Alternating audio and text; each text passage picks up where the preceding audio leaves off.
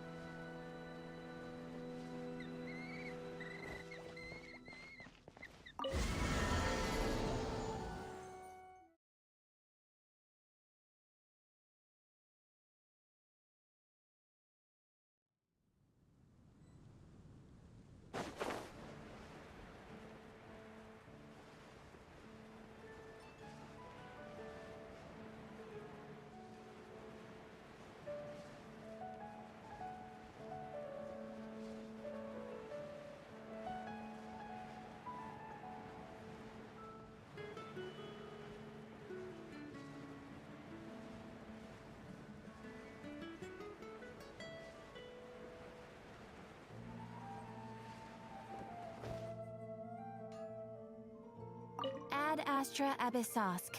Welcome to the Adventurers Guild.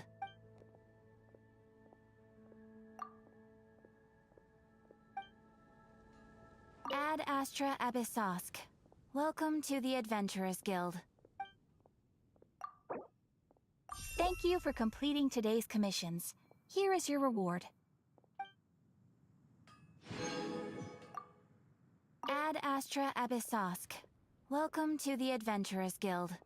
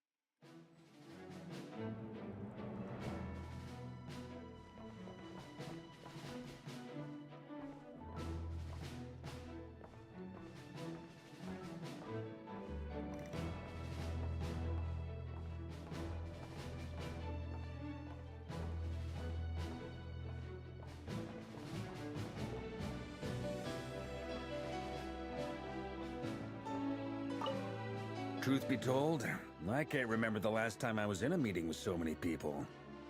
You're not alone there, my friend. The Lightkeepers also struggle to bring everyone together for a serious discussion. I don't doubt that. I've only ever met two Ratniki, one being you, and the other being that young guy, Itlua.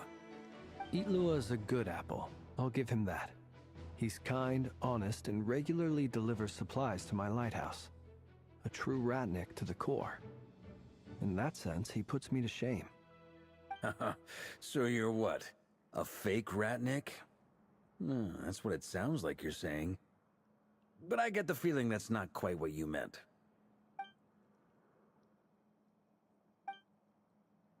Come on, why the awkward silence? Sorry. I'm not even gonna bother trying to hide it. You've known all along, haven't you, my friend?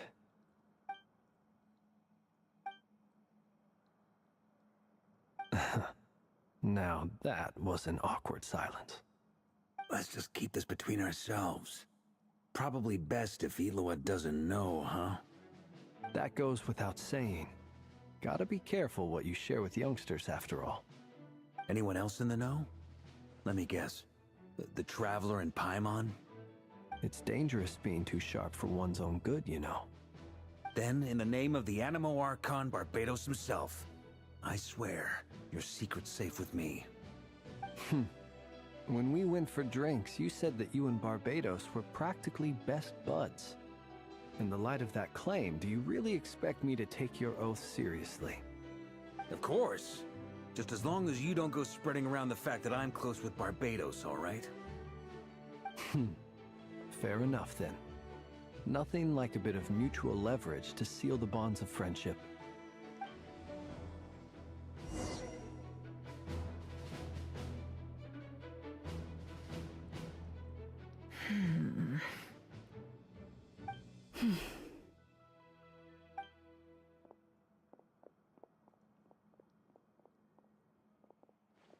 Ah, Miss Nefer. You made it after all. But what about Yehoda? I'm here to give you an update on how things are going on our end. Once this is over, I'll be heading straight back to continue my work. I left Yehoda back at the Curatorium to watch over things while I'm gone. Huh. So much for just this once. Shh! Not so loud! We're on a roll here! What if she remembers and suddenly decides to back out? Did you say something, Mr. Varka? Huh? I didn't say anything. Right, Flints? Must have been a frog. They get so noisy around here at nighttime. It's like they're putting on a concert in the background. Anyway, before we begin, there's a few introductions to make. Let me start by saying that it's an honor to be speaking before so many distinguished colleagues and collaborators. First up, we have Miss Lauma. As Moon Chanter, she's the leader of the Frost Moon Scions, a local religious community in Nodcry. Then there's Miss Nefer, boss of the Curatorium of Secrets, an intel gatherer extraordinaire. Nefer is leading the investigation into Rerer's background, assisted by Yehoda and Lauma. From the little I've heard, they're making some great progress. Over here, we have Mr. Flintz, a Ratnik and guardian of the abandoned lighthouse. In our last operation, he courageously distracted the wild hunt to buy time for the rest of us. For those of you who've never met, this is Mr. Albedo, a renowned alchemist and captain of the Knights of Favonius investigation team.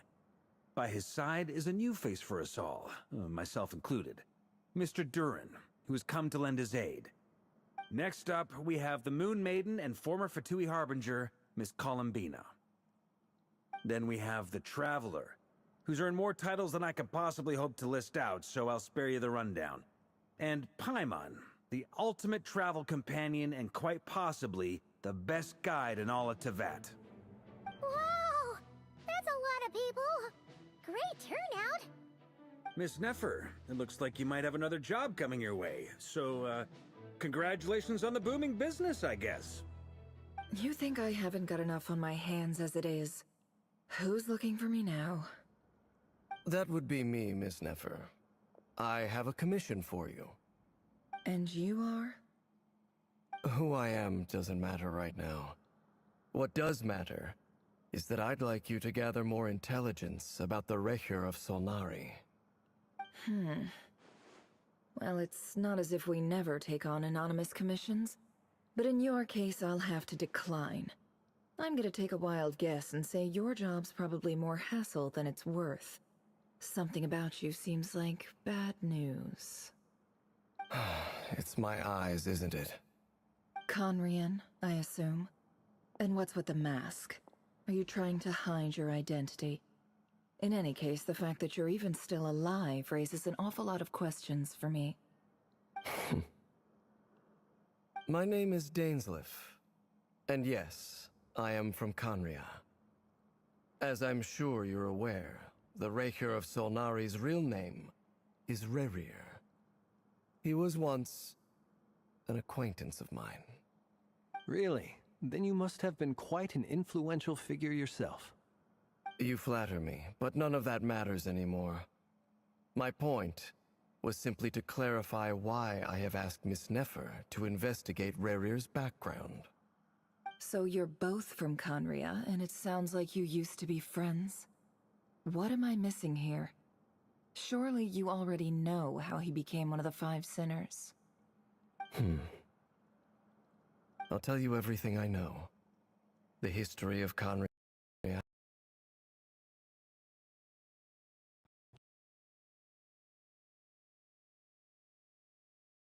It was yesterday. I have never spoken openly of this before. But the truth was exactly as people say. The Five Sinners were each driven by their own desires, and it was by playing upon these that the Abyss tempted them to their fall, tearing Conria apart in the process.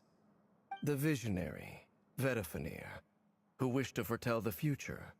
The wise, Haroptatir, who sought limitless knowledge. Gold, Rhindaughter, who desired to create life.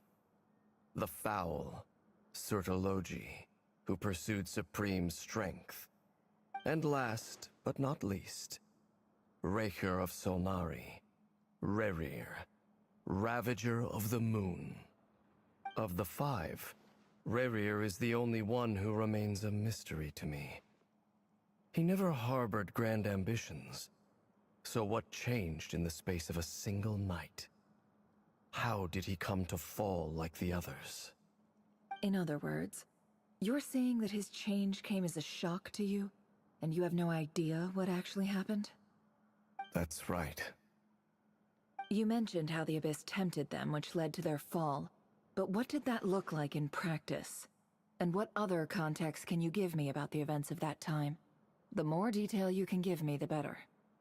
Strangely, now that it comes to it, I hardly know where to begin.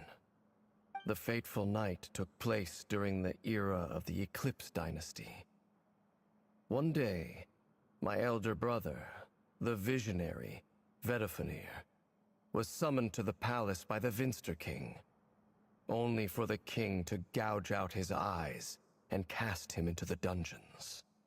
When I came to hear of this, my fury knew no bounds. I gathered together every ally I thought I had, and together, we set a night to storm the palace and free Ved. Centuries on, the memories of that night still haunt me, like a never-ending nightmare. We broke through the palace gates, just like we had planned, each striking towards our separate targets. But then, I was betrayed. Even Vedifenir, the very person I had come to rescue, abandoned me and partook of the Abyss's power. So, it's personal after all. Then tell me, Mr. Dainsleif, what price are you willing to pay? You, of all people, must know that nothing comes for free. I cannot say what price would be worthy of such a commission. But know this. Rerir was not always a madman. Believe it or not, There was a time when he was just an ordinary man, working for the Conrian Intelligence Service. Uncovering the truth of Rerir's past is the only way to unravel this mystery. But before you decide if you will accept my commission, I will tell you more about him. Enough, I hope, to help you plan your next move. Sounds pretty good to me. Feels like we just flagged down a random passerby, only to discover he's actually a master strategist who has a score to settle with our enemy. Can I borrow your halo? It could be useful in the lighthouse. Hey, enough with the wisecracks! Besides, isn't that lamp of yours bright enough already? Relax. It was meant to be a compliment. If that was a little over the top for your liking, I'll make sure to tone it down next time. I'll give your proposal some serious thought, Mr. Dainsleif. Let's speak in private once the meeting is over. Before that, there's a few things I'd like to share.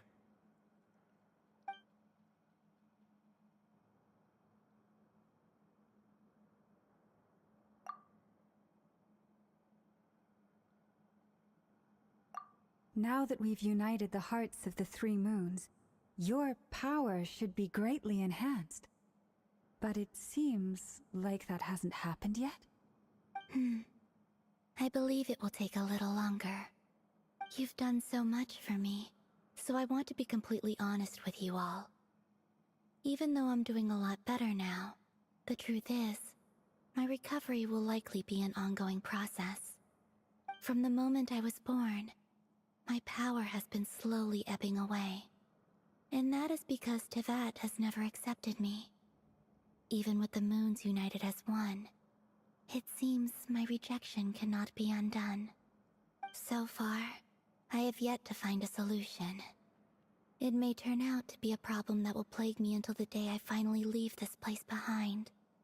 Even so, I will do everything in my power to help you drive out the Ray here of Solnari. As Arlecchino put it, this is not about chasing the spoils of victory.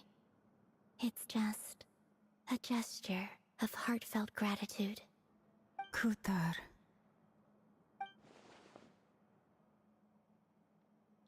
Defeating the Ray here of Solnari will be no easy task. While my strength slowly recovers, we'll also need to gather more intel. Naturally. We should take all the help we can get if we hope to defeat him. We've considered several viable plans now, but our choice hinges on the answers to a few key questions. Is it even possible to kill Rerir? What experiences shaped the person or monster he became? And what's he really after? Given Albedo's expertise in alchemy, I think we should leave him to try and answer the first of these questions. Understood. As for the other two, I'm afraid we'll have to count on you again, Miss Nefer. Believe me when I say it's not my wish to burden you. But right now, relying on your skills is our only option. So you're placing all your hopes on me, huh? We can't thank you enough for agreeing to help us. Honestly, I can hardly believe how lucky we are. You sure have a talent for changing your tune, Miss Moonchanter. Timid like Yehoda one moment, then flinches insincere flattery the next. Ladies, please. I must object to your portrayal of me. That's all. Feel free to keep bickering. Just pretend I'm not here. I almost don't want to leave this room. I'm curious to see how this plays out. I have faith in you, Miss Nefer. Something tells me you'll stand by us until the very end. Oh?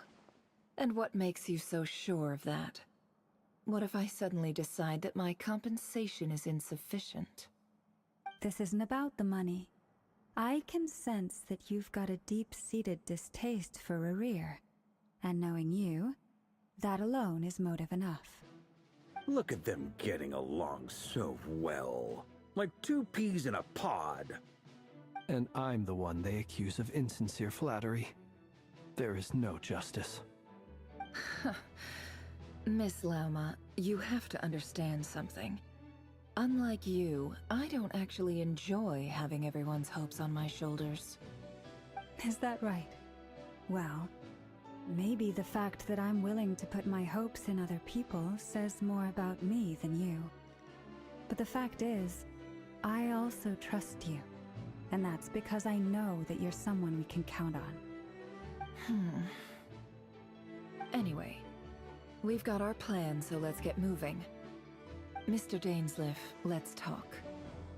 And Traveler, once we're finished, if you've nothing else planned, I'd like you to come with me. This whole experience is teaching me a lot. For instance, I now know that when other issues come up in the future, I'll have far more luck getting Lauma to convince Miss Nefer than trying to do it myself. Hate to say it, friend, but that's one of the funniest things I've heard in a while. Why? You think I've got it wrong? Quite the opposite. But what makes it so hilarious is how long it's taken you to realize.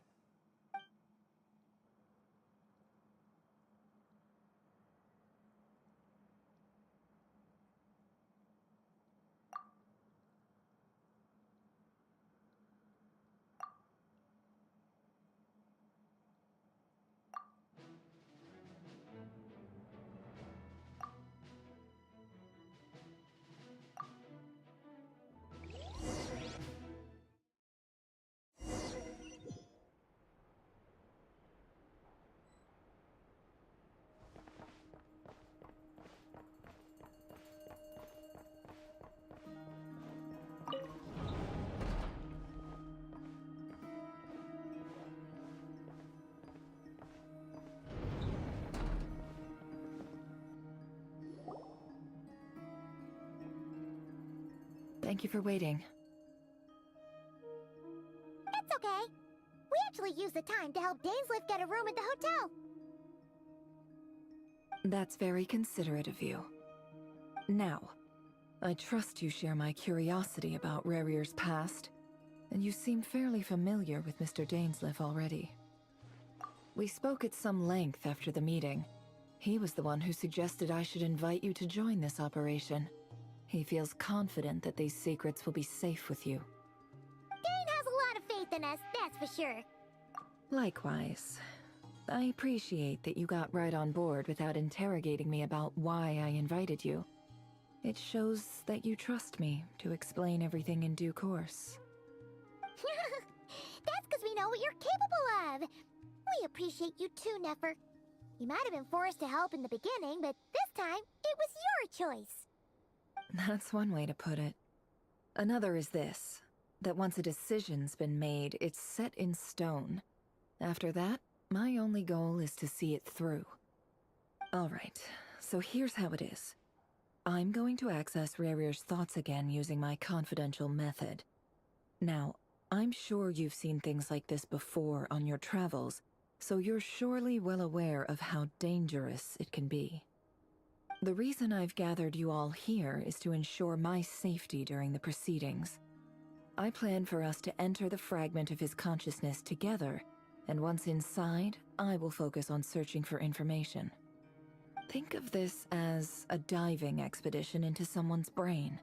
If I'm the diver, you are my safety equipment, tasked with keeping me alive while I'm under the surface. Once the ceremony begins, we will all be spying on privileged information. But in the interests of safety, you must remain absolutely silent at all times. We will discuss our observations after the ceremony has concluded. Lastly, any individuals of a weaker constitution are advised not to partake in the ceremony. In any case, Pieman has her own job to do, which requires staying in the room, but not joining the ceremony.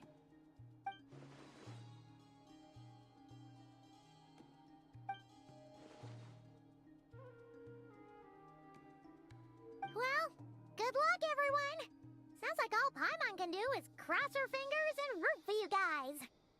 There's a little more to it than that. I was being serious when I said you have a job to do. While the rest of us are inside Rarir's mind, it's imperative that we have a team member on the outside. In the event that something goes wrong, you will be our first responder. I don't anticipate any issues, but the extra level of safety will be greatly appreciated. I second that. This is a dangerous operation here, and you're our whole rescue team. That's pretty much the most important job in the crew. So, Pieman's like the lifeguard? Yeah, that makes sense. Alright, got it. Good. Please, take a seat. We'll get started momentarily.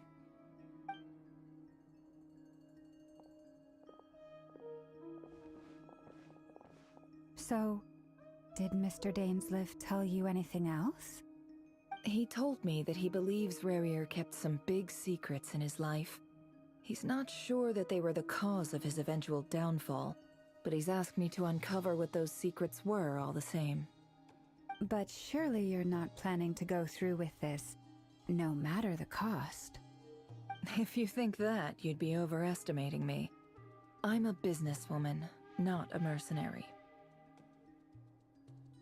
But I do have my own professional reasons for taking this job. You think I'd turn down the opportunity to get a first-hand glimpse into Conrian history? No chance. Well, as long as you don't let morbid curiosity get in the way of safety concerns, we're good. We'll do whatever we can to help you. You're such a killjoy.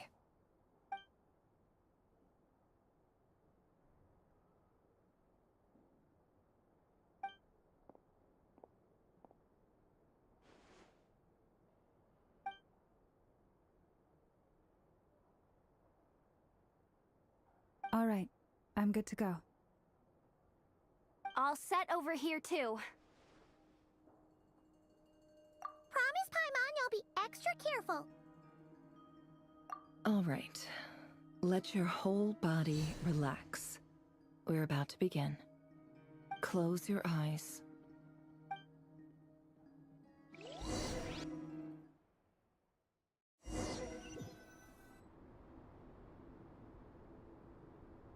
Phew. Could this be his office?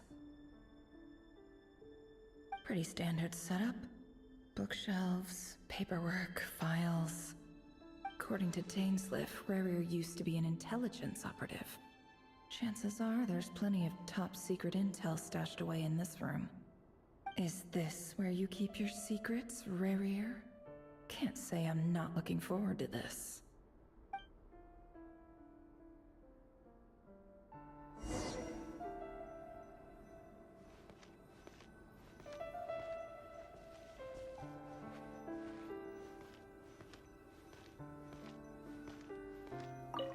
He looks even gloomier than last time. I wonder what's changed.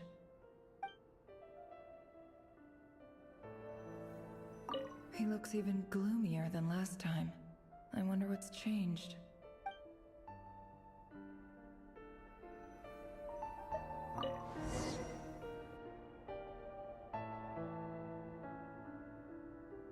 Today's files are in.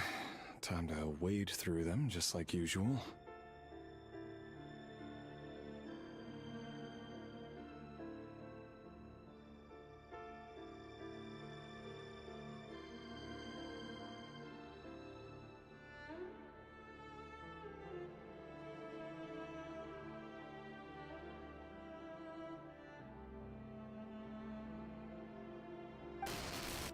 Male, 51. Occupation, cook. Confirmed Crimson Moon descendant. Has maintained frequent contact with other descendants over the past year. Poses a threat to the dynasty. Neutralized.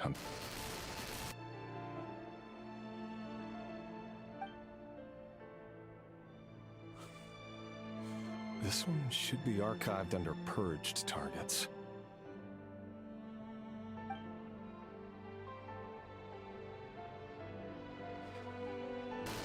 Female, 23. Occupation, office clerk. Confirmed Crimson Moon descendant. Has maintained frequent contact with other descendants over the past year. Poses a threat to the dynasty.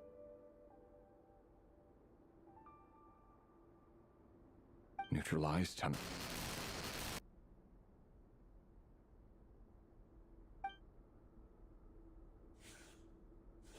Another one for purged targets. Sounds like she was that other man's daughter. Never mind. What's it got to do with me?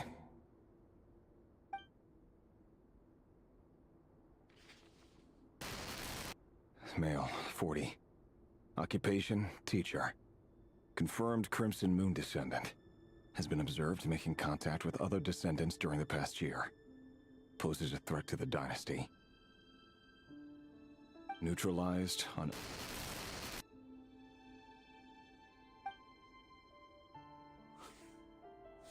Just another nobody for the archive.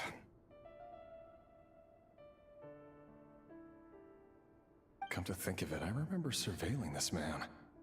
A case like his never would have been considered a priority in the past. Huh. He barely even interacted with other Crimson Moon descendants.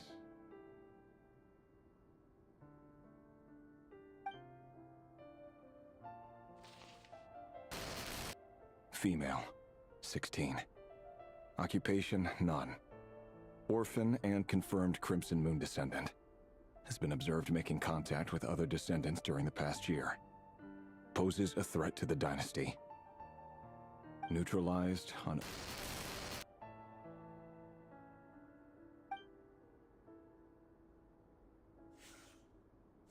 Filed. I have no recollection of this girl. None whatsoever. She doesn't seem to be anyone important, but then again, how many of them really are?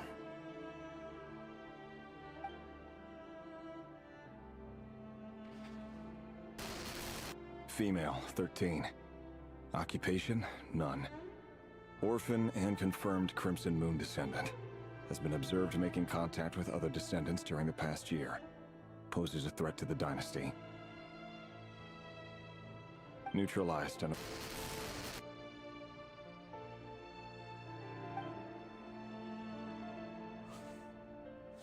Filed.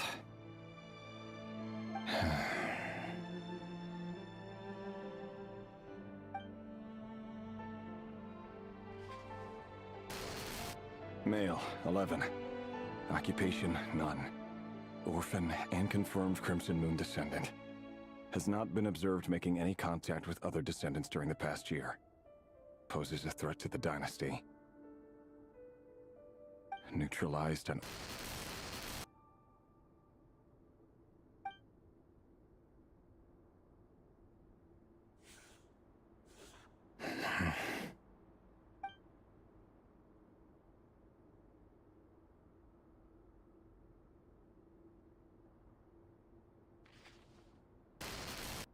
Male.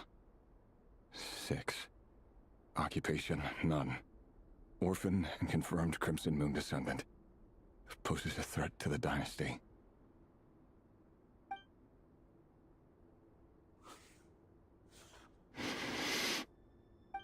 It's funny, isn't it? Your job is becoming both harder and easier at the same time, depending on how you look at it. Sooner or later, the Crimson Moon descendants will be completely wiped out. But as their numbers dwindle, they become harder and harder to track down. That's not how it is. Fortunately, however, most of the able-bodied adults have already been taken care of. The remaining weaklings will be increasingly easy to deal with. No! No. My job is to ensure the survival of the Eclipse Dynasty. And the only way to do that is by eliminating any and all potential threats. It's a perfectly legitimate line of work. Every single one of my colleagues can attest to my fairness. And if my friends were aware of the facts, I know they'd back me up too. Assuming, of course, that they were aware of all the facts.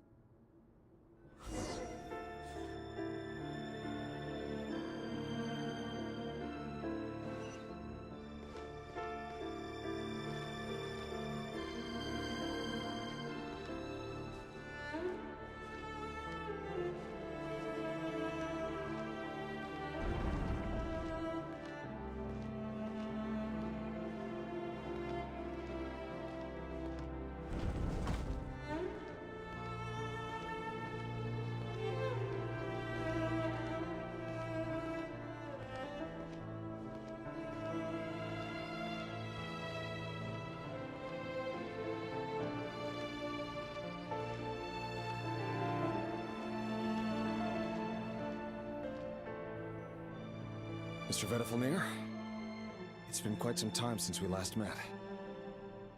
Rerir, I trust you're here because you have something important to discuss. Forgive me. I wasn't tuning out, it's just, I noticed you didn't even phrase that as a question. As if you knew I was coming.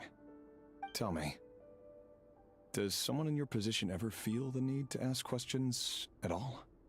It is indeed within my power to foresee certain things. Things like your arrival. I was just thinking. It won't be long before I'll be inviting both you and Dane to my wedding. That isn't a lie, but nor is it a fact as such. It's a wish, isn't it? No fooling a prophet, is there? Ever since that day we met for drinks, I knew it was only a matter of time before you came looking for me. Does it feel good? Knowing how the future will unfold. I'm afraid the notions of good and bad fail to capture the complexity of what such a power entails. Once you've seen what will come to pass, it can be all too easy to succumb to fear and melancholy. Unless, of course, you learn to abandon these feelings. You fear my silence, and long to hear the words I left unspoken that day. That's right. You must have noticed my reluctance to broach the subject, and the reason is simple. Because the truth could never have lived up to your hopes. For both our sakes, such words are better left unsaid. The burden of prophecy was never meant for your shoulders. So who exactly do you deem worthy to hear your prophecies? None but our exalted king? Or rather, our king as he once was. You're closer to his majesty than I am. You must know better than anyone how much he's changed. You say that as though it is to my benefit. Yet precisely because of that, I dare not speak rashly. A king can turn out to be the most virtuous of rulers, or a tyrant more terrible than the most vicious of dragons. You are so wise and far-sighted, yet still you would have me live in fear of the unknown? You make a fair point. Especially given my silence alone was all it took to send you spiraling downwards. Very well then. Let me offer you some advice. And I say this not as a prophet or a visionary, but simply as the brother of your friend. For many reasons, there is very little chance of your marriage ending in happiness. If happiness is what you seek, you should find another fiancé.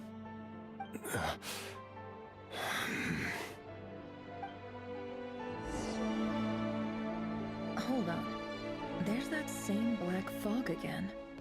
Could this memory belong to Thelindis? Guess I'd better tread carefully.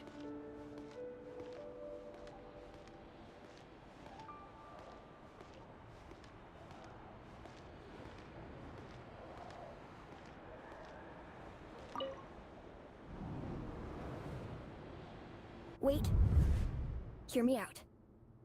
This time we finally got a clear look at his face, and learned his true identity. His name is Rerir, and he claims to be one of the king's guards. What did you say? A cruel irony, isn't it? The man you're set to marry leads a double life as a brutal executioner. Why are you telling me all of this now? Simple. It's because I want you to kill him. You are the only person he would never suspect. No, absolutely not. I would never dream of doing such a despicable thing. So you'll just stand by and watch him slaughter us to the last? Do not forget that the blood of the Crimson Moon flows in your veins too. The blood of the Crimson Moon? What does that matter now? The dynasty has long been dead and gone. You think that alone is reason enough for me to throw away everything I have? Why wouldn't it be? You two were once a child of the Crimson Moon, just like me. Don't tell me you've never felt so much as a flicker of fury for the way we were trampled into the dust. As long as you promise to abandon this pipe dream of restoring your dynasty, I can try to persuade him. Or have him persuade the Vinster King. Persuade the Vinster King?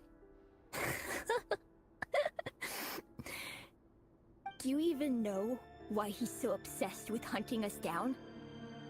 Why he keeps trying to force us to hand over our secrets? Over and over again?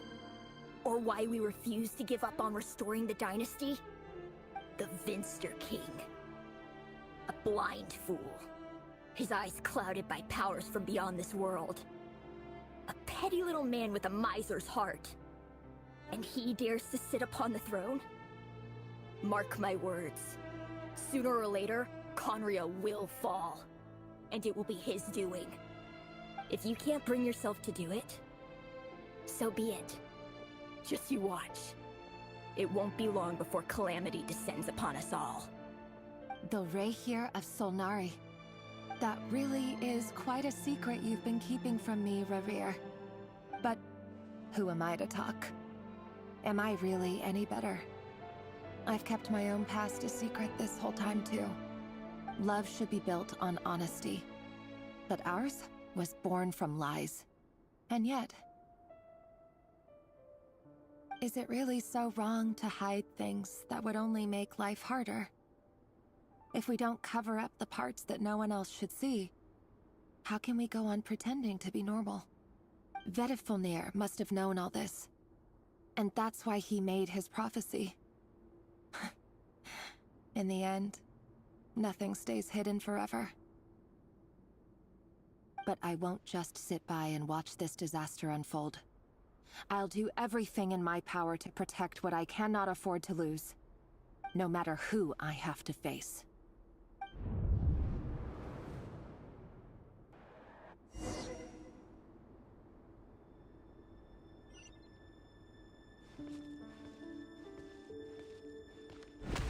Huh? Was that Rerir who just walked past the window? Doesn't it give you the chills that he still takes the same road to work every day? As if nothing ever happened. Those people at the deli. Enough already. They're clearly pretty taken by their own disguises, so just smile and play along. Pull the rug from under beasts like that, and you'll risk having your throat torn out. Deli? Oh. They're talking about those people from the opposition. Right. I'd almost forgotten they used to run a deli. People of no consequence always vanish so easily. And no one even remembers them.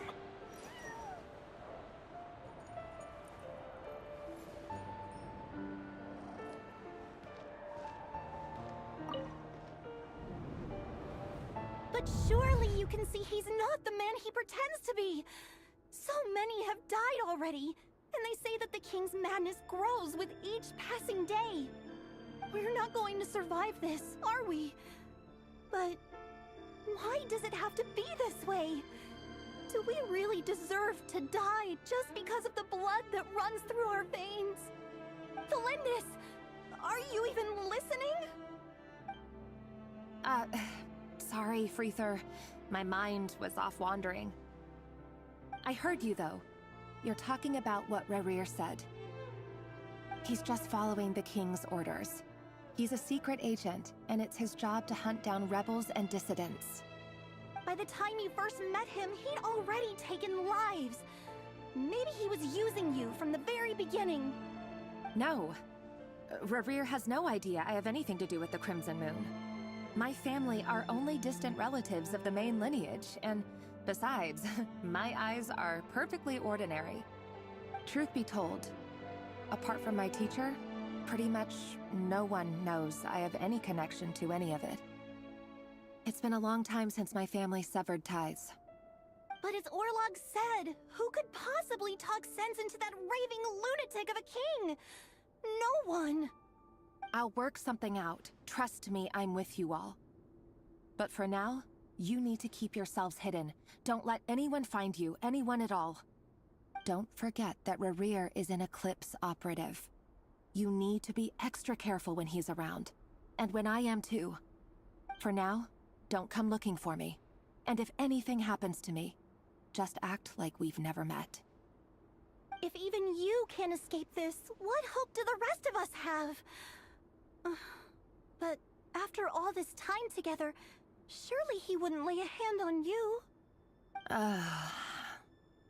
I won't speak in his defense, nor can I give you a clear answer to that question. But I'll do everything I can to put an end to this.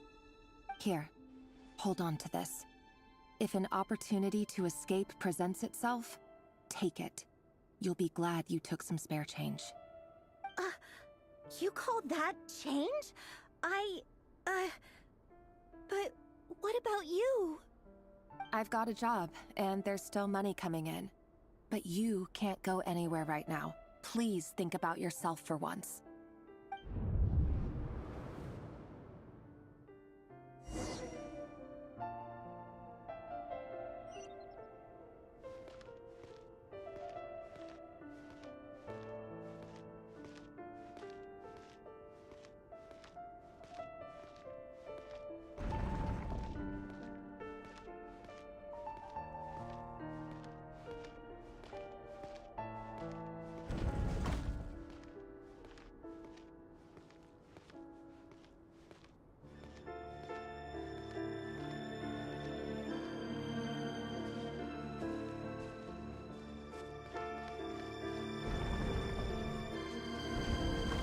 Another day, another round of assassination training.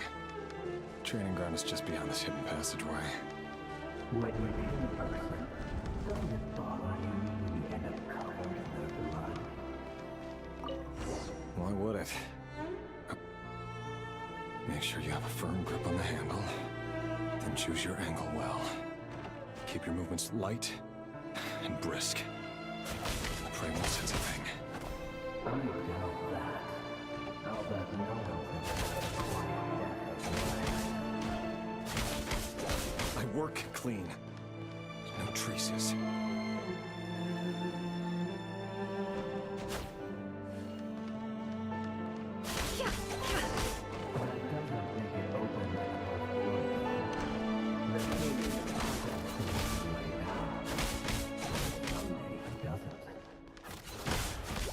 That won't happen.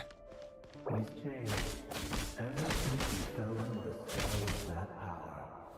In the beginning, he only had you take a handful of it. But now... The ones I've dealt with have always been guilty. And I've carried out my work flawlessly.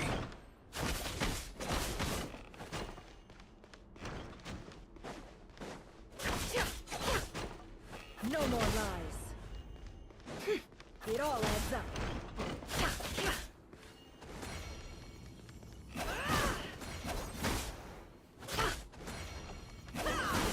You know, I'm interested in the sexual proposal of you. Was it because he didn't trust you? Or something else? Enough!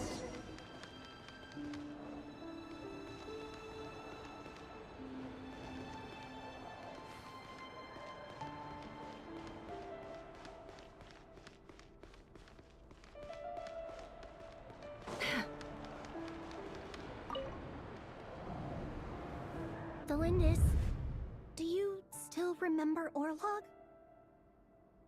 Orlog. The boy who was pretending to sell flowers. You spoke for quite a while, didn't you? Yes, we did. What about him? He was arrested 2 days ago. Chances are he's already dead.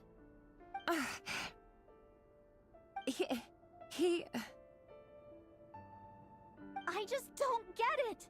After everything he's done, why do you still stand by him? Or does it mean nothing to you that people keep dying? No, that's not... Just hear me out. I need to go now, Thelindis. They're looking for us. You take care too. If you ever need a place to hide, come find us.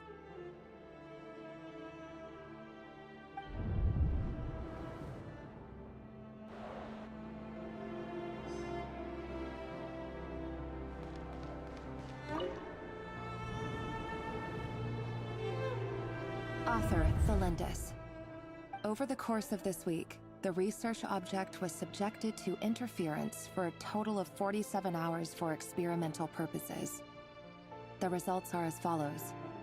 All subjects of observation that were sent inside have now... The situation within is proving more problematic than anticipated. No progress whatsoever. What now? Won't you give me even a glimmer of hope? Things are getting worse by the day. I have to find a way or we'll all be in danger.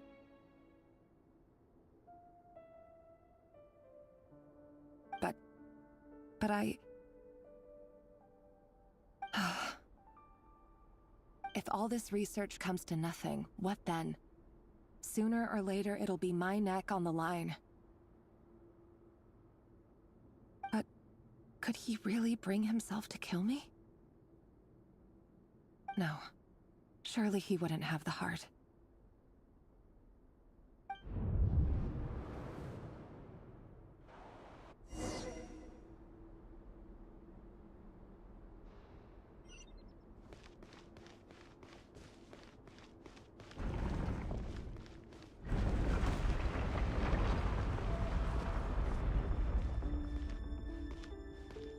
Why won't you just let us go? We don't even know each other. All we want is to live ordinary, peaceful lives. You want... to live?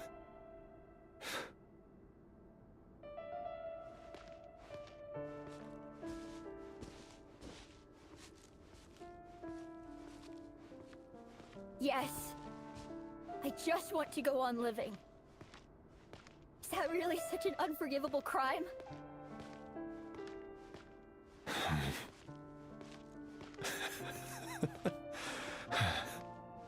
You want to go on living. I want to keep living too. To keep living forever. That's why I have no choice but to continue on the path I'm on. If only some savior would suddenly swoop down and change the way the world is. Too bad that's not going to happen. Imagine that. If there really were such a person, you and I wouldn't be standing here like this, would we?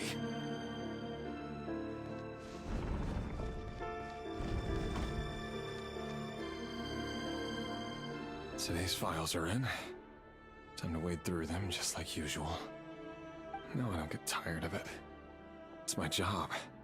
And not only am I lucky to have it, I'm good at it too.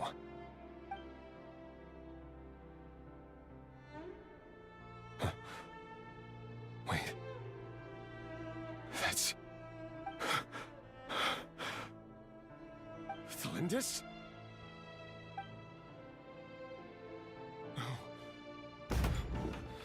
No. No! Why?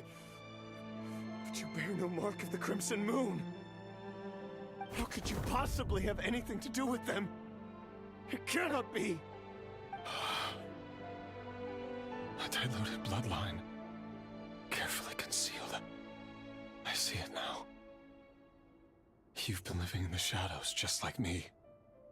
What a fool I've been. Numbing myself with talk of justice. Even imagining my friends would back me up. But in the end, Irminsul. Finster King! How far are you going to take this? From the direct bloodline to secondary offshoots? And then what? Today it's the descendants of the Crimson Moon. Who will it be tomorrow? Will you not rest until everyone down here is dead? No. This cannot go on. This is where it ends.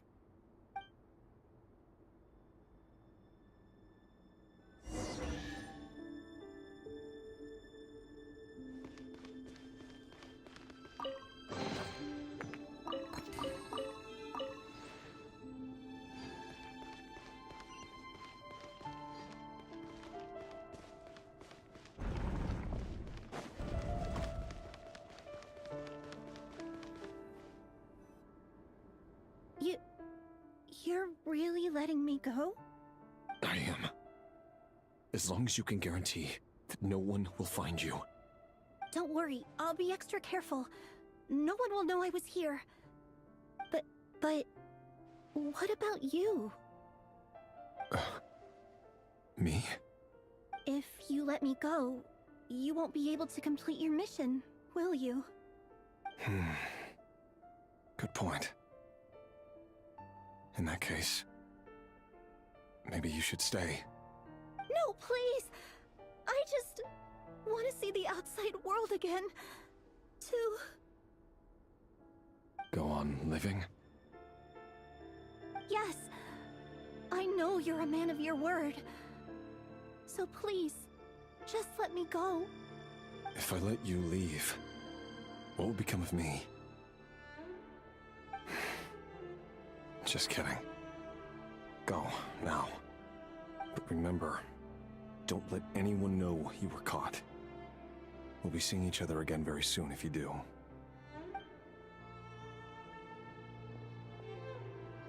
Even shadows in the dark must live by a code. But you can't save everyone. You've been whispering in my ear for days now, Vedifalnir. What are you trying to do? Break me down? I only say this because you long for an answer to your problems. Let her go, Rerir, or you risk losing everything. I will not abandon Thelindis. Then you'll need a little more vigilance and a lot more power. The world is changing, Rerir. Keep your eyes peeled for your moment of opportunity. That voice used to be so unclear. But now I know exactly whose it is. It's Vedifalnir. He won't tell me how to actually resolve any of this, but he keeps trying to manipulate me like a puppet. What's his game here? Tell me then. What will this moment of opportunity look like? And... no answer. He's like a ghost. Always disturbing me when I'm on edge, but never answering when I need him most. So, the Eclipse Dynasty was purging, well, massacring the descendants of the Crimson Moon. And it seems like it was all connected to the Vinster King's research. The King's obsession with abyssal power left the future of Conria hanging in the balance. No wonder every aspect of Rerir's life was so unstable. And it looks like this Thelindis, Rerir's would-be fiancée, herself belonged to a sub-branch of the Crimson Moon Dynasty's descendants. It almost defies belief that a couple like them could hide the truth from each other for so long. If the Vinster King hadn't intervened in such a drastic way, they might have gone on deceiving each other for the rest of their lives. And why does Vedifalnir, Daneslif's older brother, keep talking in Rerir's head? This guy kept more secrets than I ever imagined. The human mind is like a vast desert of shifting sands. When you follow the flow of someone's memories, you only ever see the parts they're willing to let surface. Time for something a bit more creative. We've been inside Rerir's mind this whole time, building up a picture of his psyche. There's already enough clues on the board to start reading between the lines and mapping out the rest. Now, we can finally begin to put the pieces together. Sure, it'll only be a reconstruction, part simulation, part reasoning, but it's usually pretty accurate. Once we've built up a cognitive profile, we just need to cross-check the logic behind his actions. And then we'll be able to take a sneak peek at whatever it is that Rerir has really been hiding.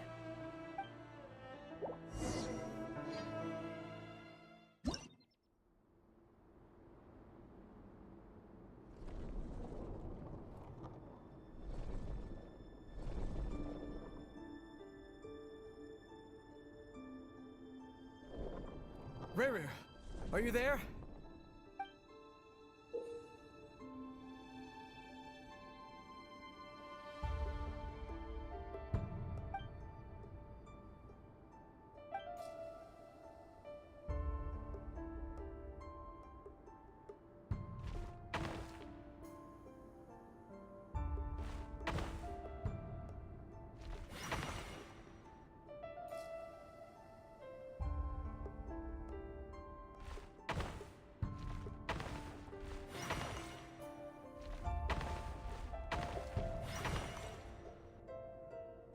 Rerir!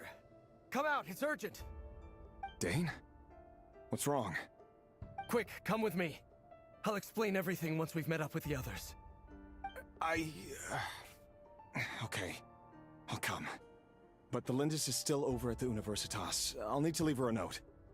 All right then, but make it quick. I've never seen Dane so worked up before. Whatever this is, it must be big trouble.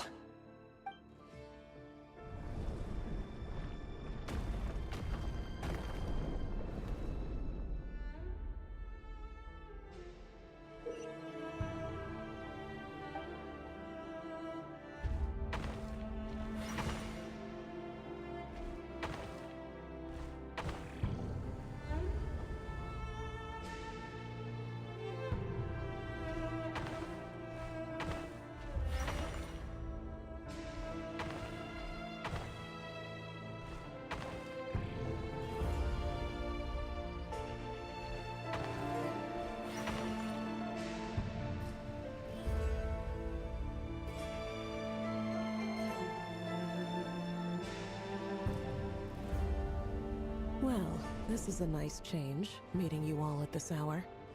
When men and women of ambition can speak face to face in broad daylight, I say that's a big step forward for our dear Conria. Don't be ridiculous. We do not fear the day. Why would we seek refuge in the night? You might ask your blade that same question. I'm told it prefers the cover of darkness. The word on the street is that Sertologi only strikes when he has an unfair advantage. But that is patently false. I see you're missing an arm and a leg. Surely only a fair fight could explain that. If this is your way of offering me replacement limbs, believe me, I'll take them. Oh, we can certainly discuss that. With bioalchemy, anything is possible. Assuming I have your full support in my research. Lunatic. Roptatir, what brings you here? Why, Dainsleif, of course. He invited me. Please, cast aside your apprehensions, Miss Rhindaughter. Whatever the rumors may say, I am but a humble servant of the king, and I can assure you he affords me no greater convenience than he does you. Well, the Universitas Magistrorum won't stop fawning over you, so at least some of the rumors must be true. You're clearly doing well for yourself, so drop the humble servant act. It endears you to no one. You're president of the Universitas Magistrorum, the chief royal mage known as the Wise by royal appointment, and by far the most favored among the 4 pillars of Conria. Vice President Veit doesn't even try to hide his envy when he sees you. My success is the product of hard work and good luck. It's as simple as that. Were the king not such an extremist, I hardly think I would have received a senior post at my age.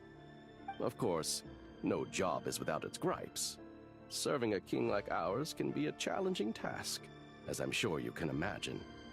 And as for Efterveit, in missing out on the presidency, he's dodged a mountain of stress. Like everything else in life, it comes with pros and cons. You're all here. I apologize for the short notice, but it was an emergency.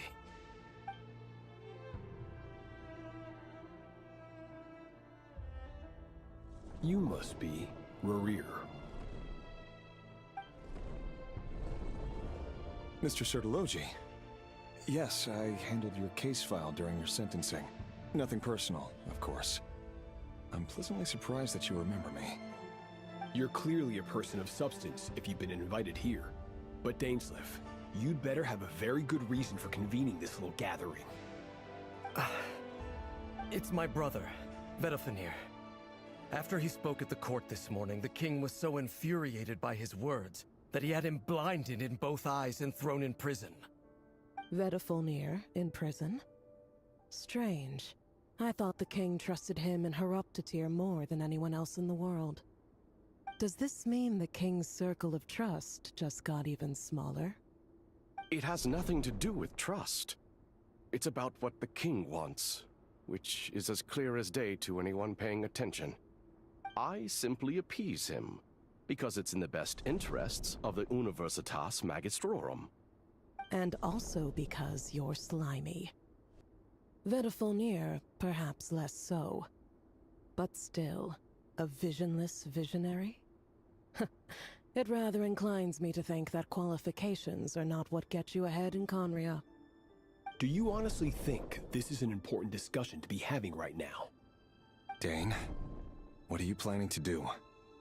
Rescue Vedafilnir, I assume. Correct. It will mean storming the palace by force. Tonight. I need all of you on my side. That's far too dangerous. And don't forget, Dainsleif, you're captain of the Royal Guard. You swore an oath to the throne. Hmm? You've been planning this for a while, haven't you? I have no desire to commit treason. But whatever critique the king may have of Vedafilnir, disfiguring your most loyal subject for putting the best interests of his court and nation first, this is not the conduct of a wise ruler.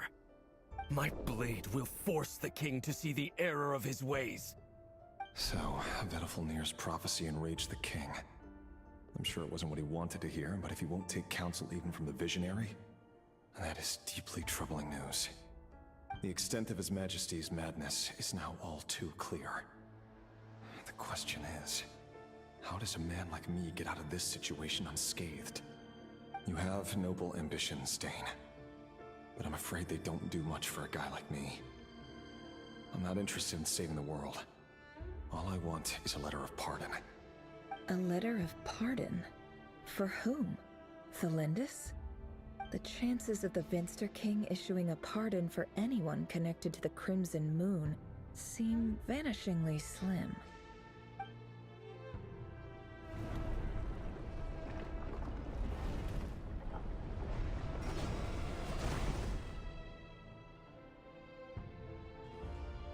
This black fog over the board must have some connection to Thelindis. But why is it taking this form? Does it have something to do with Rarir's past? Another mystery I'll need to unravel.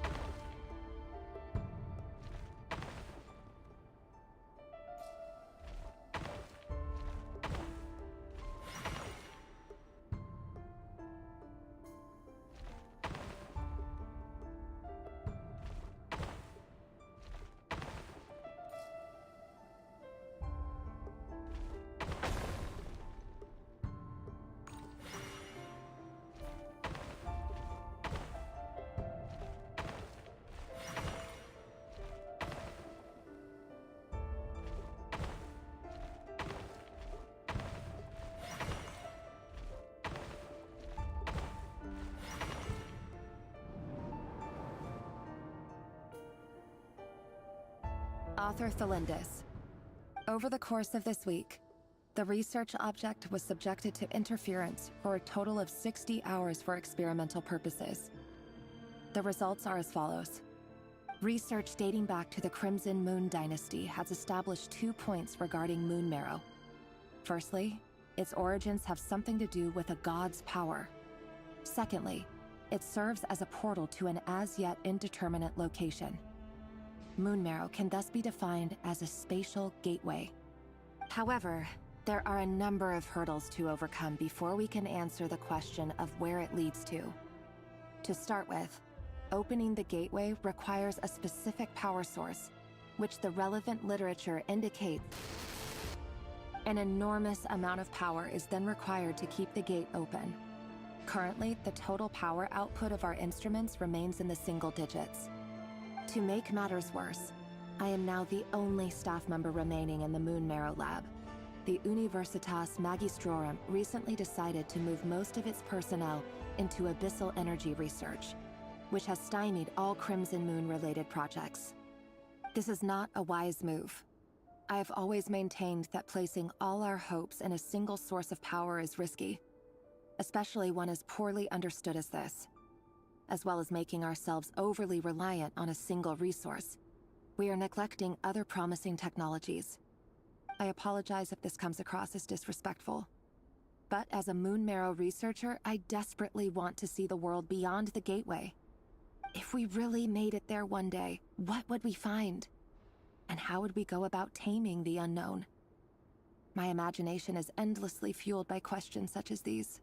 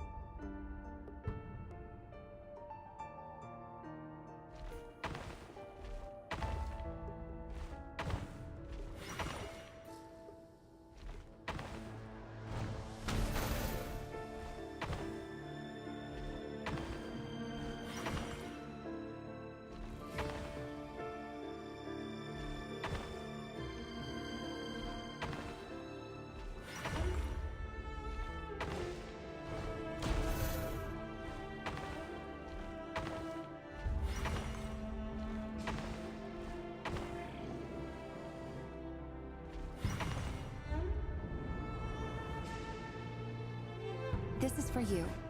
I heard you're gonna leave the city with your parents. Delindis, did you hear about what happened? I've heard nothing. Rerir got back very late last Friday, and he was acting a little unusual, but he slept pretty well, so I'm guessing whatever he did was a good deed.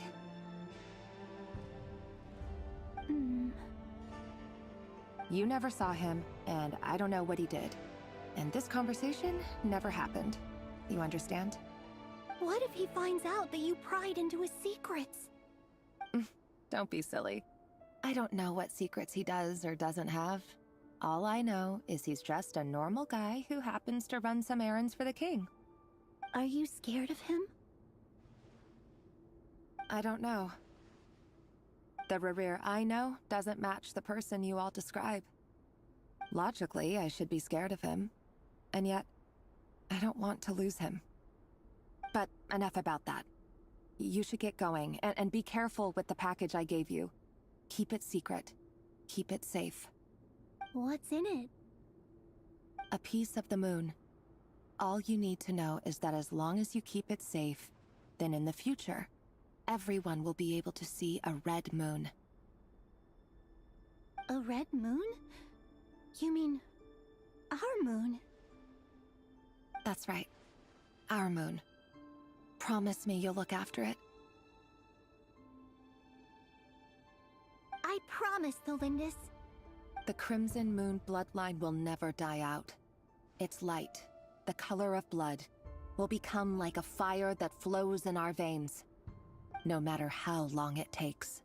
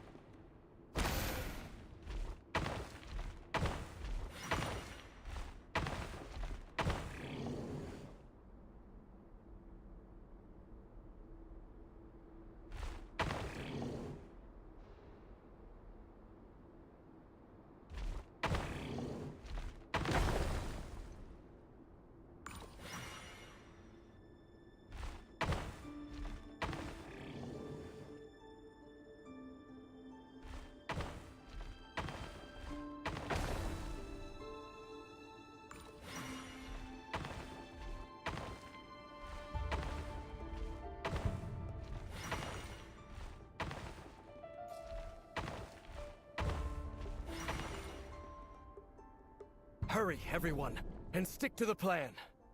Sir Dainsleif, what are you? Is this treason? You know what happens to those who betray the throne. Please, don't do this! It is the king himself who has betrayed the throne. He has betrayed all of Conria. If you have any love left for justice in your heart, you should join me. It's showtime.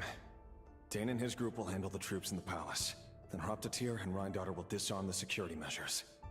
My job is to enter the prison and rescue Vedifalnir. Stay safe. Wish me luck. Look after my brother. Draw your blade. It is time for justice to prevail.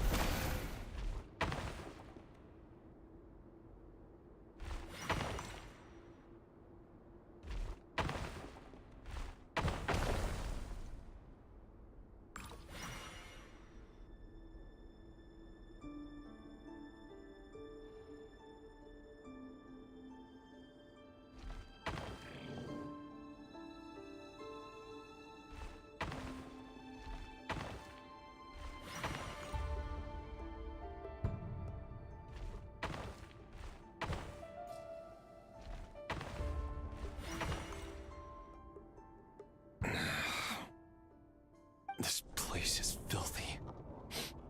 And the smell is abominable.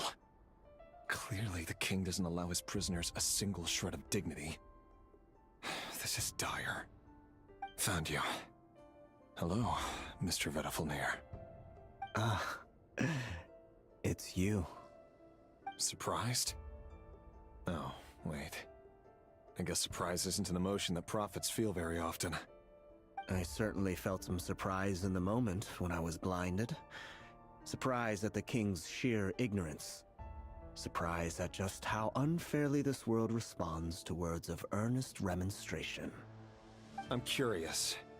What did you prophesize this time? It wasn't a prophecy. It was a word of warning. Someone had to say it. The king has forsaken all reason in pursuit of his obsessions. I simply told him that if he continues on this path, Khaenri'ah will surely fall. But he didn't listen. Worse still, he stabbed you in both eyes and locked you away. Dane asked for my help. The court is in complete chaos now, but I'm sure you predicted that. Everything is transpiring as I foresaw, yet I am powerless to change it. Fate is an immutable force. I can but lament as the inevitable unfolds.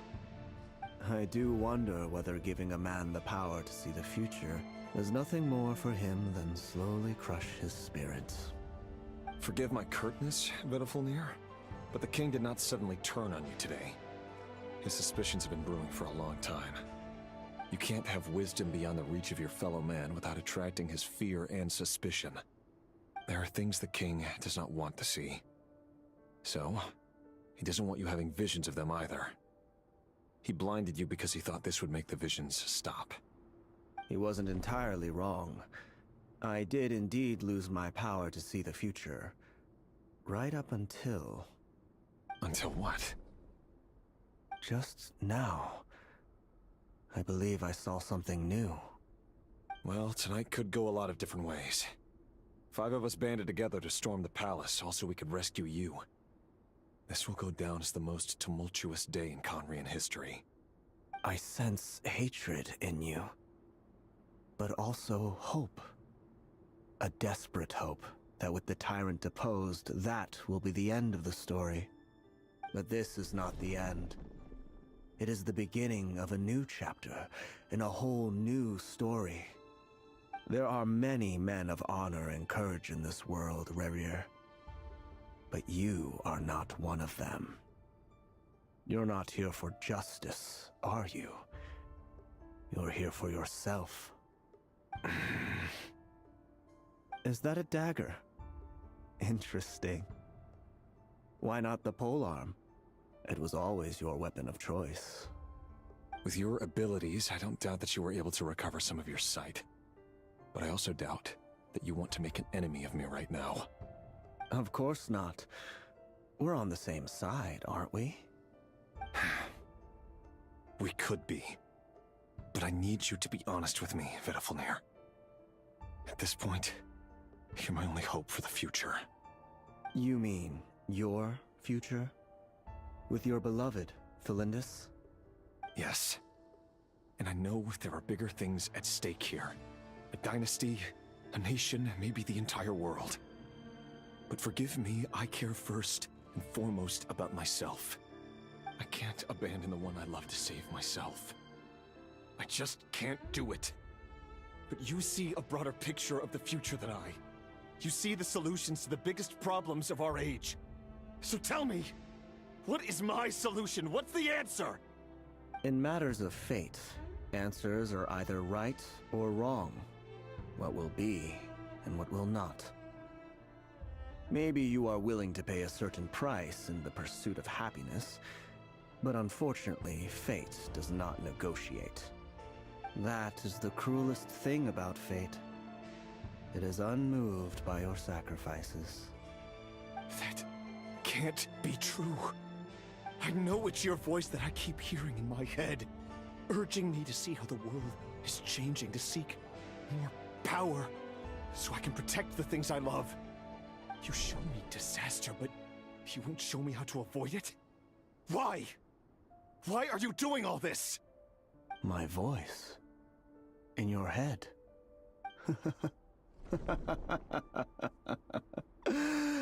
So, you hear it too. The voice that steals your mind, gains your trust, and drives you crazy. It turns out that we are not so different, you and I. Vedifilnir just broke into the strangest smile I've ever seen in my life. As if he'd discovered some monumental secret.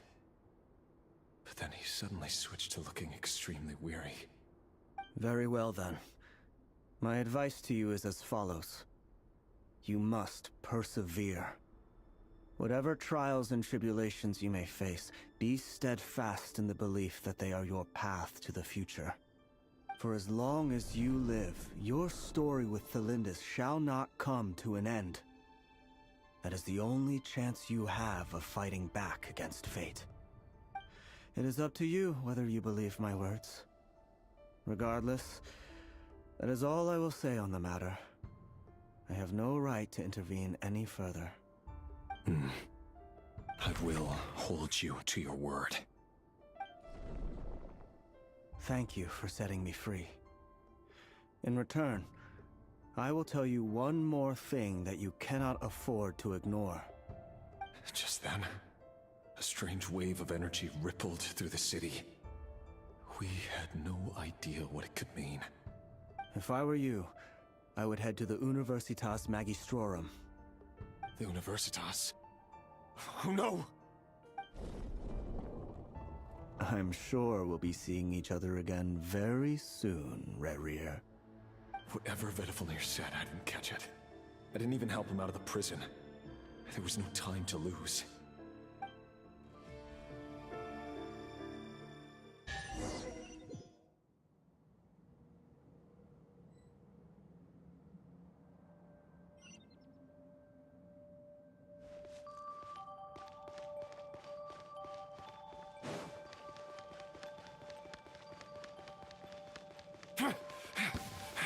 Monsters? Is this Rhindaughter's doing? Or the Universitas Magistrorum? Out of my way!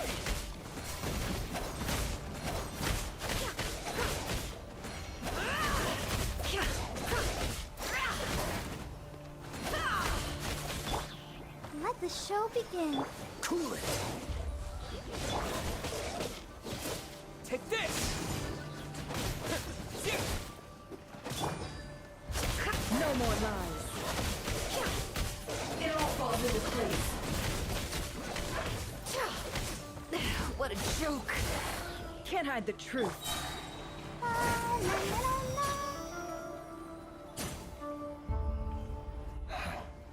The Universitas. That reminds me of a rumor I once heard. Allegedly, the king installed secret mechanisms in the palace and around the city.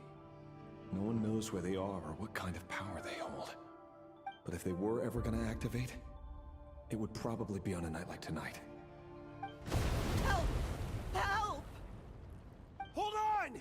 Don't let them anywhere near you! Save me! I can't! Ah!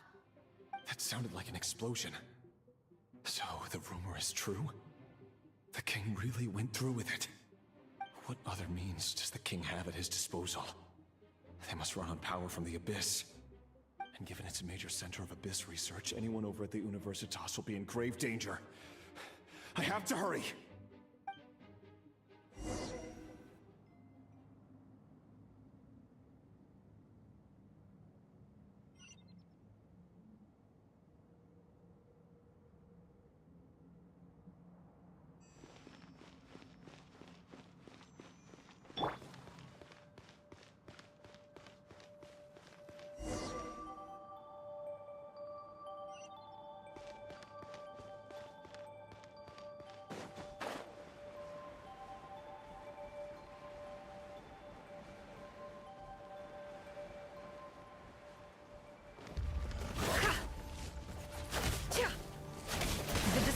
Ends here.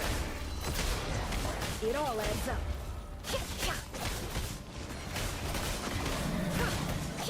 No more lies. No one escapes my sights.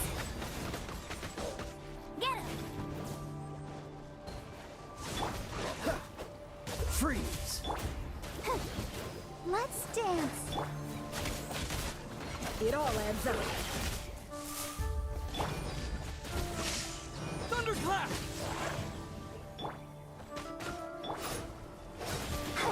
Oh, so sorry.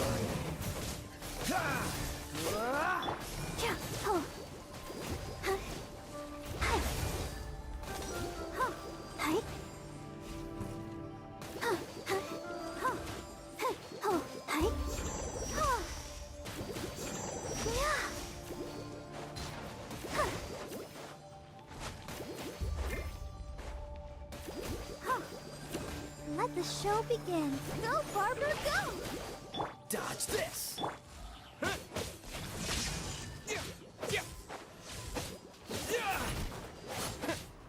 Seek within. No more lies.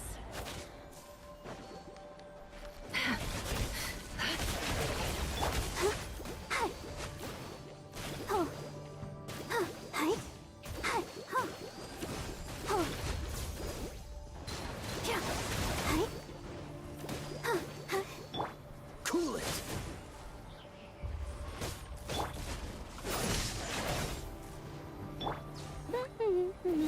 No escape! Let's dance. Freeze! Don't get frostbite.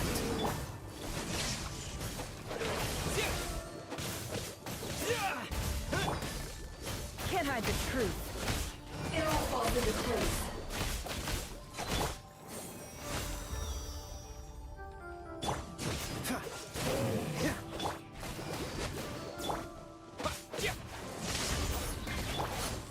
It all adds up. Let's see what you're made of. Bellowing thunder! Cool it! Let the show begin.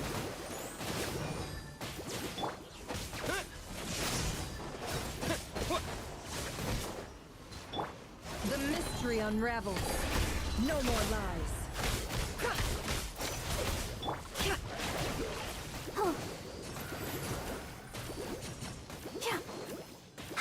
Go, Barbara, go! Freeze! It all adds up. Can't hide the truth. No one escapes my sight! Dodge this! Let's dance. I can't stop now. They need me.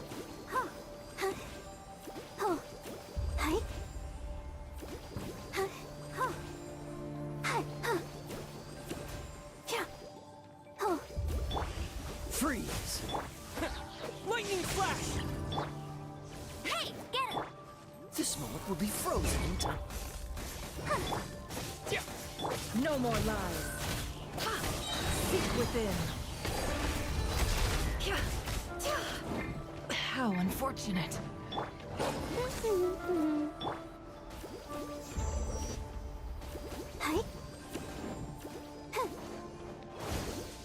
Cool it! Here! Thunderclap! No escape! Dodge this! Ready, steady, go! Let the show begin. Take this!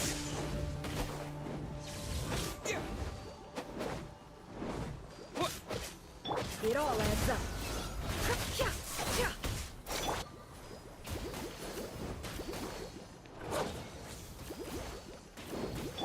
Freeze!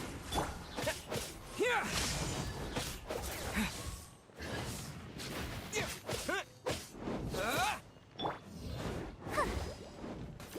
Let's dance. Dodge this! Take this!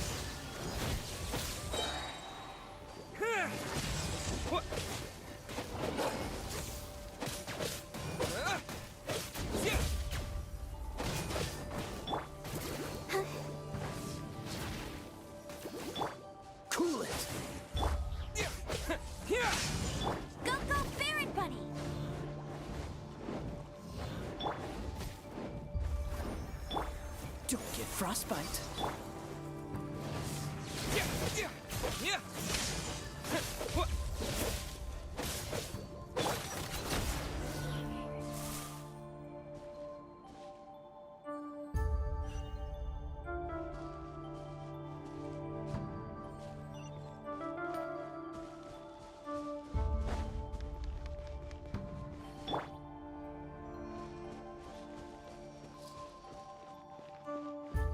I'll protect us.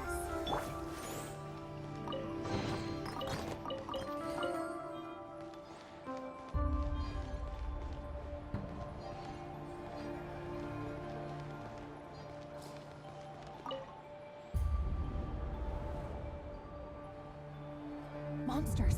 At the Universitas Magistrorum? Why now? Oh no! They're coming! It's no use. The table won't hold out much longer. The weapons. Where are the weapons? Of course. All the lab equipment was upgraded after the inspection last week, but the new weapons haven't been allocated yet. I'm done for. Is anyone there? I need help! Ah!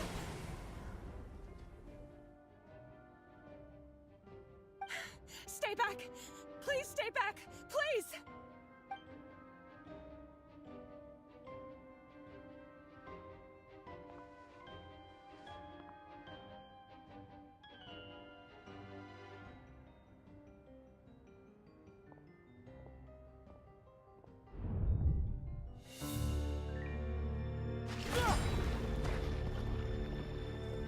What's that?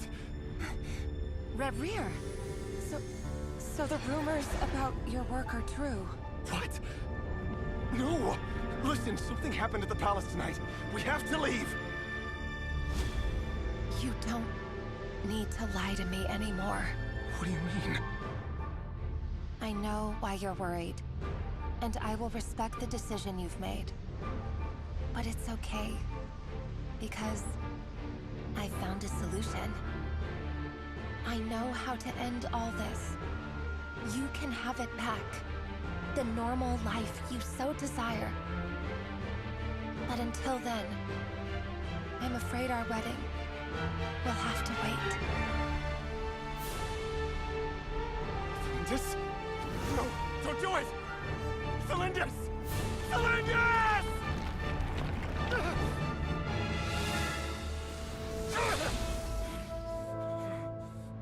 I told you, Rerir. Let her go. You will find someone better. No! No, I won't do it! I have to save her! By what means exactly? A lowly pawn. You lack the power and the strength of will. Do you know a way? Tell me! Come to the palace. Join us.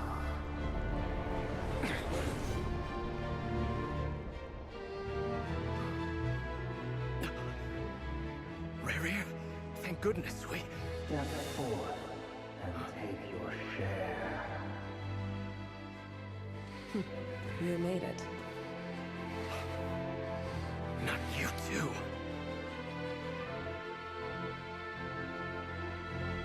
Hatred or grief, despair, desire. We all have our own.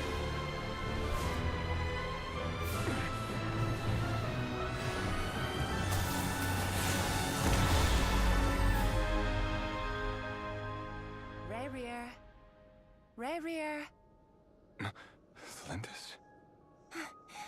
Were you daydreaming?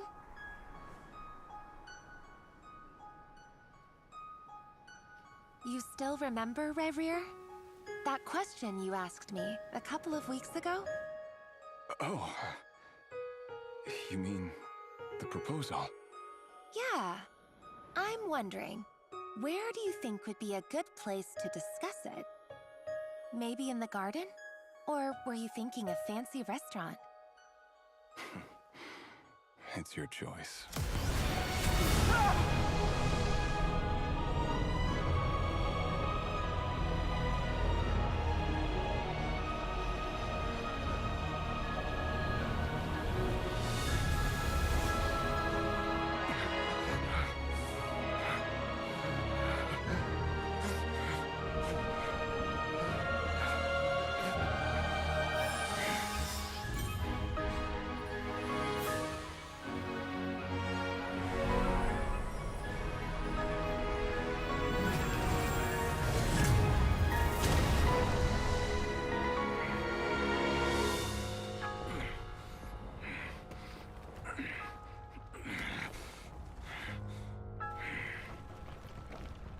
I will find you.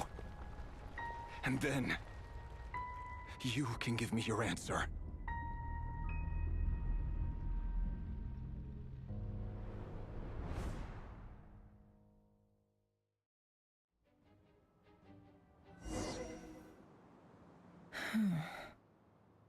So that's how the Raker of Solnari was born. A monster created by circumstance is a monster all the same. Viewing other people's thoughts for too long can get uncomfortable.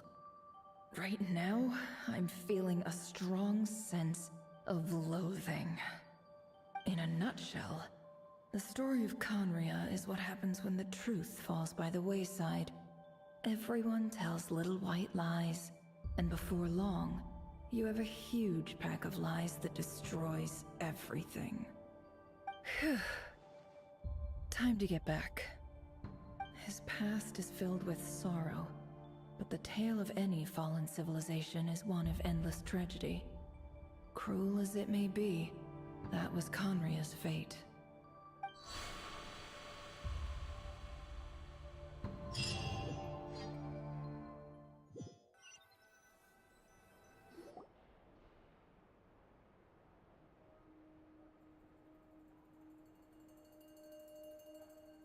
Everyone, I'm back. Can I get a standing ovation? Never! How are you holding up? Feeling okay? She's fine. Boss is a pro. Yes, I'm fine. You will have seen the events of Rarir's life through my thoughts. It's now clear that he is just a regular nobody, driven by personal tragedy, as he said himself. I mostly agree. There's only so much we can know about him from his memories alone, but they did give us a clear glimpse into his life in Conria. However, I would not consider Rarir to be a nobody. He was deeply involved in the events of that era. Yet, when the catastrophe of a generation strikes, nobody is safe. Sounds to me like you're speaking in riddles again. Is this you urging me not to abandon the people of Nodcry in their hour of need? That's not what I meant. Although I do hope you choose to remain a part of the plan. Without you, the mission ahead will be all but impossible. Then try to remember that I respond better to the carrot than the stick. And I don't appreciate being bossed around. Now, as for you, Missy, you were excellent. You stuck to the rules of the ceremony and kept your mouth shut the entire time. Bravo. Cool.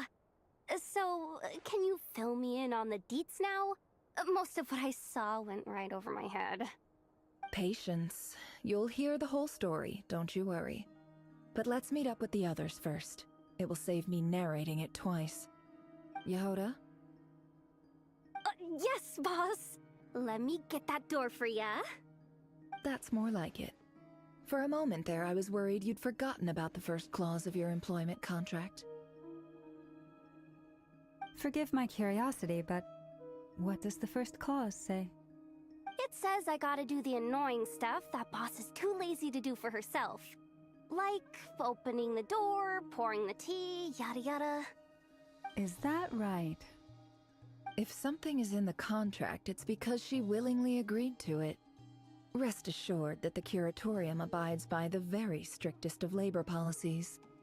You don't seriously think I'm cruel enough to treat her like my slave? In any case, I've hardly shied away from my share of the work today. Hope I don't catch Flintz and Varka lounging about in their chairs, enjoying a leisurely cup of tea. There's nothing I dislike more than other people enjoying themselves while I'm hard at work.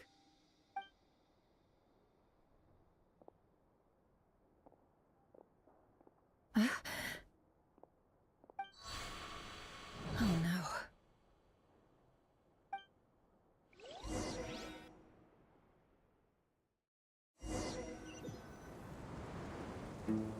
Sorry to disturb you, but we seem to have run into some trouble. Evidently so. Don't worry, I'm not about to leave you to fend for yourselves. I'm not that kind of boss. And it would go against the Curatorium's labor policy. I'm sorry? What did you hear me say? I wasn't talking about labor policy. Wait. How long have I been standing here? Not long. You just appeared by the door a moment ago.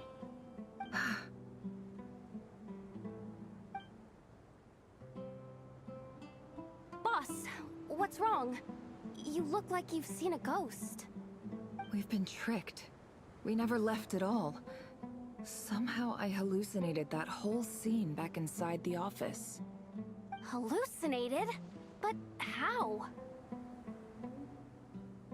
How indeed.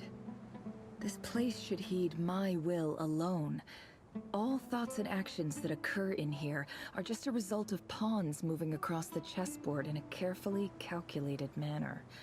And nobody has access to this chess set but me. So you control everything in here? More or less. But yes, it's a special technique of mine. Has anything like this ever happened before? Only once. It was the first time I used the chess set. Is there any similarity between what happened then and what's happening now? I suppose my thoughts are a little turbulent, which was also the case my first time. Is there anything I can do to help? The first clause of your contract clearly states that I only need your help with things that I'm too lazy to do myself. Meaning, you're not feeling lazy right now? Meaning, this is not something Yehoda can help with. The chess set is a personal treasure that I alone understand. I must be the one to find our way out of here. Boss, it's fine. Really. Let me do something useful. Oh, listen to you. Whatever would I do without you, Yehoda? What? Really? Yes, really. Where would I ever find another employee as obedient and servile as you? God forbid anything ever happens to you. Oh, okay. Well, anyway, I was thinking of fetching some water. There's gotta be a source around here somewhere. I suggest everyone finds someplace comfortable to take a rest. We gotta conserve our energy. Even though all this chess malarkey doesn't exist in a physical sense, mentally speaking, it's all real. And so is our tiredness and fatigue. You don't want to dismiss mental fatigue. Just because it isn't physical doesn't mean it's any less serious. But anyway, I got your backs, so don't worry about a thing. Don't I have the best employees? Jealous much? If we can find a suitable time, I'd love to borrow Yehoda for a day to help out at the Frostmoon Scions. Would you be amenable to that, Boss Nefer? Oh, Lauma. Have I ever told you just how pretty you are? Beauty runs from the tips of your antlers to the depths of your imagination. Time to rally, everyone. Follow me. As we continue our journey, the same rules will apply. That means stay focused and no talking no matter what we encounter. And don't disturb the chess pieces. You have my word that I will get us all out of here.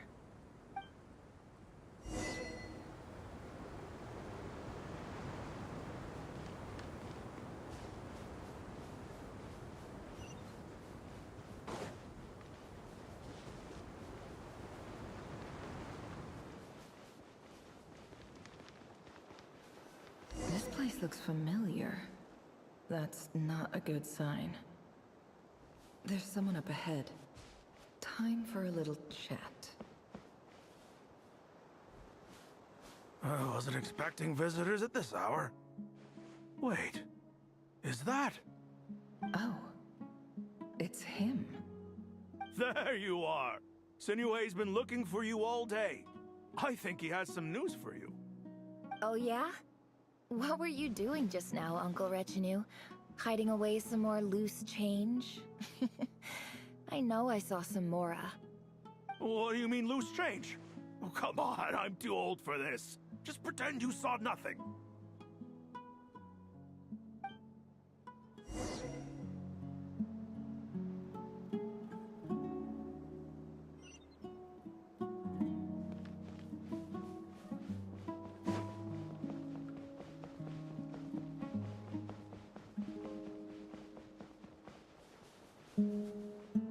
Hey, kid. Mind telling me what Sinohe's been up to recently? I'm trying to get in his good books and I need a way in. Get in his good books? Why? What do you want with my dad, Uncle Apepi? I've written a new song. I was hoping to showcase it at the next festival, but I'll need his approval. A new song, huh? I'd love to stay and listen, but unfortunately, Uncle Retinue says my dad's looking for me. Well, there's plenty of time and I'm not going anywhere. See that pile of stones? I'll be sitting there warming up my vocal cords. Come find me when you're done. Pile of stones. Got it.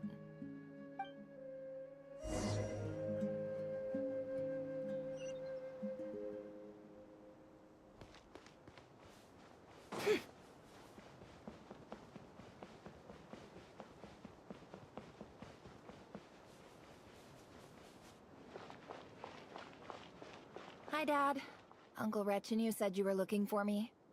Ah, there's my little princess. If you'd gotten back just a little sooner, you could have shared the spoils of war with me. Spoils of war? Who were you fighting against, Dad? It was just a figure of speech. The aftermath of a sandstorm is no time to be waging war. I was talking about our war against thirst. I went out to fix our water supply problem, and now I'm back. Which means... We have a well again! That's right. I found a new one and brought back as much water as I could carry. It should last us for a good while. If it wasn't for these blasted sandstorms, our wells wouldn't be caving in. You wouldn't be spending all your time out searching for new water sources. As the chief of our tribe, I'm supposed to be leading us out of hardship and poverty, onto better things. You know how prosperous our ancestors were. I've told you all the stories. And look at us now, squeezed into these hovels.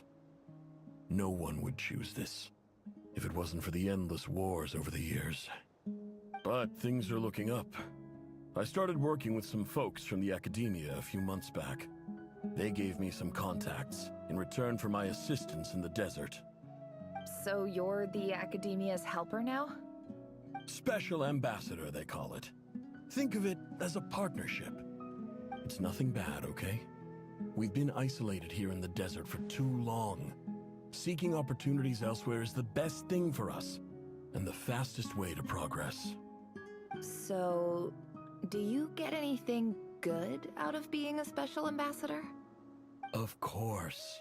My luck's improving all the time. One day, I swear I'm gonna lead us out of this place. We'll find somewhere new. Somewhere better.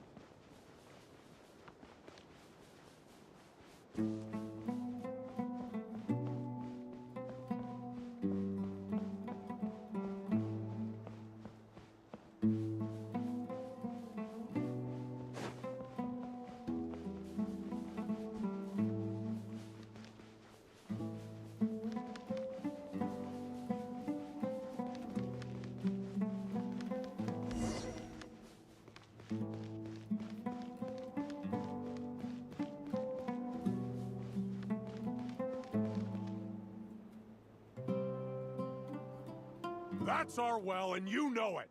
You stole from us. Well, you've gone from chief to thief, and now you have to face the consequences. Did you really think you could take our water without permission and get away with it? You're either brave, stupid, or both. And that special ambassador act? Yeah, nice try. We spoke to the academia. They said it was all news to them. You're a liar and a cheat!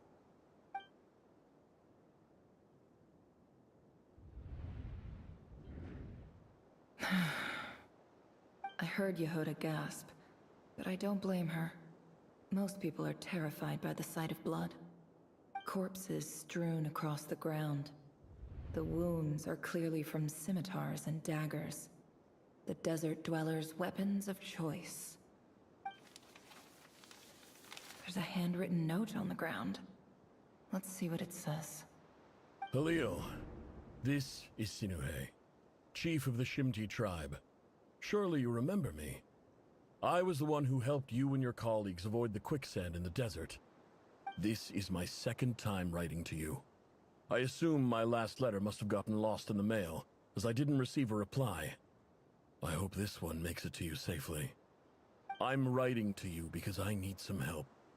That sandstorm the other day completely blocked up our well, forcing me to look for another water source in Iab and Unut territory. It was a matter of survival. Praise the gods. The well of the Iab tribe was intact. It was my last resort. I drew what water I could and left, but not without being spotted. I fear they will retaliate. You told me to write to you if I ever needed help. You said you'd be my ally in the academia.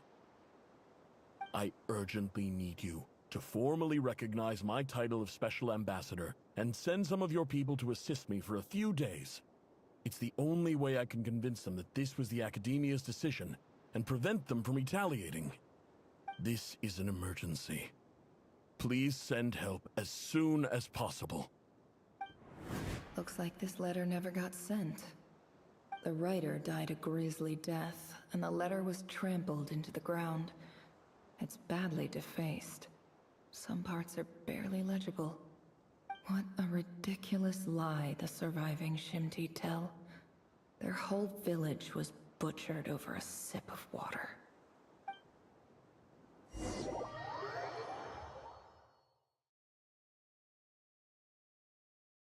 Ah, officer. Welcome. Welcome to our humble village. I thought you would at least have the courtesy to provide some respectable libations. This is the finest wine our village has to offer. I promise.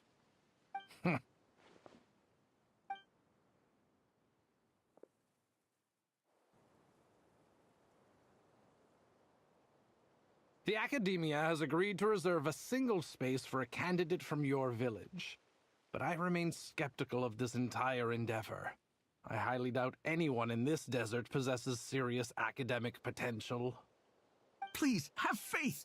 If not in us, then in our god. The child we found shows great promise. I beg you, take her away from this place. Give her a chance. Don't let her talent go to waste.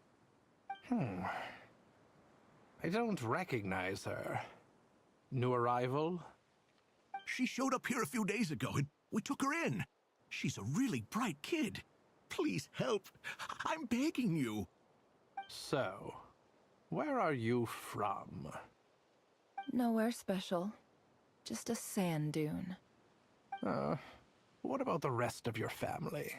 How many of you are there? Just the one. It's only you? Correct. So, no brothers, no sisters, no mother or father? Any who have slept on a bed of sand, I call my brothers and my sisters. Apart from that, I have no family. All right. Get over here. Sign your name on the form.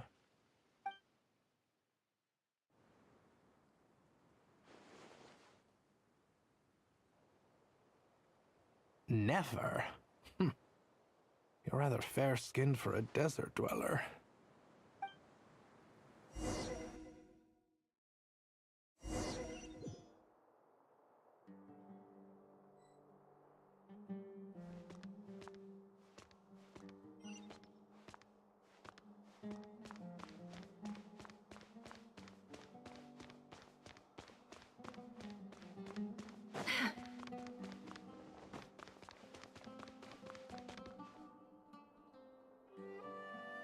Nefer, this term's assignments have been issued already. Please read through the materials thoroughly, conduct your own additional research, and then write an essay on the topic. Yes, Professor, I'm aware. I just had a couple more questions I wanted to get your perspective on. Oh? Please, ask away. Well, I saw the other students' problem sheets, and I couldn't help but notice that my assignment is much easier than theirs. Do you really think I'm a weak student? A weak student? Goodness, no. Quite the opposite. You have a sharp mind. Almost too sharp. I think what you're saying is, a weak student wouldn't have noticed the discrepancy. And if they did, they certainly wouldn't complain about the lighter workload. You see, sharp as they come. You see things the way they are, and I'm sure you know why they're like that. Because of where I come from. Because I'm different. I'm sorry, Nefer. I don't like it any more than you do. It's just... Anyway, you said you had a couple of questions. What's the other one? I wanted to check... If someone sent me a letter to the academia, where do I go to collect it? Ah, your family wrote to you. Well, as long as they put your name on the envelope, someone should hand it right to you. Not exactly. It's not even a recent letter. I was just curious where the mail would end up if no one collects it. The House of Dana, I expect.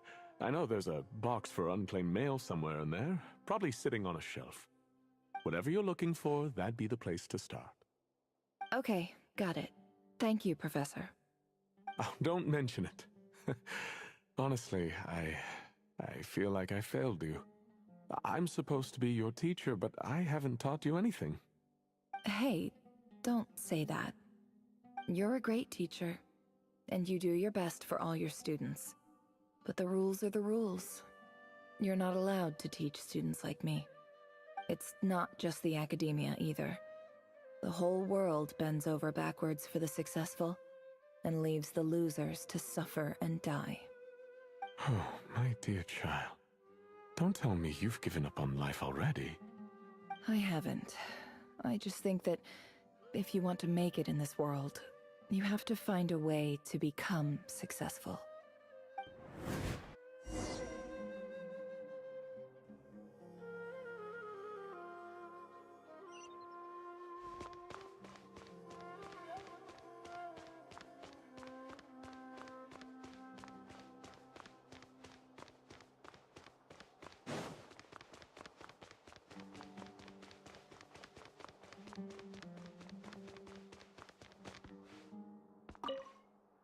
This must be it. A big cardboard box full of unclaimed mail.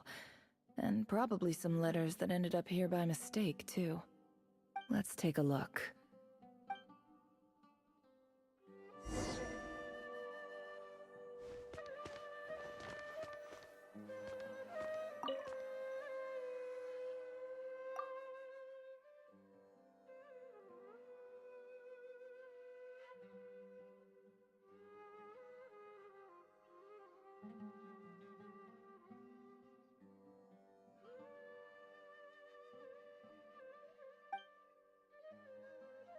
A dilapidation survey from Port Ormos. Looks like it's from a Core of 30 representative.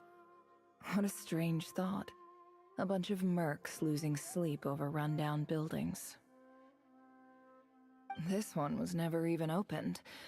I guess the recipient didn't care what the Core of 30 had to say about anything. Who was it addressed to? I don't recognize the name, but it must have been a Ksharawar professor.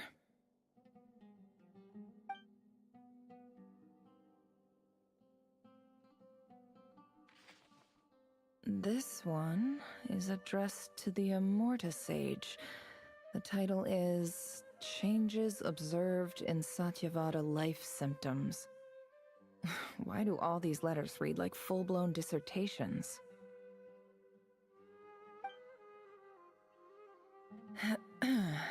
guided by the incense, we became lost somewhere in the forest. All the barriers between levels of consciousness disappeared as our minds soared around in circles, looking for a branch to seek refuge on. In clinical terms, these symptoms fit the description of incense poisoning. The Immorta Darshan strictly prohibits the use of hallucinogenic substances, but I believe there are still people getting away with it. For example, my neighbor who always breaks out into song and dance after using incense. This seems like something the academia would want to know about. Why wasn't it collected? Wait, what's this written on the back? It's so small. The note says, "The sender authored this letter while under the influence of mushrooms. I would send it back, but no return address was provided. Stamped by the Grand Conservator of the House of Dana."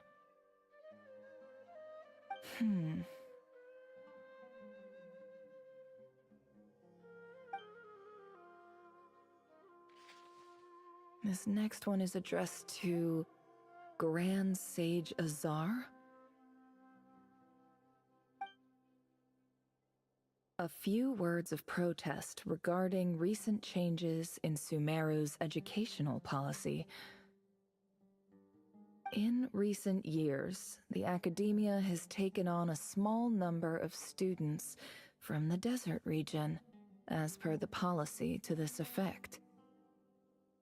However, it appears to me that these students have not, in fact, been provided with educational opportunities that are, in any meaningful sense, equal to those enjoyed by their peers.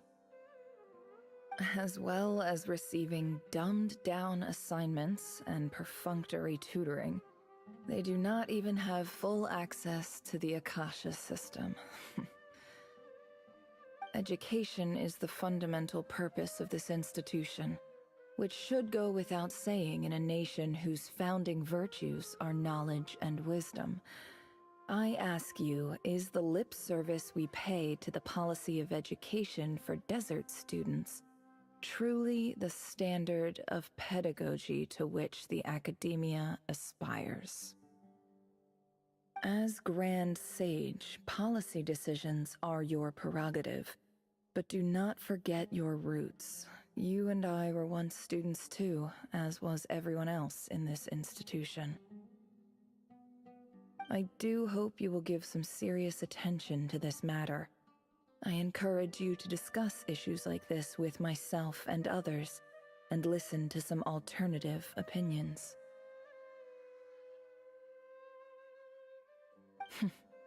Great letter. Shame it didn't get to where it needed to go. And the sender is... Huh? Sage Cyrus of Spontamod. I didn't realize anyone else even knew how bad students like me have it in this place. So this is where letters from the Sage of Spontamod end up? Nice one, Grand Sage. Really enlightened leadership. Whatever. This isn't what I came here for. Moving on. I'm not exactly holding out hope that a letter sent from the desert would even make it here. But if it did, where else would it end up if not in this box? I can't believe how much discarded mail there is. Must have been years since someone last went through it all. And this is just one box. The whole House of Dana is boxes on shelves.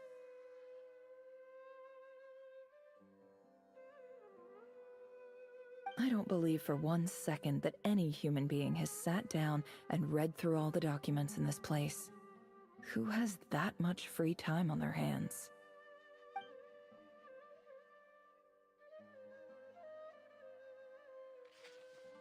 Wait, could this be it?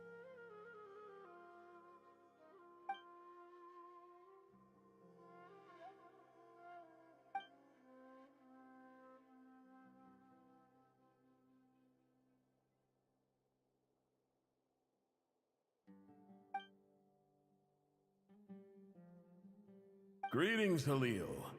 My name is Sinue, chief of the Shimti tribe. I was the one who came to you and your colleague's aid when you ran into trouble in the Great Red Sand. I don't know how well you remember it now, but I brought you to safety and gave you some water and other supplies. You seemed very pleased and told me your name. In my tribe, learning a person's true name is serious business, and I therefore see you all as friends. You were kind enough to leave your contact details so we could stay in touch. The Shimti tribe lives a harsh, nomadic existence in the desert. You were sympathetic towards my plight, promising to make me a special ambassador of the academia and help us find a way to make a better living. This brings me to my reason for writing. Our tribe has fallen on particularly hard times, and I would like to ask for your assistance. There was a terrible sandstorm a few days ago, which blocked up the well in our land. To ensure my people's survival, I had no choice but to venture into Iyab and Unut territory in search of an alternate water source. The Iyab and Unut are descended from the Thamudians, while we trace our ancestry to Tulatula. We worship the Lord of Flowers and have had relatively good relations with our fellow tribes up until now. I found a well belonging to the Iyab tribe. They declined to help us, but I really had no other option. So I took some water to keep me and my tribe alive. My actions are certain to incur their wrath. When we met, you assured me that you would be my ally in the academia. I would like to take you up on that offer, because I really need your help. I wonder if you could send an academia representative to meet with me. That aside, the last time you were here, you mentioned that the academia had started accepting students from the desert, and I told you a little about my daughter, Nefer. We have next to no resources here in the desert, and my power and influence are limited. Would you consider enrolling my daughter at the academia? She is a smart girl. I know she won't disappoint you. From the outset, the academia never took you seriously. Those things they promised were just empty words. I doubt they even remember the name Sinue. And you were so emphatic that your luck had finally changed for the better. You swore you'd lead us to a better place one day. You spoke with such conviction, like you were the most powerful chief in the whole desert. You liar. You lied about everything. You promised the world and delivered on none of it. And who fell for it?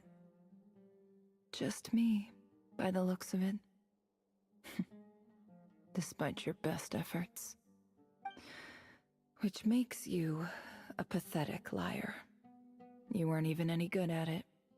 I think I'll take over from here. Let me show you how it's done.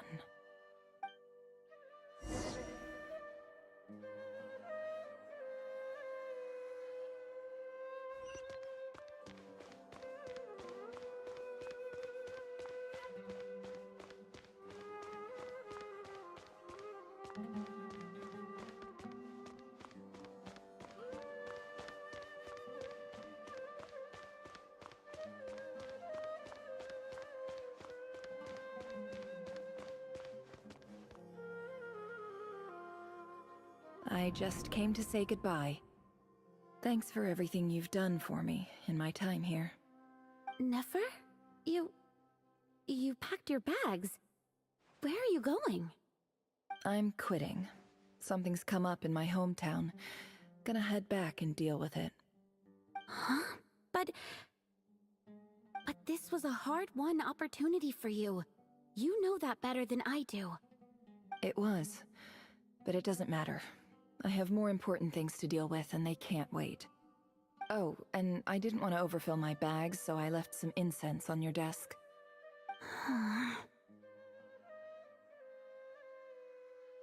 What's wrong? I thought you liked incense. Although, I did read somewhere in the House of Dana that it has hallucinogenic effects. Don't use it all at once, alright? Isn't this the stuff you brought from your hometown? You're just letting me have it? But you said it's a rare and valuable commodity. Yeah, about that. I lied. It's not rare at all. There's this bunch of ruins near my hometown that are practically overgrown with this plant. It's not worth much. Keep it, it's fine. But never... Alright, that's all from me. You take care.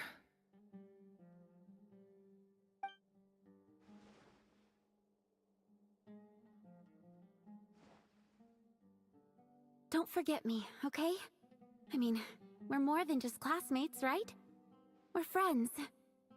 Yeah, I'll remember you. I lied again. That incense is worth a fortune, and it's a rare find even in those ruins. And as for remembering her, I have far too much to do when I get back.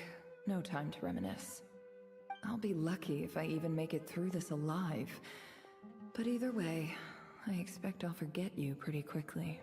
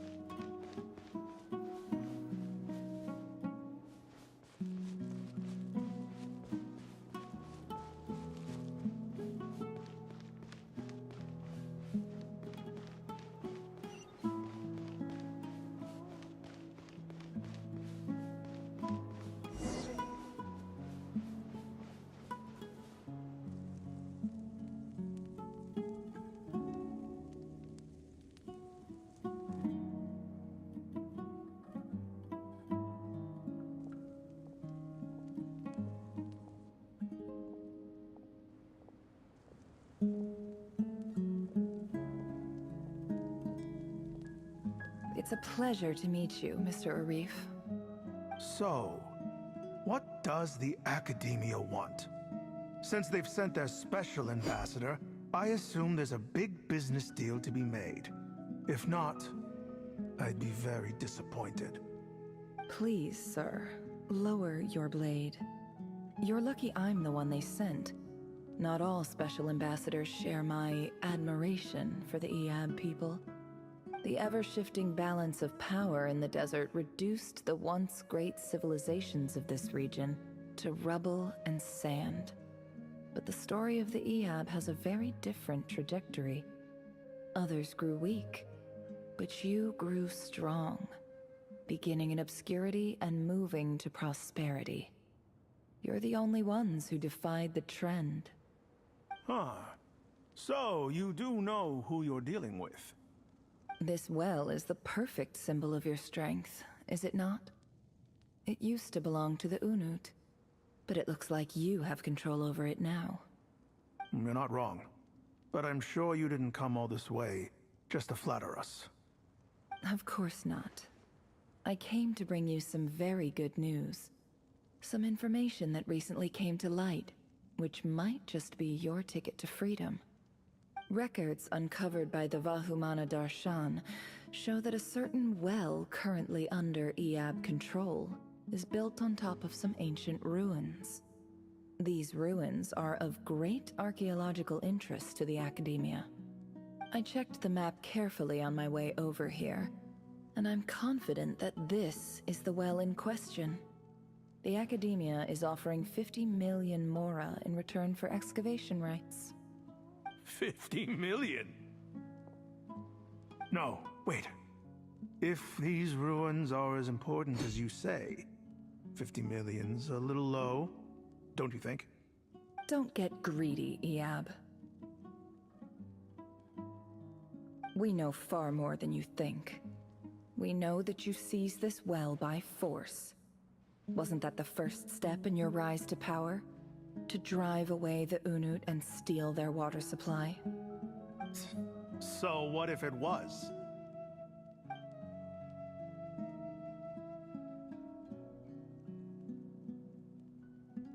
Don't worry. As unscrupulous as it was, it's something we're willing to overlook. The Academia is only interested in dealing with the de facto power holders in the region. I hope I am making myself clear. And I hope your words are the truth.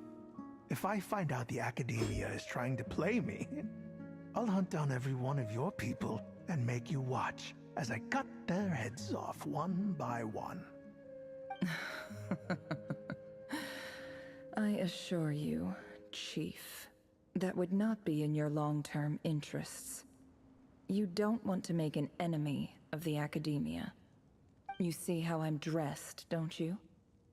I appreciate that you've never been to the rainforest, but surely even you recognize an ambassador's attire when you see it. And what does a barbarian like you have to lose anyway? You really think the Sumeru Academia would bother to come all this way just to lie to you? We have more important things to worry about. All right, I take your point. The Academia is the highest authority in the land. I'm sure you're trustworthy people. In that case, we have a deal. We will sell you the excavation rights. I'd like to thank you, Ambassador. This is good news indeed. Excellent news. In fact, it calls for a celebration. Would you do us the honor of staying a while and enjoying some Iab hospitality? Gladly. I am partial to wine myself, and I trust you are as well. So let's indulge in a few drinks together, in celebration of this momentous occasion.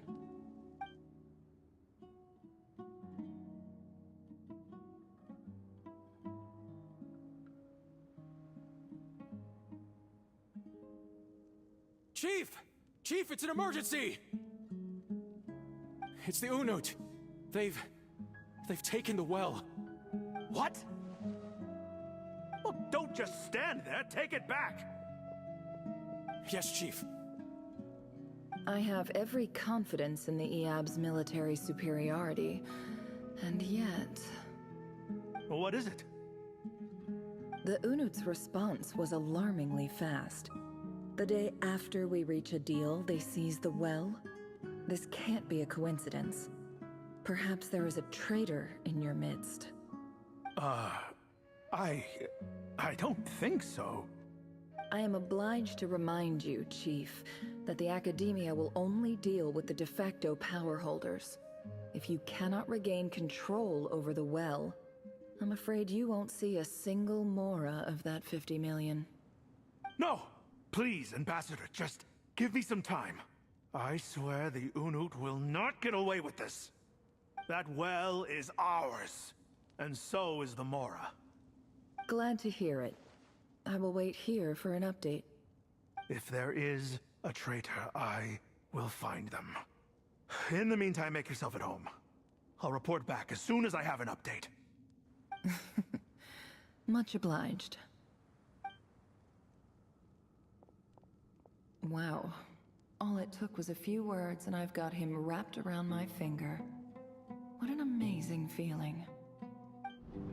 So, in summary, Ambassador, the Academia would rather negotiate with our tribe instead of the Iab, yes? The Iab are ruthless murderers who don't listen to reason. And now they have the gall to interfere in our research projects in the desert region. So let me ask you, Chief. If you were the Academia, what would you do? Kill them all, of course. Precisely. The Academia does not tolerate those who stand in our way. The Iab have held back our academic pursuits for too long, and our patience is wearing thin. At the same time, there is simply no way that the Academia can be seen to be intervening in desert affairs.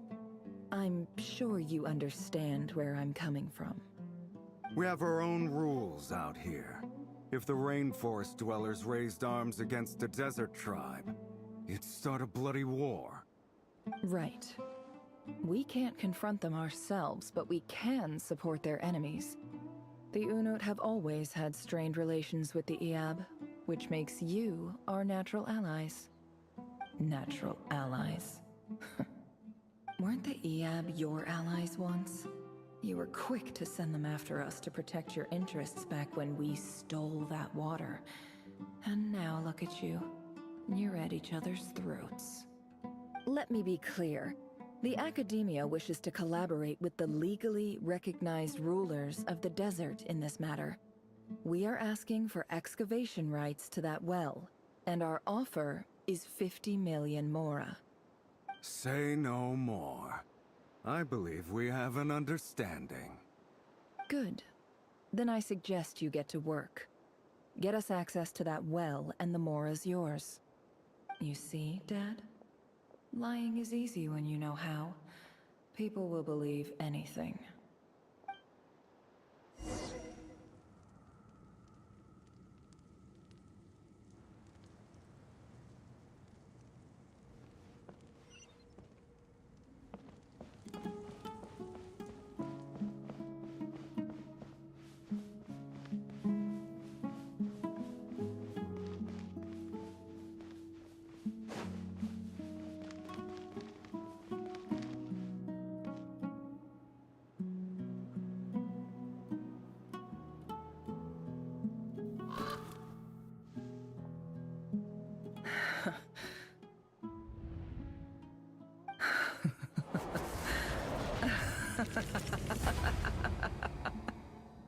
Look at yourselves.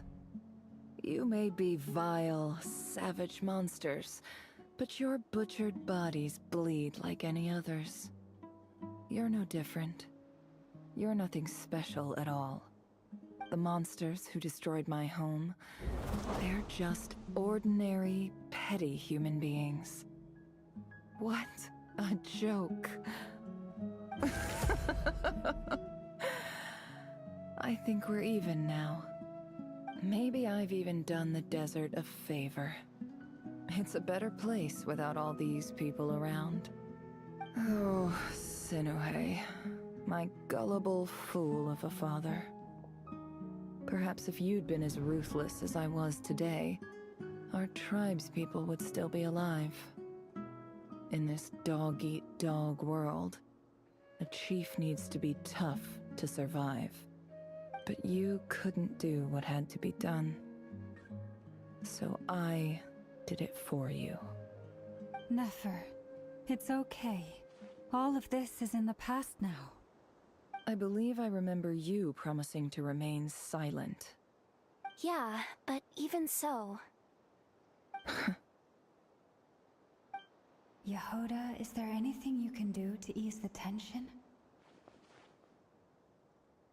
Alright, time for a sharp turn onto a completely different topic. So, anyway, that's enough of that. When are we getting out of this place? Feels like we've been walking forever. I'm getting pretty tired. Oh, Lauma, you tired? Yes. If we can find somewhere to sit down, I could certainly do with a rest. It's not far now. There should be a temple just up ahead. Yes. Really? A temple? That's where this story ends? I guess that's how things go in the desert. Desert dwellers can never escape their destiny. Or so everyone says. I never wanted to believe it, but looking back now, I'm as desert as they come. You mentioned a temple. What's waiting for us there? My biggest trade secret of all. Ah. Then I'm guessing it's where you got your power from. The power to peer into other people's minds. I didn't know you were clued up on any other religions. I'm no expert in the history of Sumeru, but since you come from the desert, I would imagine it has something to do with King Deshret. Sounds impressive. Ah, I know who you mean. General Mahamatra Sino. The spirit of Hermanubis dwells within him. That's Boss Neff for ya. She knows everything. Sino's hardly a figure of obscurity, but I know about Sethos too. What about him? Is he a big deal or something? Well, he's not a small deal, let's put it that way. Please, this is the bare-bone basics. Save the flattery. Thanks for your patience, everyone. I'm sure it's been a lot to take in. With any luck, that's our exit just up ahead.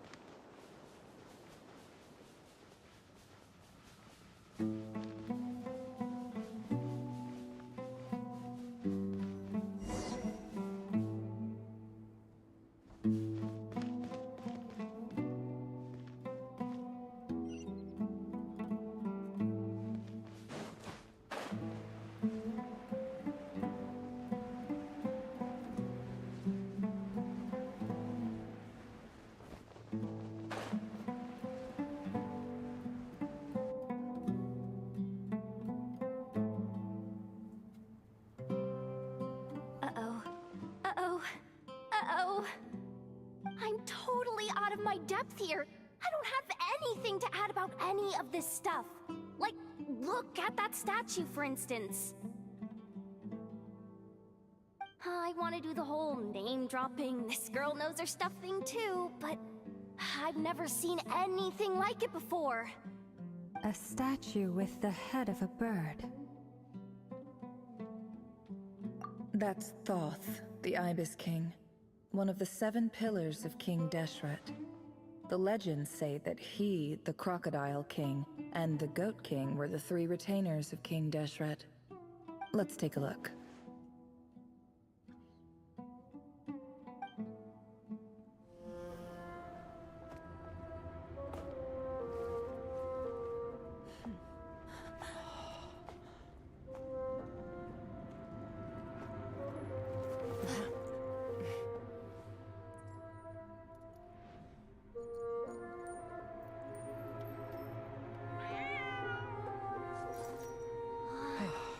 It's just Ashru. So, all is well?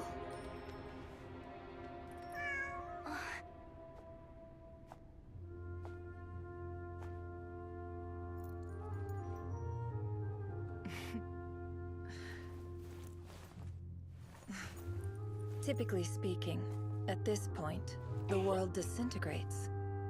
Then we find ourselves back in the outside world. Besides, these are my memories. There's nothing to fear. You're sure? Of course. It's almost over.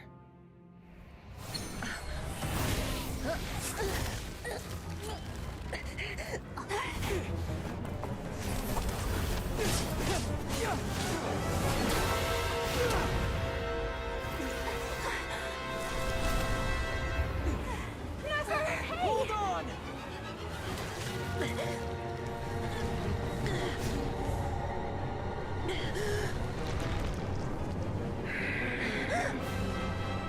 Knowing too much is always a death sentence. Speak for yourself.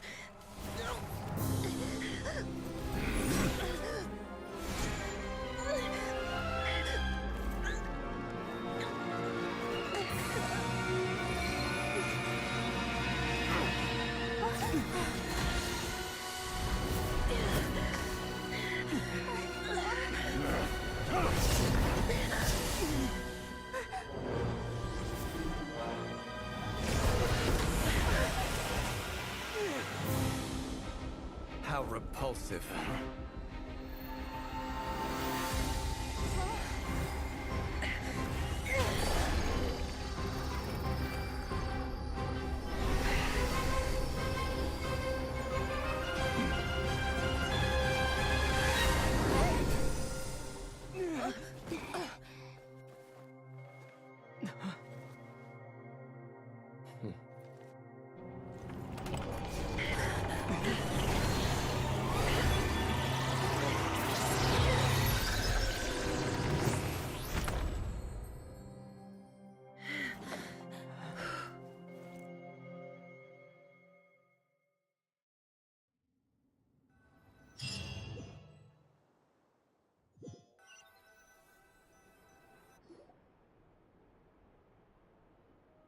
timed that pretty well, didn't I? It's okay. I'm just glad no one was hurt.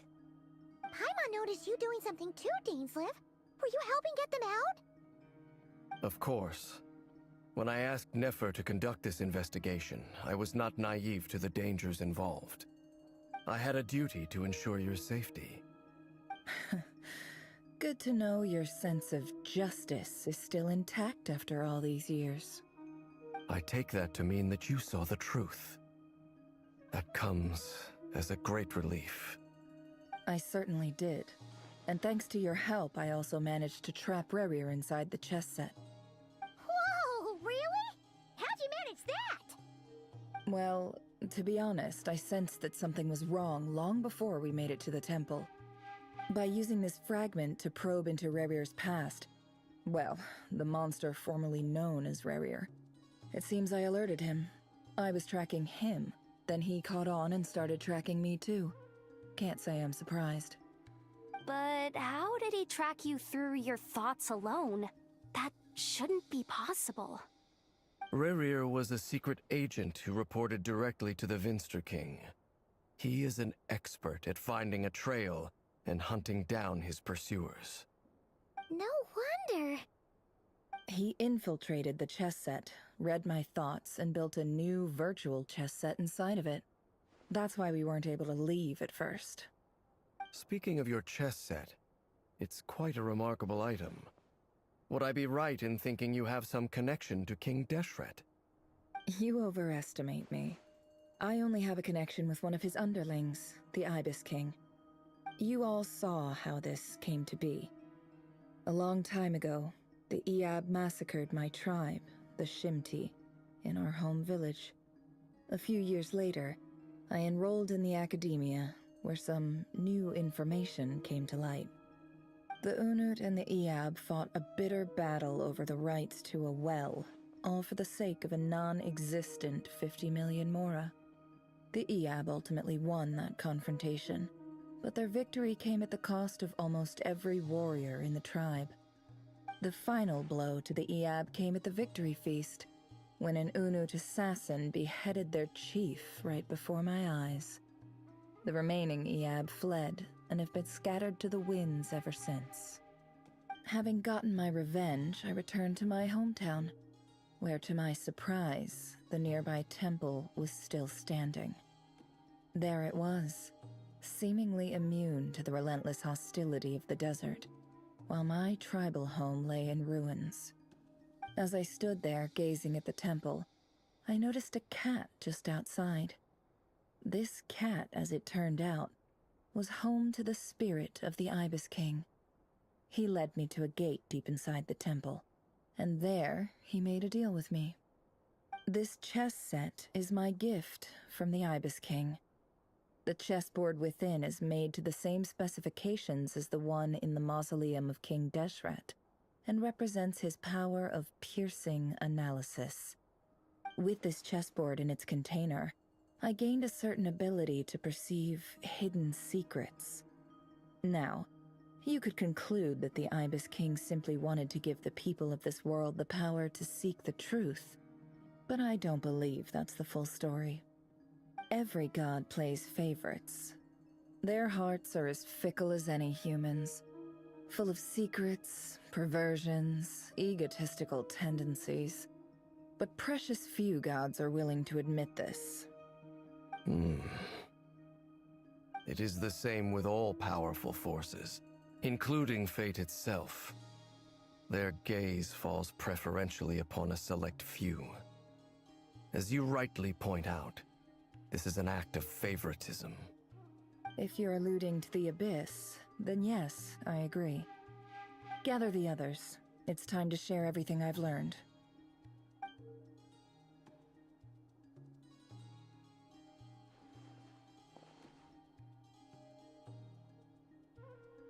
Thank you all for being here. As promised, I did some further investigating into the Raker of Solnari's background. I am pleased to report that the investigation has been most fruitful indeed. The Raker of Solnari, real name Rerir, was once a Conrian subject who served the Vinster King. I will now share the important details of his story. Please save any questions or comments for the end.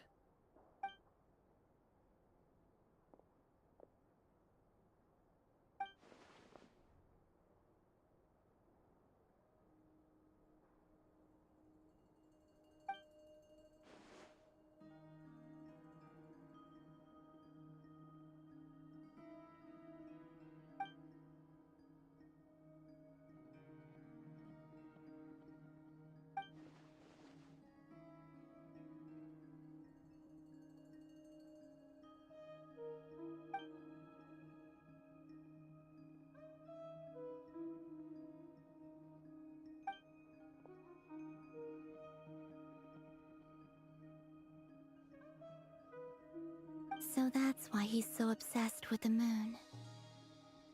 A tragic tale, to be sure. But it does not excuse his many transgressions.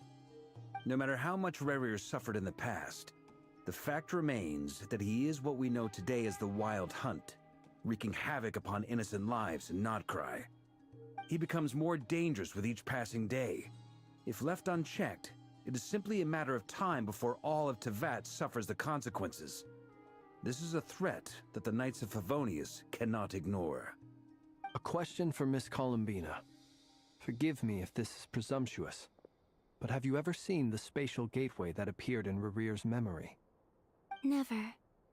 But I have heard stories of something called the Moon Gate, and this seems to fit the description. Miss Lama, any thoughts on this?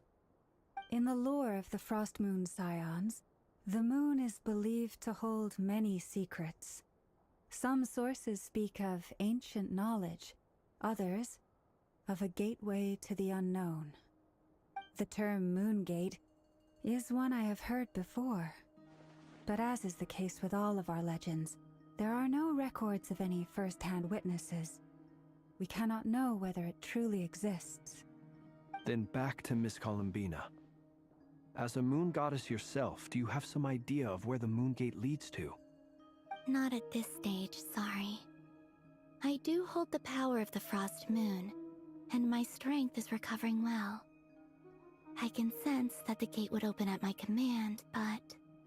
But there's more to the power of the Frost Moon than that? Yes. A moon goddess has the right to open the Moon Gate, since it is a path to the moon. But as never mentioned, holding open a spatial gateway takes a huge amount of power. And right now, I need to conserve my energy to fight the Rahier of Solnari. I'm afraid this is one mystery we may have to leave unsolved for now. I agree. Better to save your strength. But if you'll humor me for a moment, I have a bold conjecture of my own regarding the world beyond the gateway. I highly suspect that neither Tholindis nor Rerir made it through unscathed. The evidence pointing to this is the fact that the Rahier of Solnari exists in the form of countless fragments. With the abyssal power he wields, no ordinary foe can touch him, let alone tear him to shreds. And yet, the Wild Hunt proliferates wherever his scattered fragments lie, drawing hordes of monsters to many different locations across the land. So your theory is that Rerir was physically torn to shreds by some powerful force? Hence, why the Wild Hunt is a distributed phenomenon, rather than a unified one? Makes sense to me. Explains why the Wild Hunt is so pervasive, and why he's been trying to piece himself back together. He was whole to begin with, and he wants to be whole again. Without the power of the Abyss on his side, he almost certainly would have perished the moment he was torn apart. But the Abyss, much like a curse, has kept him alive. I could not agree more. The power of the Abyss is most surely a curse. It is a compelling explanation, and one that accords with my present understanding of Abyss creatures. Whether the life form in question is primitive or advanced, if a curse has extended its lifespan unnaturally, it will continue to survive in spite of everything. This raises some interesting questions. I will run some experiments and see if there is any validity to my suspicions. That being said, regardless of whether my research bears fruit, I would like to thank Miss Nefer for conducting such a thorough investigation. Already, it has greatly enriched my understanding of the entity we face. My pleasure, Mr. Albedo. I too hope that the information I have shared today proves useful as we look to formulate the next stage of our plan. Hey! What is it, Dainsleif? You look really upset! It's just... when I think of the man I once knew as Rerir, I struggle to understand why things had to turn out like this. The two of you used to be friends, didn't you? I don't know if these words will bring any comfort, but my heart goes out to you. Mine too. We can never know all the hows and whys of the way things are. The moon and stars are full of untold secrets and lies, and the skies are host to many more mysteries than these alone. Yet, none of that can begin to compare with the complexity of human life. Those are the first comforting words I've heard in a long time. Thank you, both. Well, I think this is a good place to end today's meeting. I'm sure Nefer needs some time to recover. She's been through an awful lot today. That's very thoughtful of you, Lama. Of course. Sounds good to me. Take some time to rest and digest before we reconvene to nail down a plan.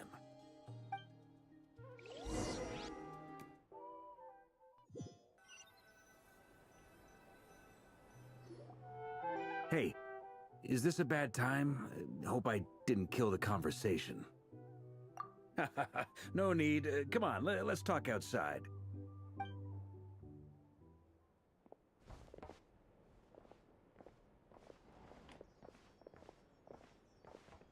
Anyway, Nefer went back to the curatorium to get some rest. But before she left, she shared some things with me that I thought you should be aware of. Firstly, although she managed to trap the Raker of Solnari inside her chess set, there's no guarantee that the power of the Ibis King is any match for one of the 5 sinners. Their powers are beyond our comprehension. It's only a matter of time before he finds a way to break out. We have to come up with a plan and take care of him before that happens. Honestly, Pieman figured that might be the case. So, how long have we got? Well, I asked her that same question. She talked for a long time, but for the most part, it seemed like she was trying to convince me how precious her chess set is. What a long and storied history it has. It felt like some kind of sales pitch, you know? The kind where you end up handing over Mora against your will? Anyway, after all that, she finally answered the question. 2 days, at most. 2 days? Holy moly! Can we even recruit enough help in that time? That remains to be seen. Which brings me to the second issue.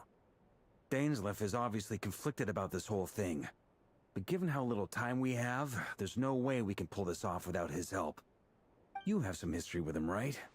Do you think maybe you could talk to him for us? Great. I appreciate it. All right, on to item 3. So, Albedo, Duran, and I put our heads together and came up with a plan. Can't promise it's gonna work yet, but at least it's a start. We figured we'd bounce the idea off you first. We'll explore it further once everyone's recovered. Oh, Pieman's dying to hear this.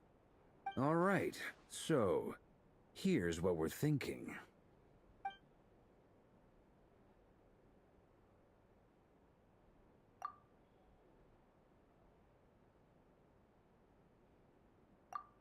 We felt a little uneasy about roping you into this. I mean, firstly, you're not locals, and secondly, none of us are your boss.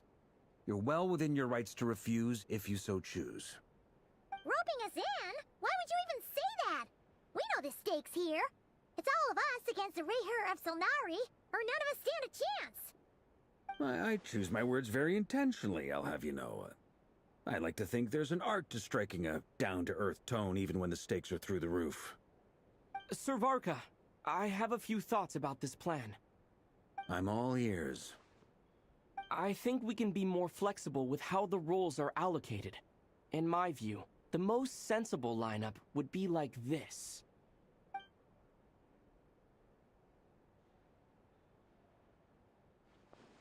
I see your point, yeah. But if that's how we're going to approach this, you'd better make sure you're ready. To be clear, I don't doubt your abilities. Far from it. I just want to make sure. Are you really willing to take all this on? I want to do everything within my power. The Rahier of Solnari is a truly fearsome opponent, and if I do my part, it'll greatly reduce the risk for everyone else involved. Well, that tracks with what I've heard. Jean's mentioned in her letters that you're so diligent it's almost abnormal. As in, most people weigh up the risks and rewards in situations like this. But you seem to just march towards danger without a moment's hesitation. Of course, everyone appreciates a fearless pioneer. But all that aside, I'm the Grand Master of the Knights of Favonius, and you're our honorary knight. I want to make sure your courage doesn't come at the expense of your safety.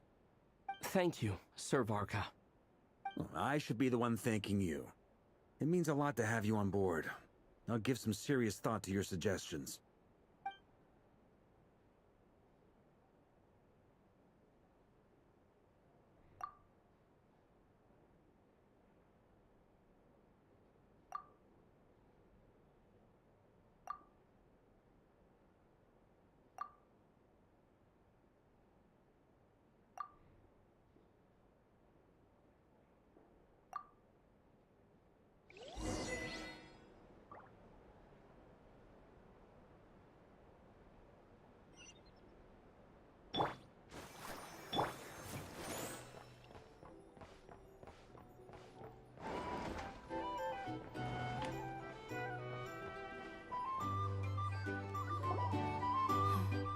This is a thorough plan, but I do have one last question before we take action.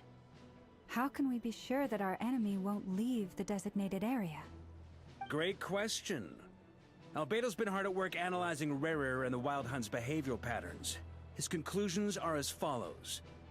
Firstly, from the earliest known confrontation until now, Rarer has never displayed any ability to manipulate the dimension of space. So it's unlikely he has any power in that domain. Secondly, he seems to have a particularly strong vendetta against our group. If we put him in a fight-or-flight situation, he'll choose to fight every time. Thirdly, finally, and most importantly, he is consumed by hatred, both for the moon and for his enemies. Turns out, we tick both of those boxes. We have a reincarnated moon in our ranks, and a spy who accessed his private memories without permission. He'll be baying for blood, not looking to escape. As someone who's had their fair share of interactions with the Wild Hunt, those all seem like valid observations to me. Understood. Then I will defer to the verdict of the group. Well, everyone, that's the plan in full detail. Albedo and Durin are carrying out their part as we speak. Plan approved. Scheduling. Okay, any firepower you need, I got you covered. Let's light this baby up. The Frost Moon Scions are behind you as well. And the rest of you?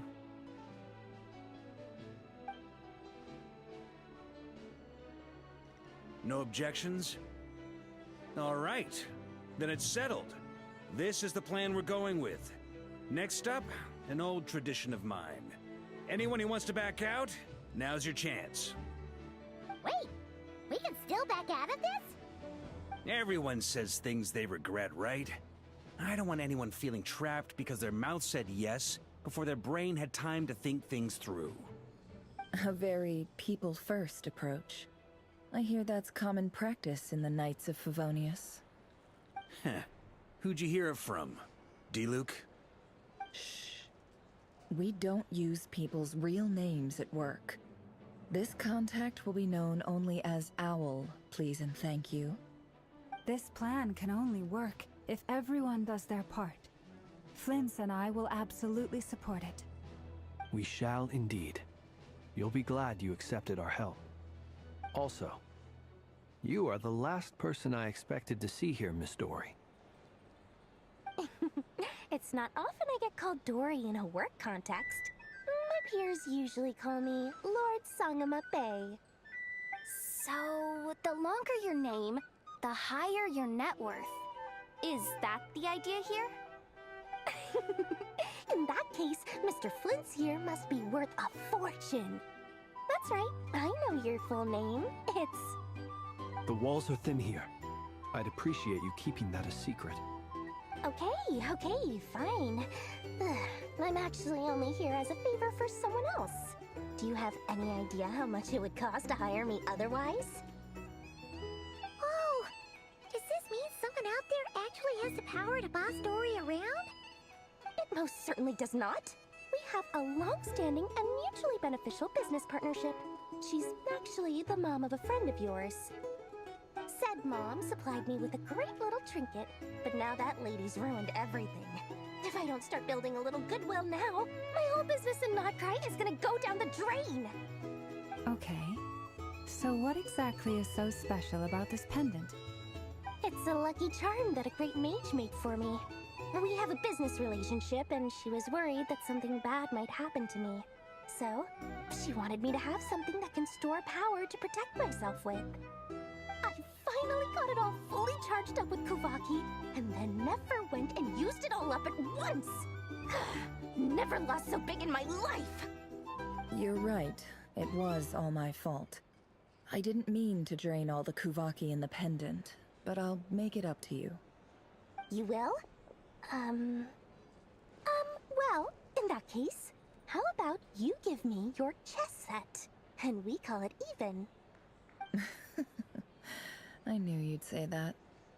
Well, it's yours if you want it. In fact, take it now, and I'll even throw in a free Raker of Solnari. Deal? You're putting me in a difficult position here. It's a very useful thing to have around, but I have a funny feeling it won't be around much longer. I guess we'll see in a couple of days. Looks like bankruptcy for me.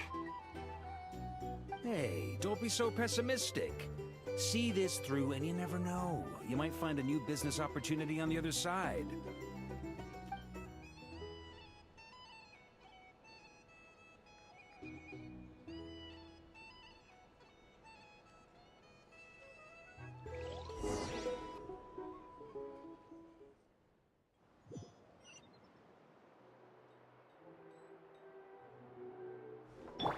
Let the show be...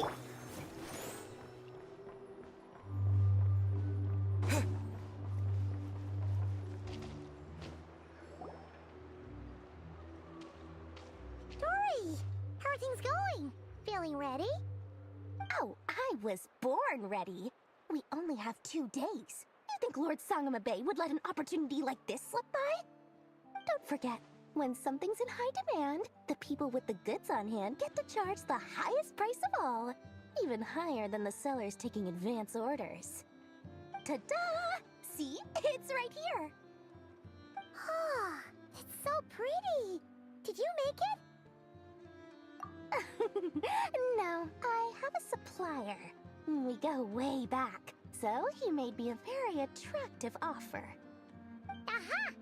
No wonder you were talking about lucky charms at the meeting. You've been getting Kaveh to make them for you. That's not the full story. It actually started a while back as a project between me and the Dendro Archon. Mage Alice once warned me that this world won't stay safe forever. There may come a day when everyone faces a great crisis. I passed this on to the Dendro Archon, and she secretly brought together a research team made up of Sumeru's top scholars to invent a technology that could keep people safe. I won't go into the details because it's all very complicated, but if you want to know more, you can ask the Dendro Archon about it sometime. Anyway, point being, it was the Dendro Archon who asked Kaveh to build this little contraption. As one of the top Kashara War talents, he was the obvious choice. Took him long enough. He stressed over it for ages. Must have gone through at least a dozen designs before producing a final product. But that's Kaveh for you. Marak delivered it to me a couple of days ago, along with a letter from Kaveh. Could I ask why I'm sending this technology to you? And what's your proposed use case? Has it been approved by the relevant authorities? So nosy. My fault for sending him the research permit to begin with. Surely, Nahida must have told him you were involved in this project. He was probably just nervous because you're always so secretive about your business. Could be, could be. Anyway, I just replied, let's hope there never has to be a use case, because it would involve grave danger. Fair enough.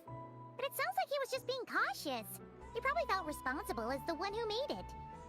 Or maybe he was asking as a favor for his housemate. He's done that before. Not sure why, though. His housemate doesn't seem to really care that much about this kind of stuff. Either way, all's well that ends well. I'm just glad to finally have my hands on the product. I wouldn't want to be without it, given the potential dangers that lie ahead. Huh? What does that look mean? Pieman's just super surprised. This must be the first time we've ever seen you actually get serious about something. Well, a long time ago, I made a promise to myself. I promised that I was gonna live every day of my life with a big beaming smile. Obviously, Mora plays a big part in that. But there are always gonna be times in life when you have to give something back. That could mean paying back a debt, returning a favor, or showing some kindness. Alice has been a huge help to me over the years. She was the first investor I ever had. And I want my investors to know that Lord Sangamabe is the best in the business. And more than that, no one knows what the future will bring. Whatever happens, I want to make sure the Dendro Archon and all of Sumeru is prepared to face whatever comes. Oh, that? I was just making sure Nefer and I are square. Don't be thinking it was some sort of benevolent act. I'm no saint, so don't treat me like something I'm not. My priority is doing the business that I want to do, so long as my conscience lets me, but it usually does. That's the Lord Sangamabe business model. Alright, if you say so. I do say so, and that's the whole point. I'm a businesswoman. Don't go trying to figure out what kind of person I am. You'll exhaust yourself. Much easier for everyone involved if you just take my word for it. Oh, and could you two help me get this stuff where it needs to be? Thanks so much. You're my favorite assistants.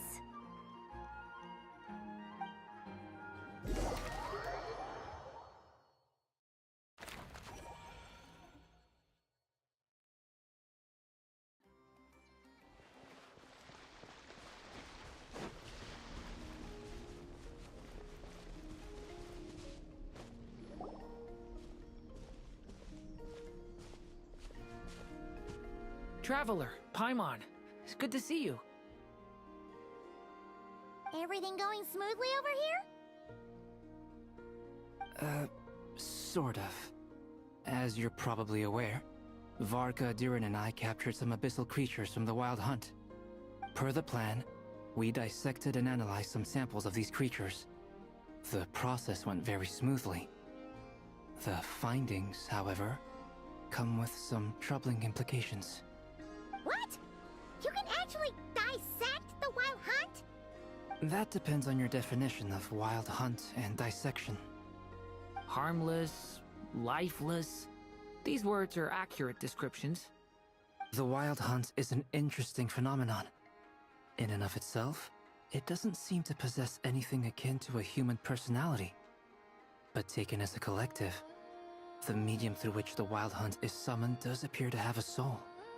Master griped a lot about the wise Horoptatyr, and seemed somewhat fascinated with the foul Certology. But she barely mentioned Rerir at all. I don't think that was because of his lower social standing, though. Anyway, it's a pity. I should like to hear her thoughts on the nature of the lifeform he has become today. It's a strange mix. The furious energy of an abyssal being channeled through a fractured physical existence. A consequence of being torn apart by an unknown power. Perhaps the only explanation for his survival in this state is that he sacrificed a degree of individuality in exchange for a continued existence. Oh, sorry. Once I get talking about interesting research, I have a tendency to go on indefinitely. Back to our research findings. Essentially, they confirm my hypothesis. Rerir's corpse is completely contaminated by the Abyss, and the effects are irreversible. You could think of this as Rerir in mutated form. But in my view, even that would be inaccurate. In reality, his whole being has been consumed by the Abyss. In other words, he is now nothing more than a manifestation of abyssal power. Unfortunately, at present, we have no means of completely eradicating abyssal power. Hence, we cannot fundamentally destroy the Rayhir of Solnari either. Oh, that's terrible news! So, that's it? We can't defeat him? Not even if we get the power of the Three Moons? Miss Columbina's situation is a difficult one. She can never achieve wholeness when the world does not accept her presence. It's as if her creator banished her to a place she can never be accepted. It means she spends most of her energy just on her own survival. Given the circumstances, it's only natural to despair. But we must see this plan through to the end. Time to kick off the backup plan. Oh, Pieman almost forgot! This is for you. Dory asked us to bring it. Ah, how wonderful. Well, thank you for making the trip. Durin and I will be heading off shortly. I'm sorry I won't be there to protect you in person this time. All right then. Stay safe.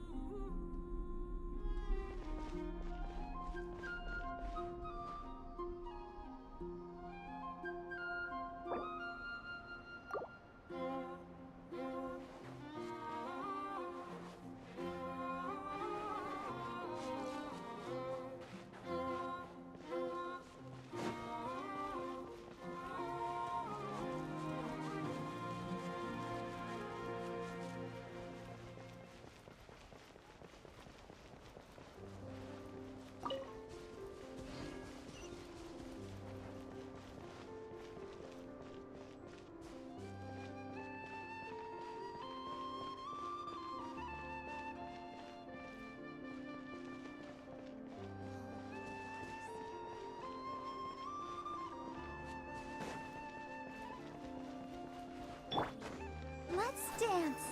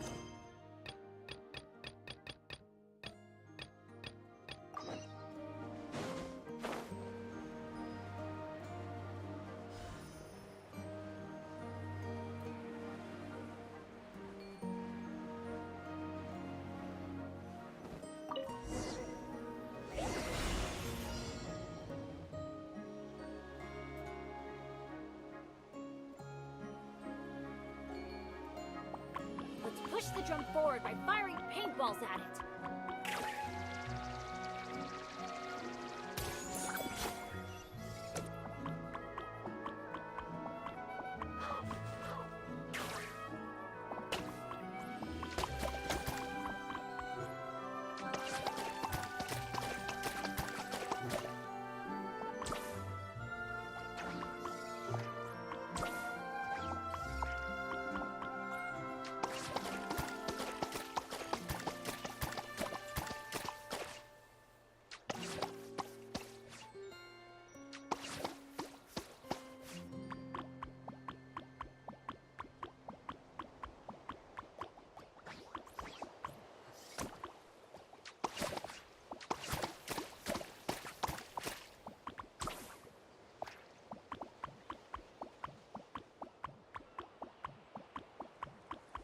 Bennett's just like the Asha. Optimistic, hands-on, and always looking out for others. Oh, Paimon understands their connection now. It must be because good people are drawn to one another.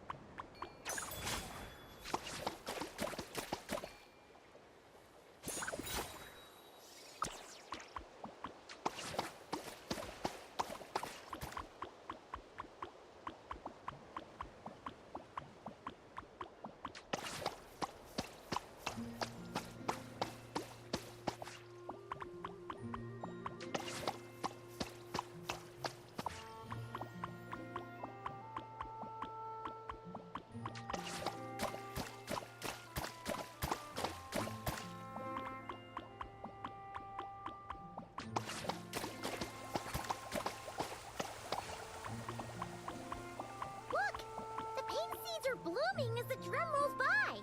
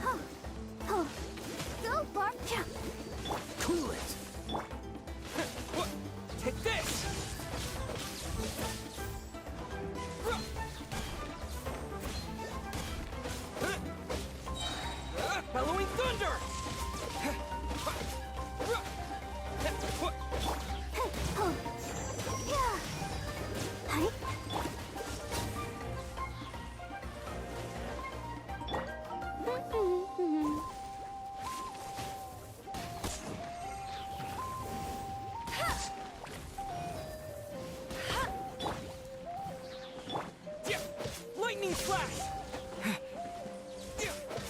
No one escapes my sight! Get it! Huh. Hey?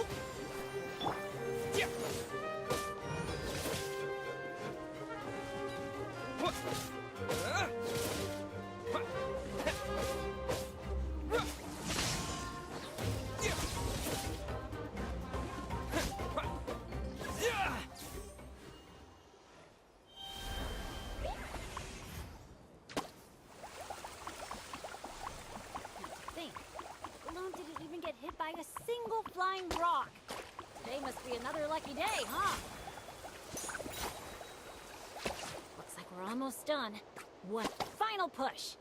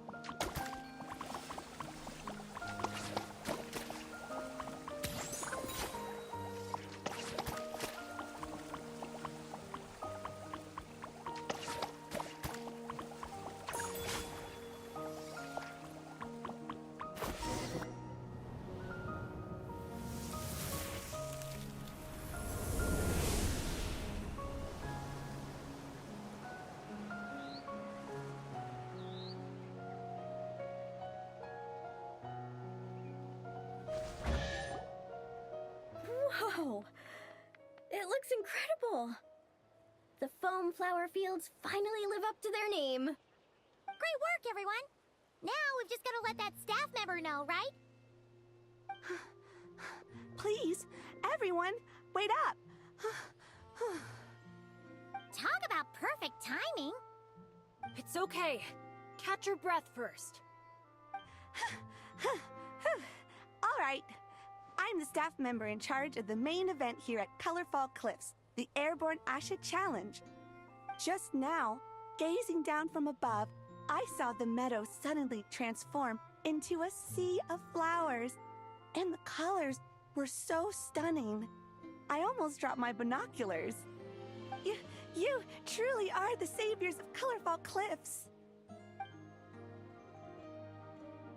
It was nothing. Besides, these two did most of the work. Kind-hearted adventurers, would the pair of you consider taking part in our challenge? Or rather, would you do us the honor of bringing some color to our landmarks too? That sounds awesome. But are you sure we're allowed to do that? Of course, of course! I would love nothing more. You did my colleague such a huge favor, so it's only right that I thank you on his behalf. And I figured an experience like this would be even more special than a monetary reward. No. We want the... What she means is, we'd be delighted to help you out. So, how do we get there? Please, follow me. We'll take the hot air balloon up.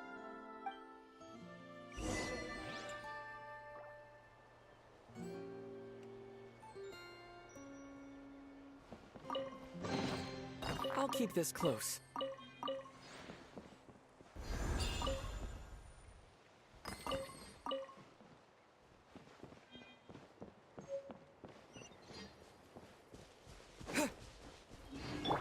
Let the show begin.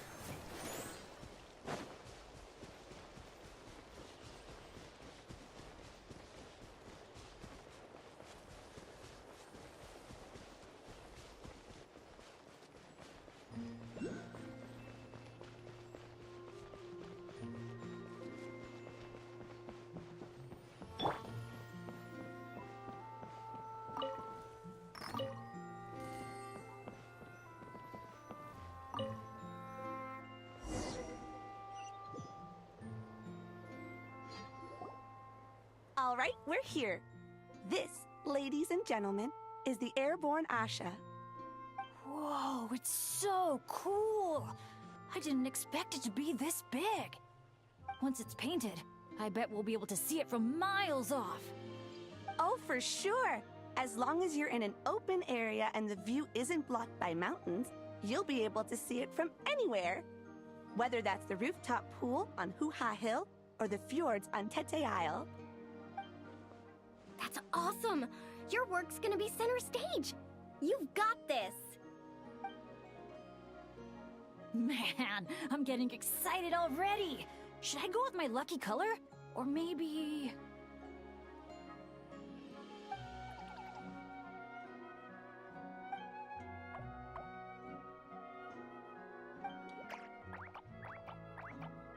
Wow, he sure had a lot to say this time, huh? Did you catch any of that, Chaska? Mind translating for us again? That was a lot to take in. It'll take me some time to sort out all the different possibilities. It's okay. I think I got the gist. The Asha wants to team up with me and compete against the Traveler. He likes helping people out by working together with friends. But it's the element of competition that turns ordinary activities into exciting adventures. And that's what he enjoys the most. He really said all that? More or less. I filled in the gaps here and there.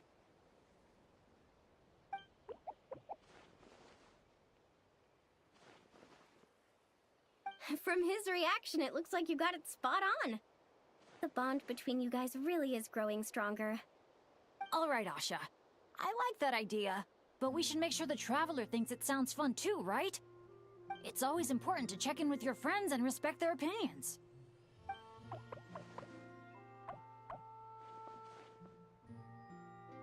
Then let the games begin! Sorry, with you looking at me like that, I just can't say that with a straight face. All right, well, if both teams are ready, then follow me.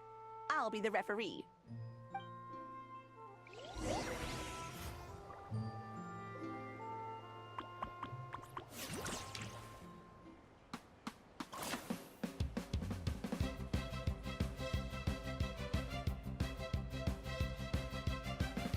Orange it is then, the color of flames.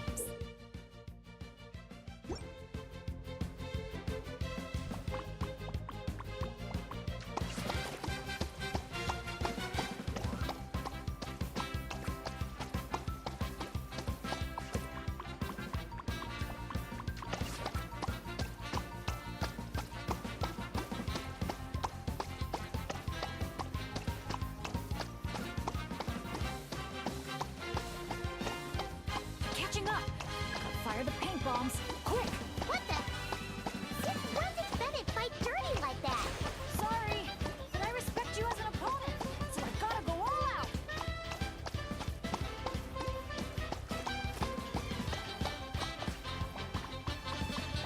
You've got this, Traveler!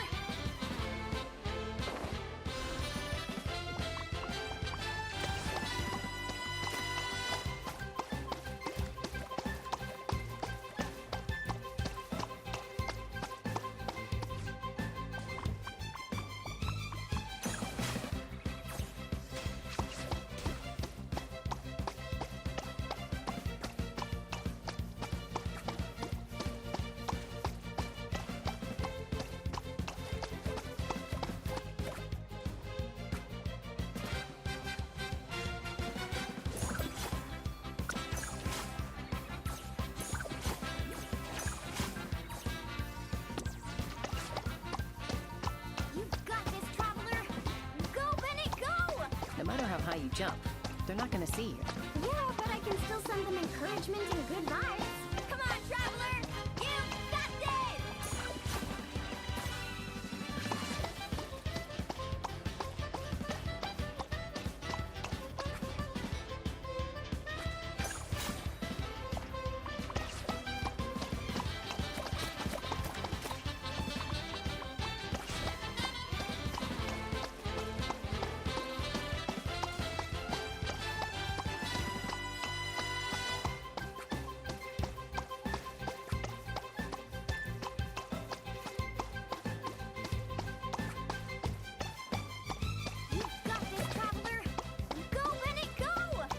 how high you jump.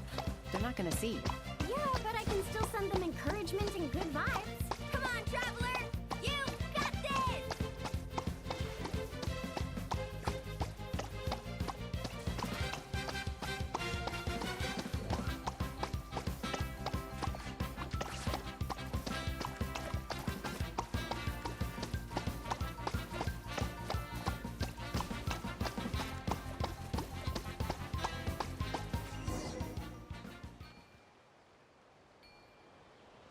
All right, with that, the Traveler takes the first round. Both competitors, please head to the top of the airborne Asha for the final showdown.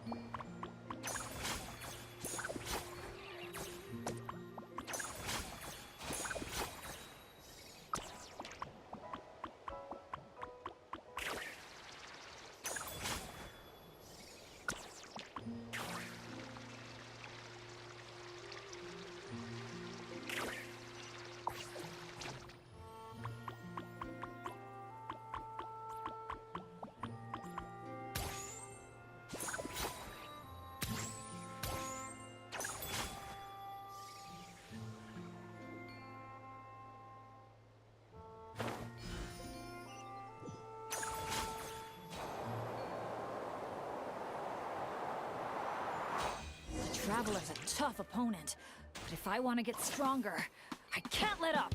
Chroma Blast mode? I'll try it. Now that's what I call a blast! This is awesome!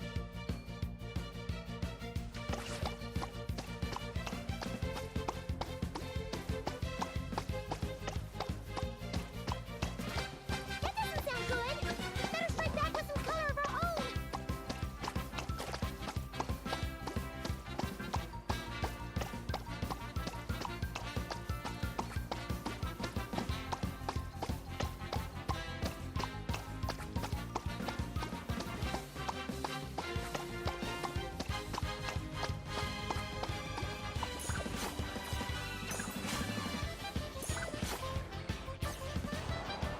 Chroma Blast mode? Here we go!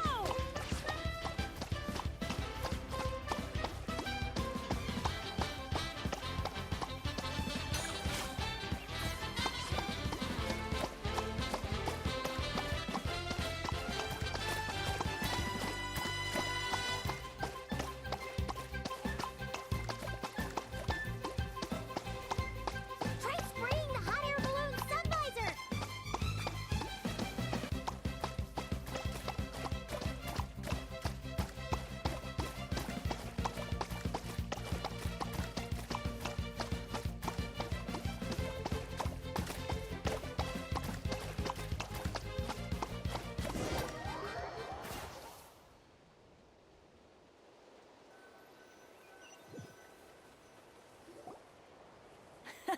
That was so much fun!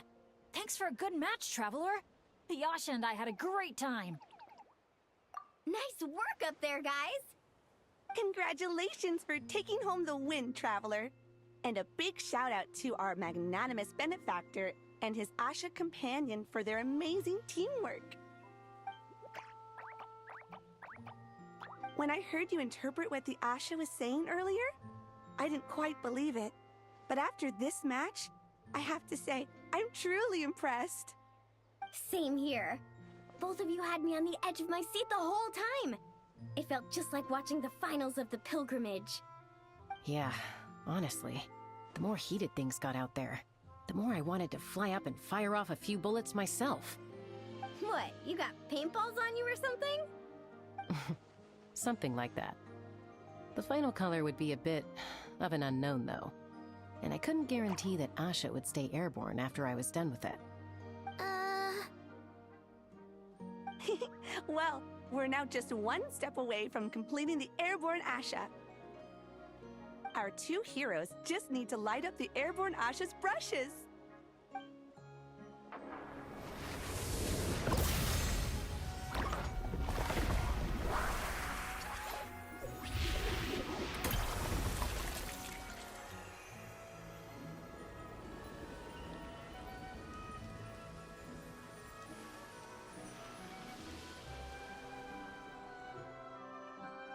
Looks amazing, right? I can recommend a viewpoint that'd be perfect for a group photo.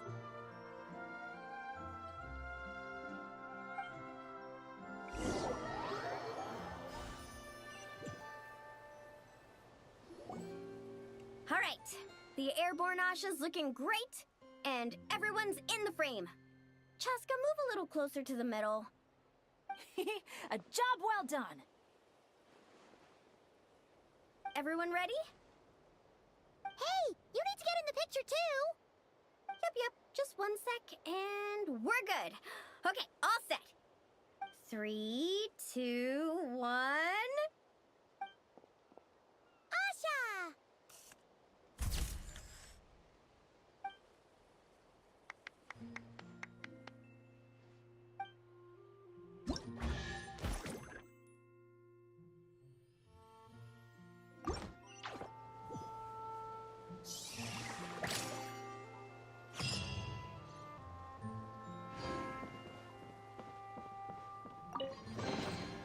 Is this an answer from this world?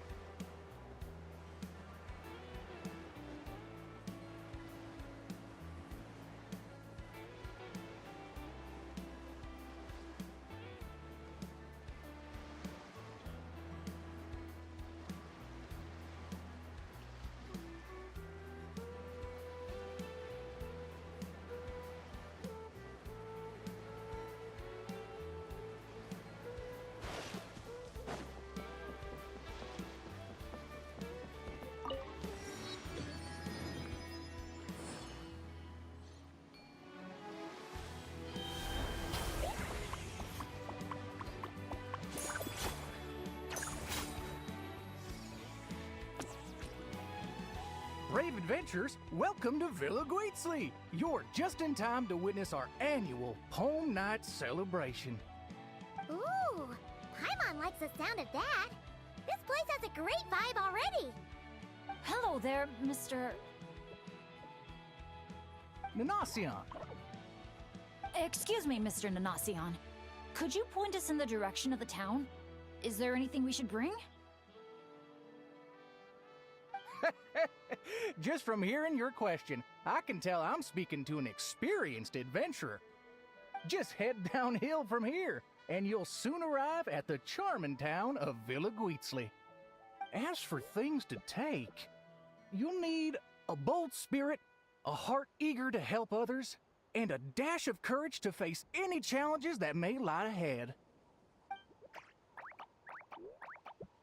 Ah, I see you brought a little companion along with you. Would you mind keeping him in your bag for now? Just in case something unexpected happens.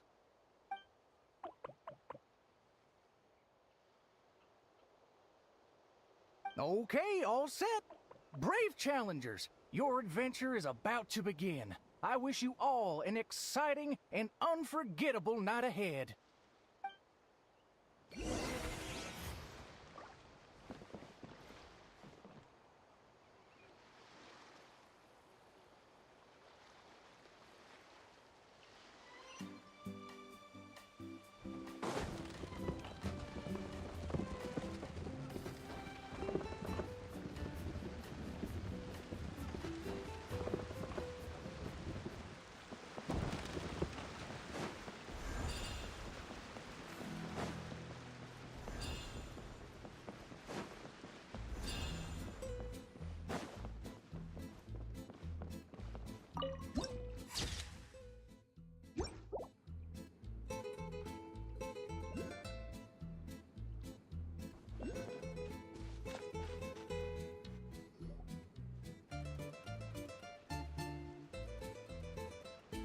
Whoa!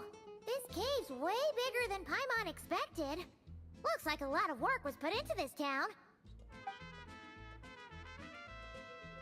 Hey, is that a bounty board? Let Paimon see! 1 0, 2 zeros, 3 zeros, 4. Huh? 5 zeros, 6 zeros. And there's even a 5 in front.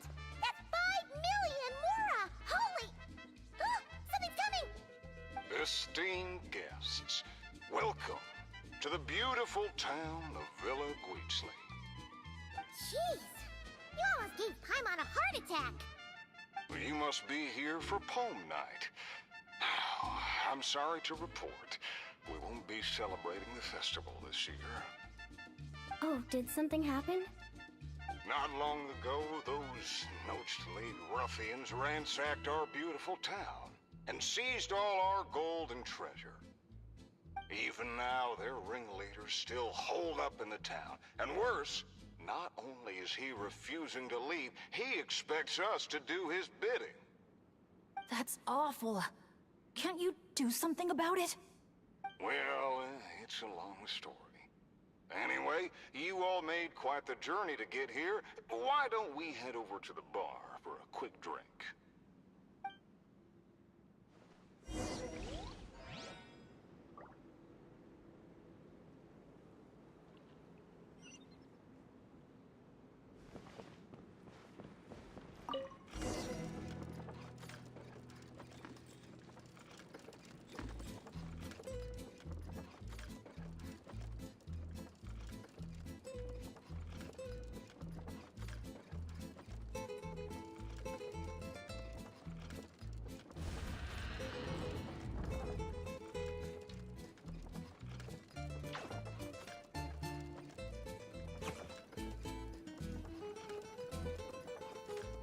Sheriff, you're back at last!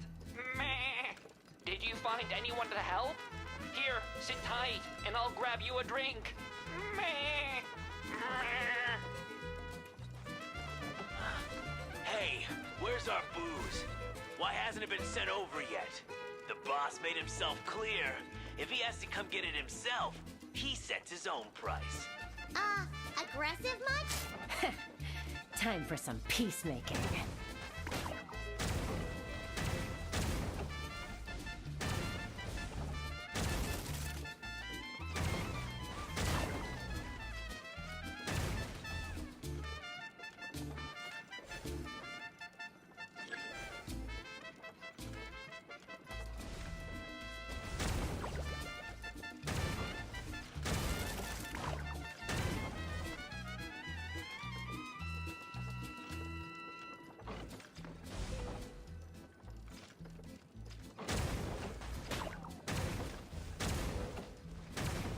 There's more upstairs.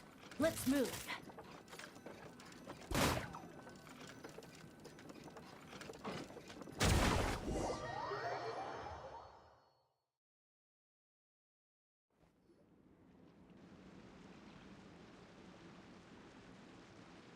Oh, this cave's way bigger than Paimon expected. Hey, is that a bounty board? Let Paimon see. 1 0, 2 zeros, 3 zeros, 4. Huh? 5 zeros, 6 zeros. And there's even a 5 in front. That's 5 million Mora. Holy! Oh, something's coming. Esteemed guests, welcome to the beautiful town of Villa Guitzley. Jeez, you almost gave Paimon a heart attack. Well, you must be here for Poem Night. I'm sorry to report, we won't be celebrating the festival this year. Oh, did something happen? Not long ago, those noticeably ruffians ransacked our beautiful town and seized all our gold and treasure. Even now, their ringleader's still holed up in the town. And worse, not only is he refusing to leave, he expects us to do his bidding. That's awful. Can't you do something about it? Well, it's a long story. Anyway, you all made quite the journey to get here. Why don't we head over to the bar for a quick drink?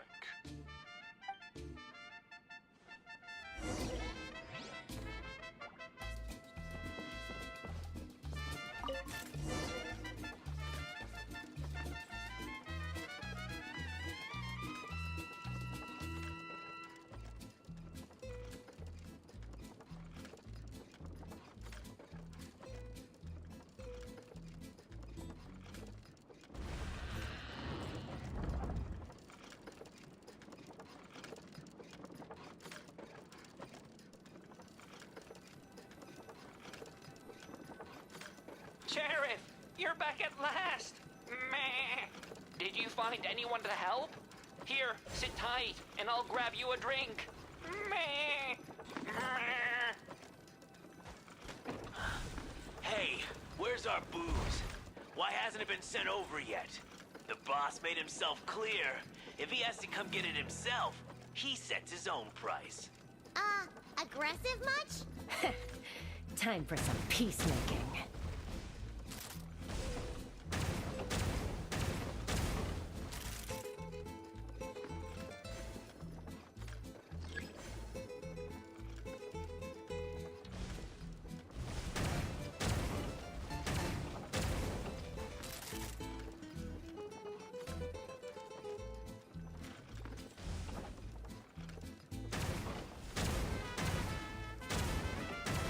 There's more upstairs.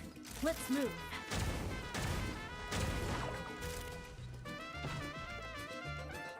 Get up! We got the treasure. Time to scram. Help! Help! They're taking hostages? These guys are awful! Oh, why isn't it moving?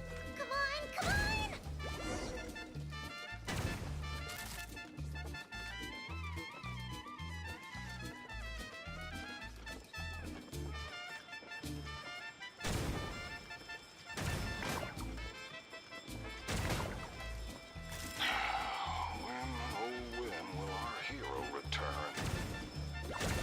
Who is this hero you just mentioned, Sheriff?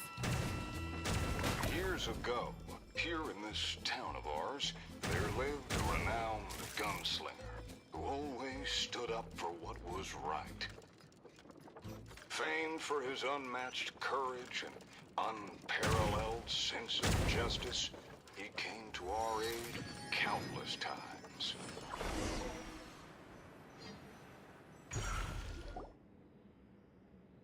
What happened next, Sheriff?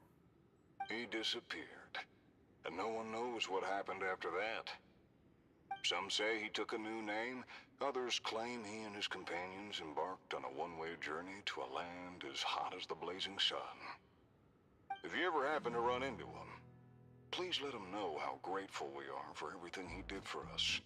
And also that we miss him very much. If we see him, we'll make sure to pass the message along. All right. This is the Notesley Gang's hideout. I tailed one of their henchmen once, so I know how to activate the door mechanism, and I can get it open for you.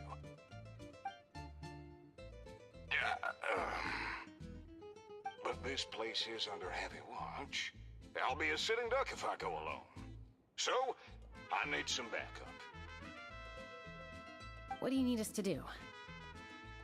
Knock out anyone who tries to get in my way. Now that's a gutsy request. Leave it to me. I knew Chaska wouldn't need a lot of convincing on that one. Traveler, cover that gun for me, will you? Man, wish we had backup like this all those times we had to go sneaking around.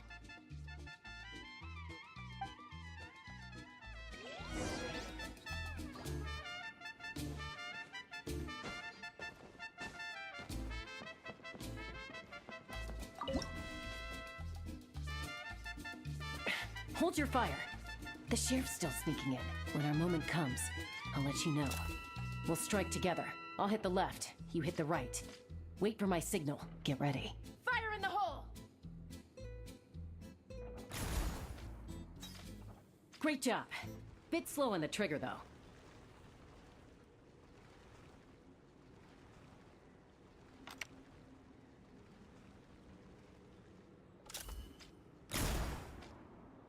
The sheriff stopped.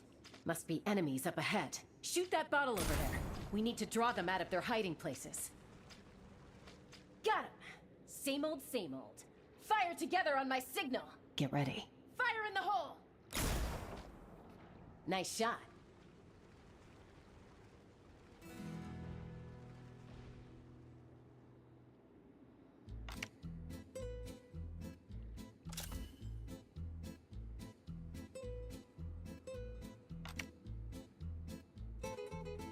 Looks like the sheriff triggered the alarm.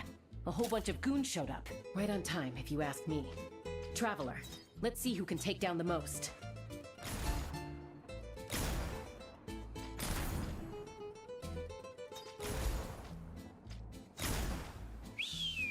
Oh, sorry. That wasn't meant to be a taunt. It's kind of a Kukasaur SOS. Man, you're a tough opponent, that's for sure. Must have done it on instinct.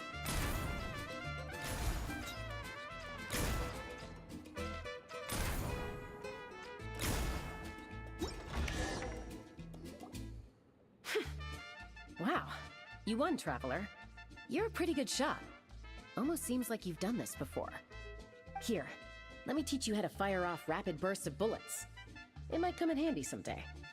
Oh, shoot. What happened?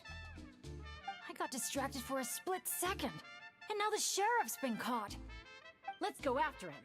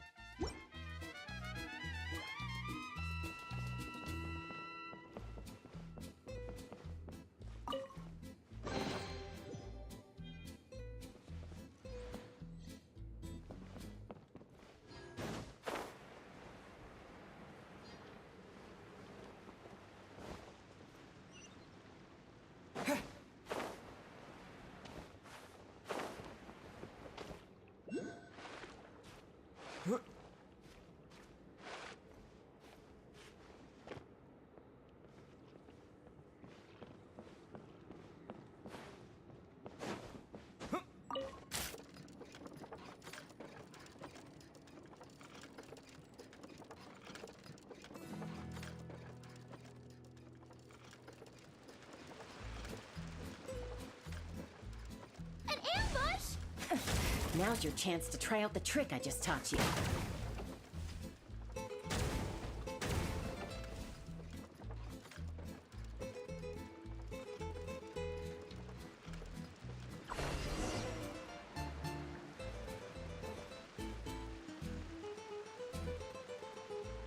Aha!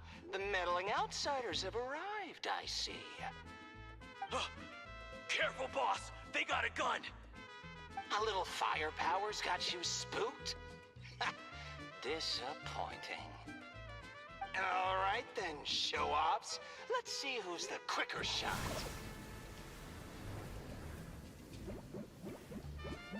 There's a ton of smoke over there. What happened? Got away. Whoa. No one outruns Chaska's gun. Truth is, the leader never planned to fight us. All that talk was just a distraction, a way to create an opening. He was planning to make a run for it all along. Huh. Acting all tough and then running away like that? What a joke. Uh-oh. The exit's blocked. Looks like another trap. What should we do? Is there some kind of mechanism we can use? Look! There's a bunch of cages down in the canyon. Let's go save those captives first.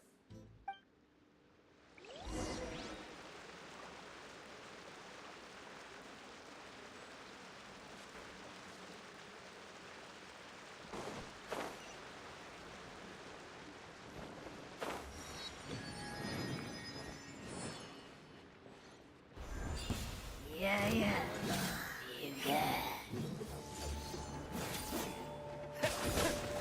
Take this! The smoke will be frozen in time. Yeah.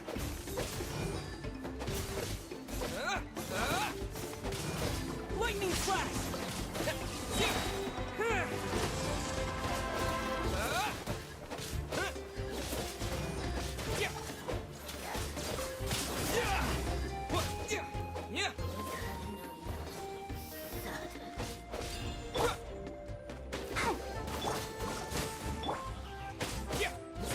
Take this!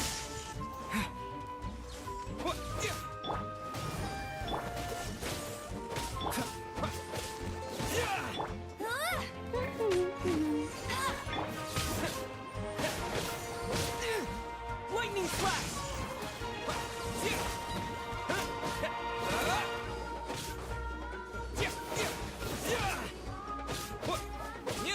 Dodge this!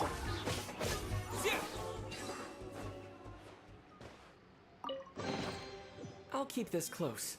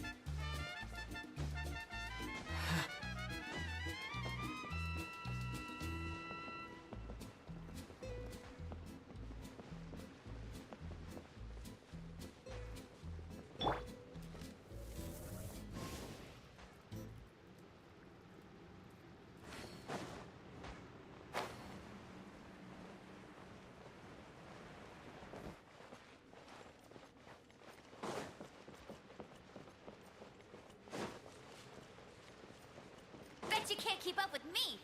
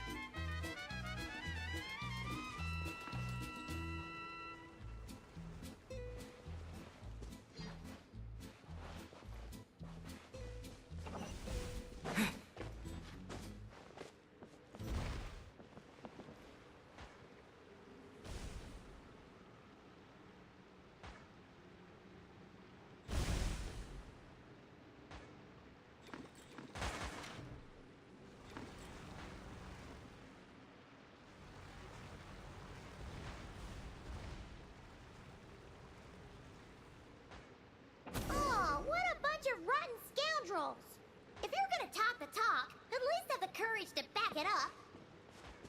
Let's check out that cave that got blown open. Maybe we'll find a clue to help us escape.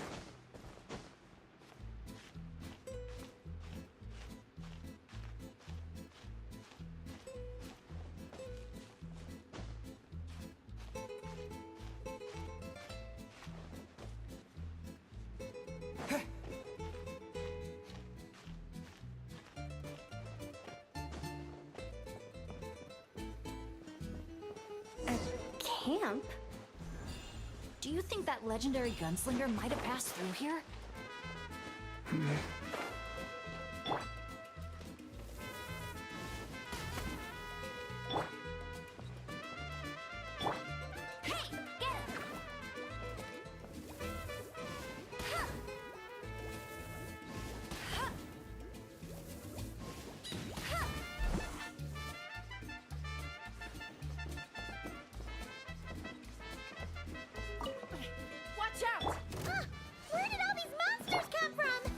First, talk later. Get behind me and don't let your guard down. Freeze! Let it rain. Go, go, bear!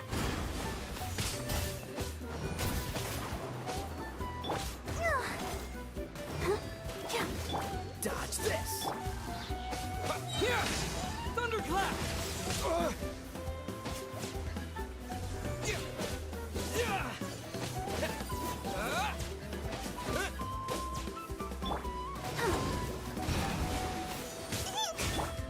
Freeze! Take this! Don't get frostbite.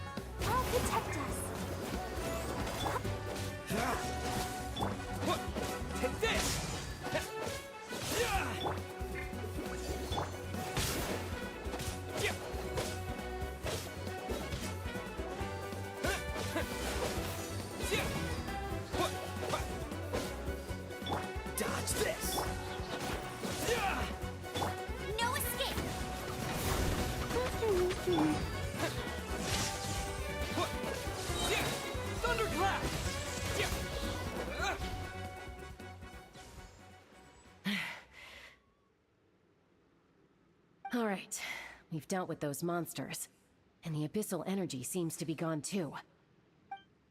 Is everyone okay?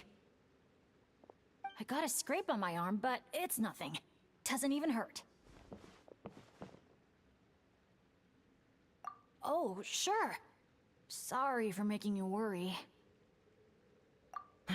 Glad to hear it. Don't you think something weird's going on? I mean, those hilly troll rogues could be actors in costume, but there shouldn't be any actual abyssal monsters here, right? Yeah, there's no way that's meant to be part of the experience. Plus, the way we came in is blocked now. Everything was fine until the monsters showed up. Oh no. My bad luck must be back. And I'm dragging everyone down with me. Hey, don't think like that. Abyssal monsters can appear for many reasons. Being attracted by someone or something is certainly one possibility. Now isn't the time to blame ourselves. We should focus on identifying any hidden dangers instead. We still don't know what might have happened outside the cave. You're right. Okay, I'll take the lead and scout ahead. Sorry. I'm gonna have to call dibs on that one. We should do this the Natlan way. As the most mobile member of the team, leave the scouting to me. It happens to be a Flower Feather Clan specialty. Alright. I'll go check on the situation outside. See you soon. Wait, but the cave's still... Get back! Wait a sec, we're not ready! She sure is a fast flyer. I can't even see her anymore. Well, at least there's a way out now. Wait, what are you looking at?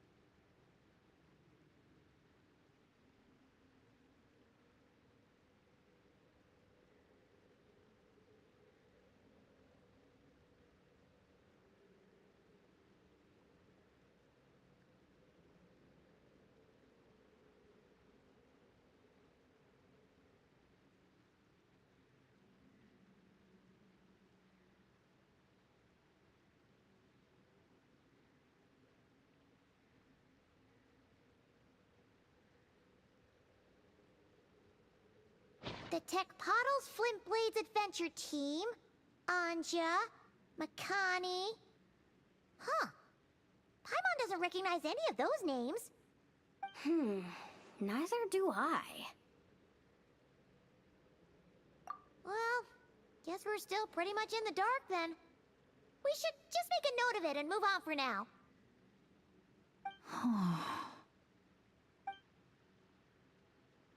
Everything okay, Bennett? Yeah, I'm fine.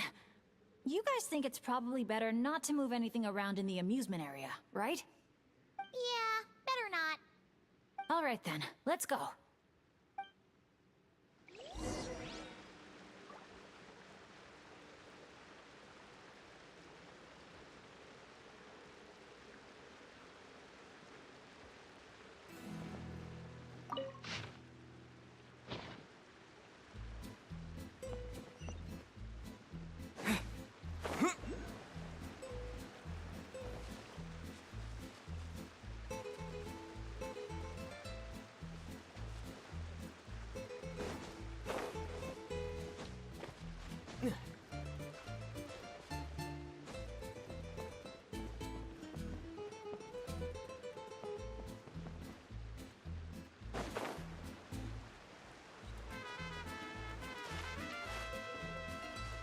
Is that an Asha?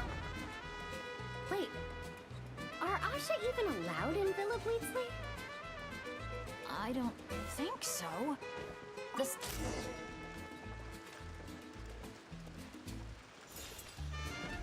Whoa! Look at all these Nochtly henchmen Chaska knocked out.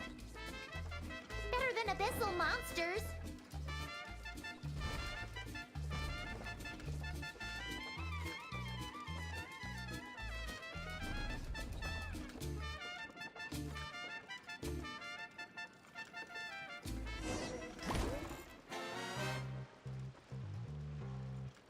Oh, you still dare to chase after us, even after witnessing the good sheriff's downfall? I must admit, even I underestimated how persistent you outsiders would turn out to be. Interesting. Very interesting. Take this! Ah! It's a bomb! Quick, get rid of it!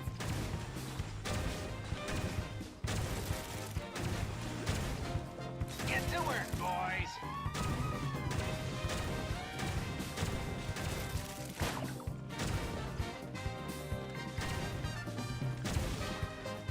Just give it up already, El Capactus Hapirado. Everyone knows you're all prickle and no punch. Ooh,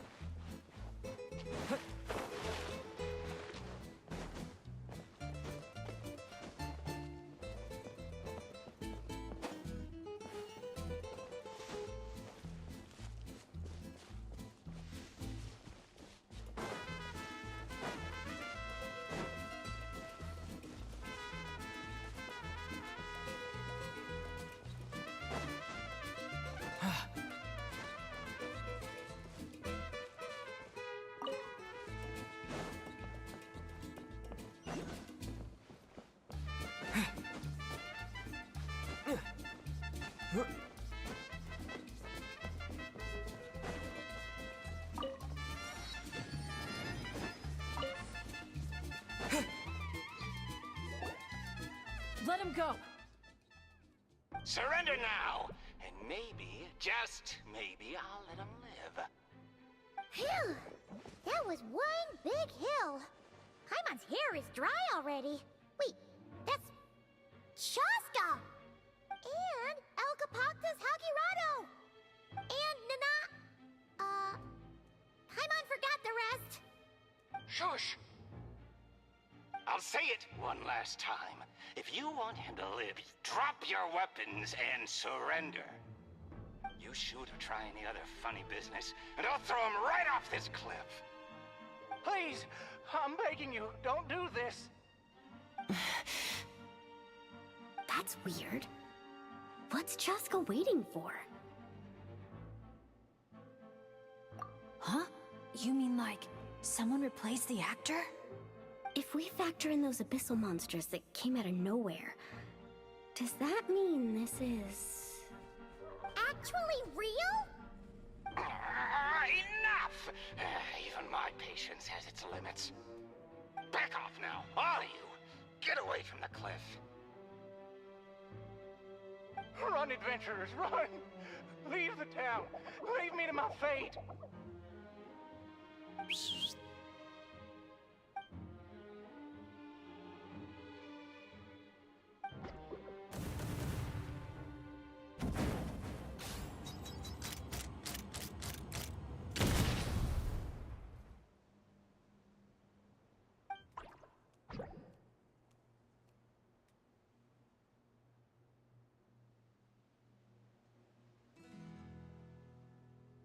Thank you, brave adventurers. You saved Villa Guizli, and you saved me too.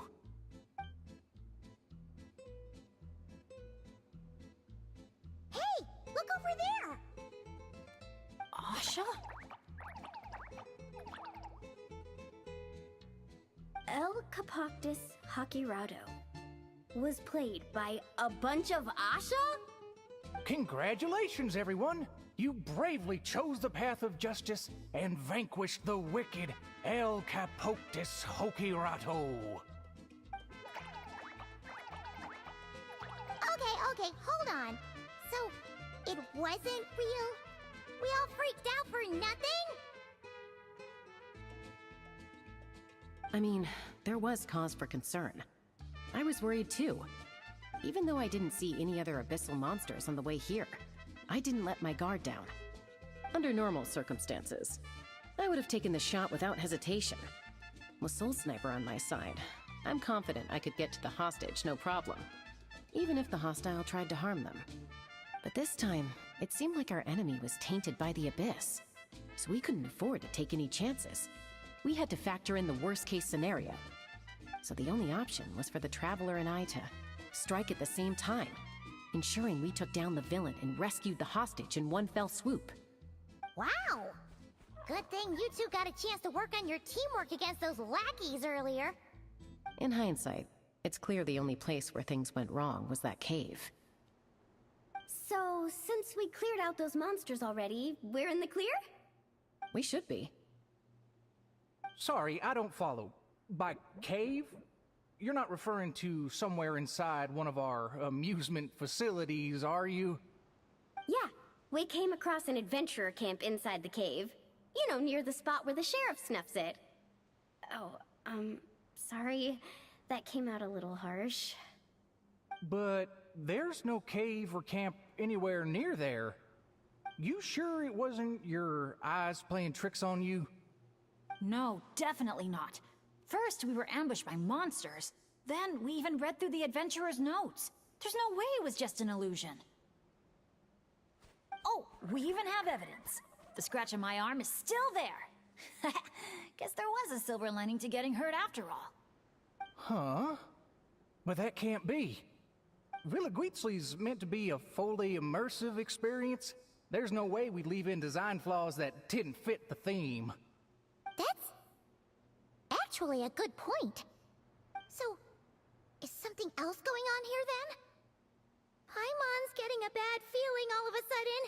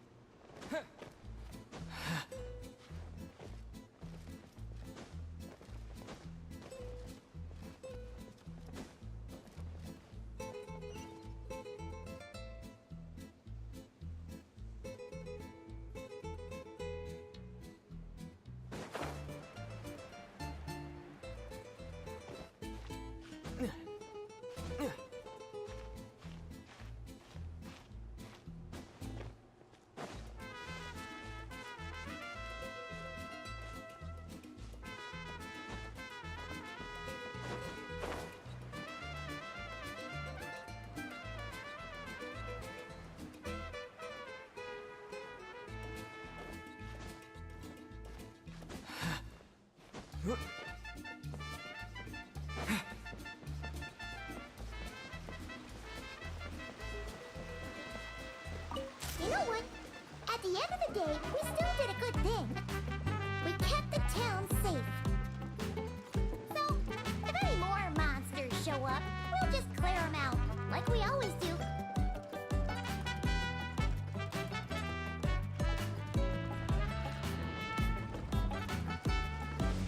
Wow, such an awesome vibe.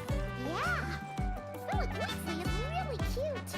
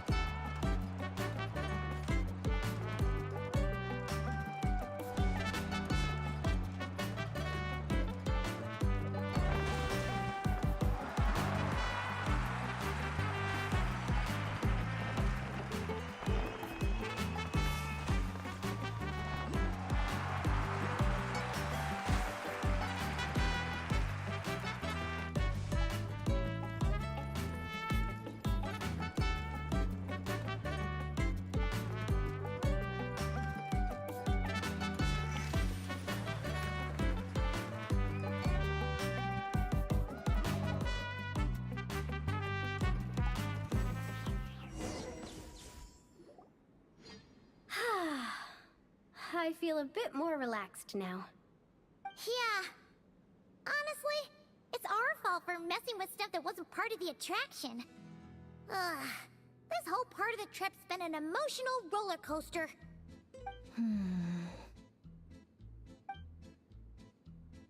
Wait, are you two still thinking about it? Yeah. I also think that Adventure Team story is real. But I wouldn't be surprised if it took place a long, long time ago. Like, before this resort was even built. We're here! You must have been waiting for us to take a group photo, right? Wait, that reminds Paimon. Wasn't the bounty for getting rid of El Capactus Hakirado 5 million Mora?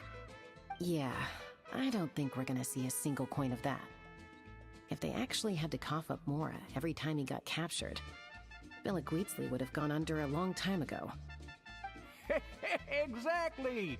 The prize isn't real Mora, just a commemorative Mora-shaped chocolate coin stamped with that number. But since the chocolates aren't ready yet, I'll give you some easy breeze badges you can exchange for other items of your choice. Oh, well, Paimon would have preferred the chocolate, but other gifts are fine too. I'll get the camera ready.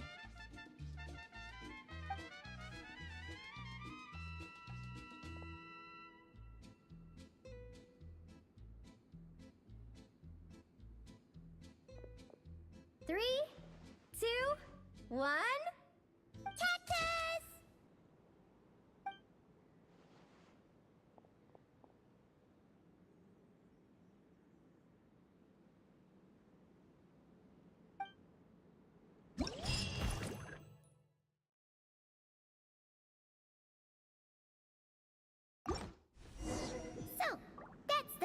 main challenges done and dusted. That just leaves Tete Isle, right? Let's head back and get some rest. With any luck, it'll be open to visitors by tomorrow morning.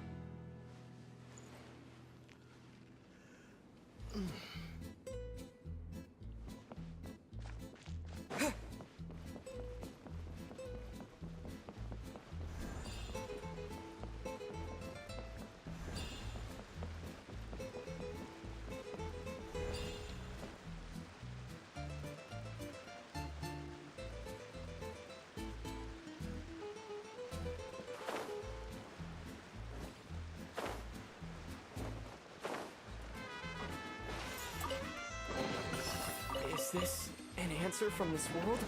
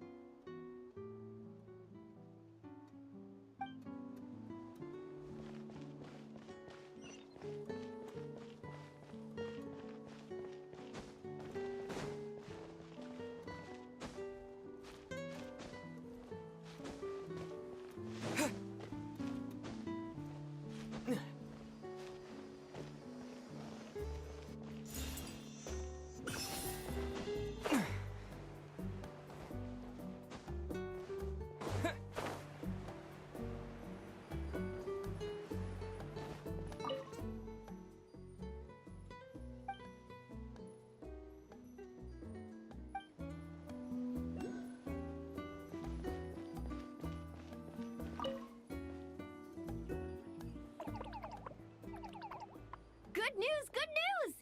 Traveler! Traveler! Can you hear me?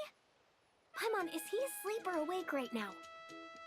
Must be worn out from all that fun yesterday, huh? Happens to me sometimes, too. You feel fine when it's all go, go, go, but then you finally get a chance to rest, and it's like, good luck ever getting up again. The meeting spot's been changed. Yeah, I already heard you loud and clear from next door. What happened to not being a morning person? Well, that was when we just got here. Now I'm in full-on vacation mode, obviously. Uh-huh. And why are we waking up earlier and earlier the longer this vacation goes on? That can't be right. To maximize our opportunities for fun. Come on, Pieman, this is basic stuff. Ah, looks like everyone's here now. Okay, I've got some great news to share. I just checked with the staff, and Tete Isle is finally open to visitors! Can I get a whoop whoop? Whoop whoop! Tete Isle, here we come! How are you feeling now, Traveler? Woohoo! A brand new day, a brand new adventure! Let's go!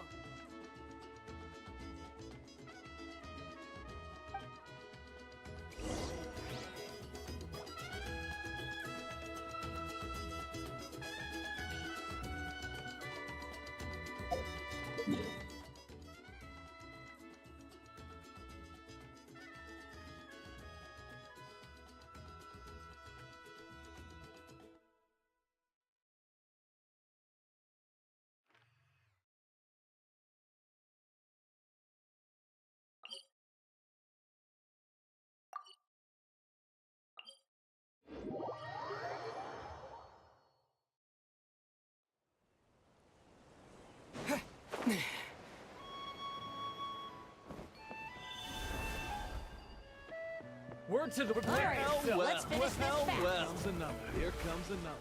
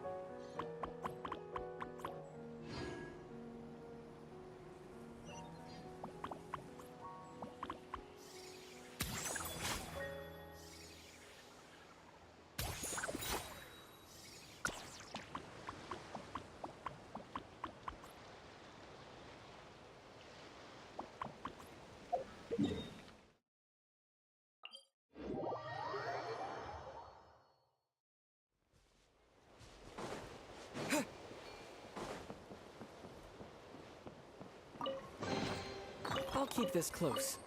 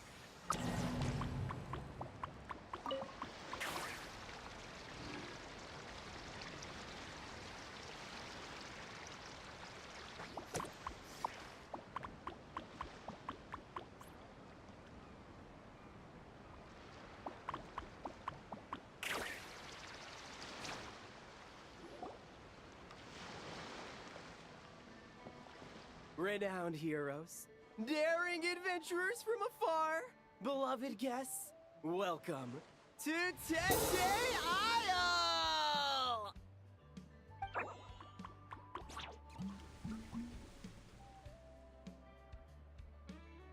Whoa! Bottle popping right off the bat? Huh.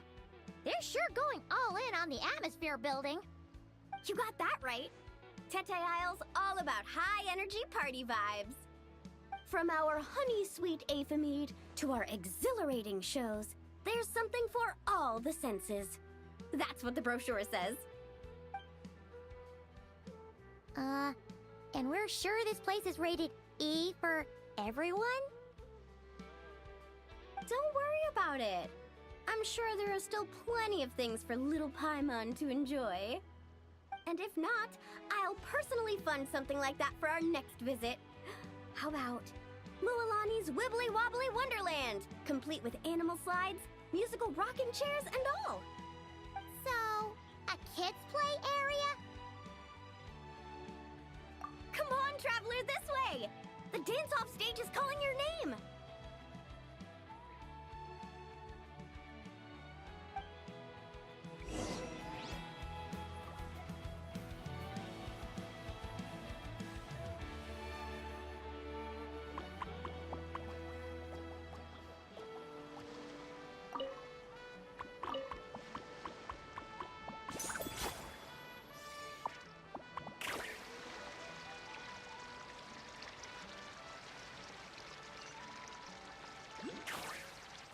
This must be where they put on their shows.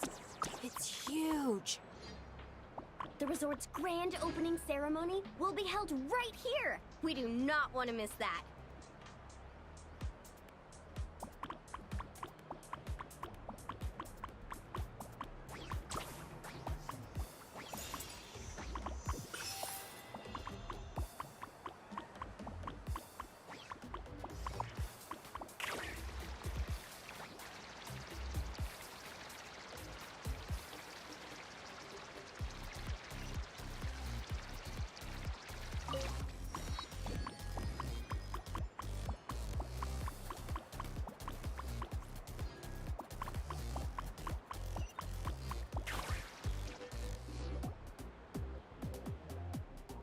Hey, you made it.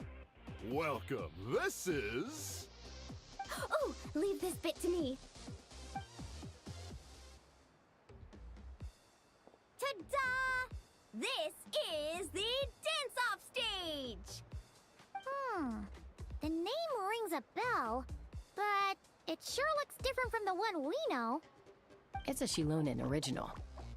As for the design, I'm guessing probably a client request? Traveler, Shilonen recommended you as the DJ.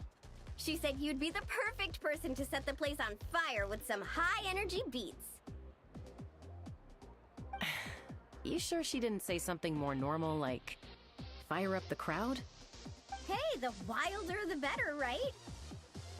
'Cause she... I think she's pretty swamped with commissions right now. Yeah. Anyway, go ahead and give it a spin. She adjusted the modules and stuff to match your height, so it should be a perfect fit.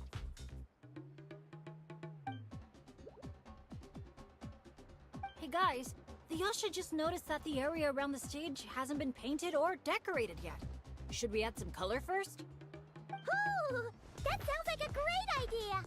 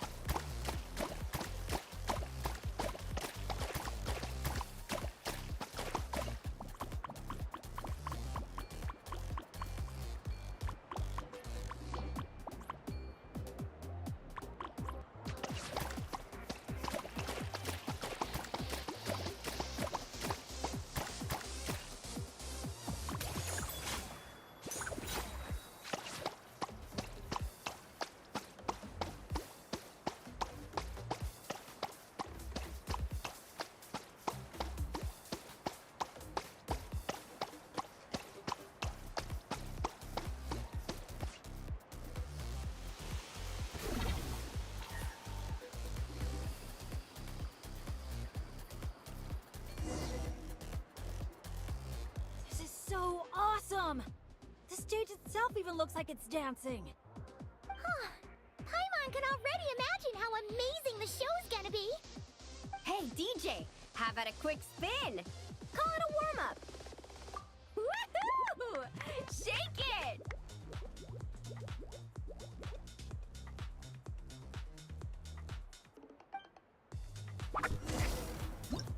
Try pressing some of the buttons first.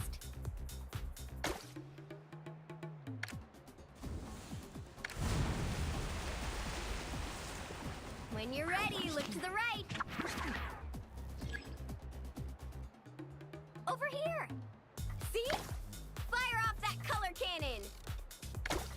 Let's try the boat now.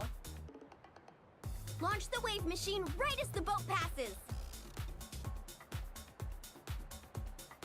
Look out! The boat's about to set sail!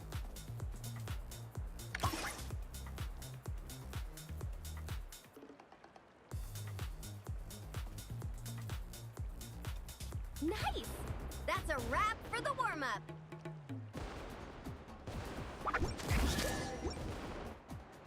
You called that a warm-up, but are there really gonna be boats cruising around during the opening ceremony?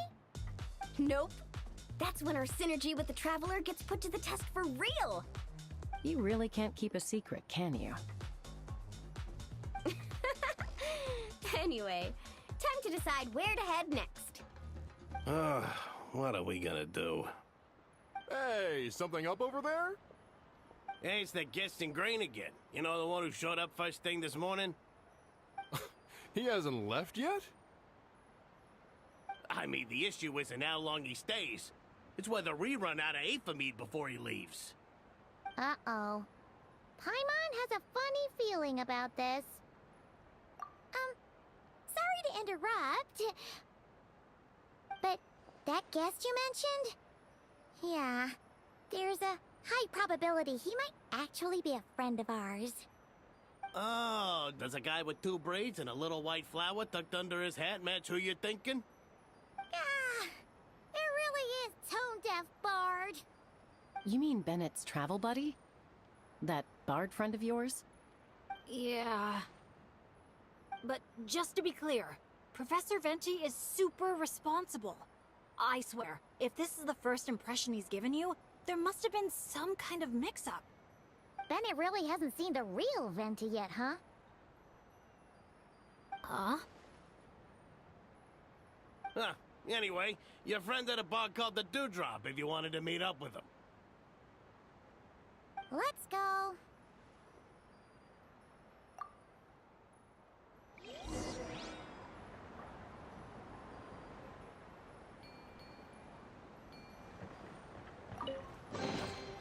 Is this an answer from this world?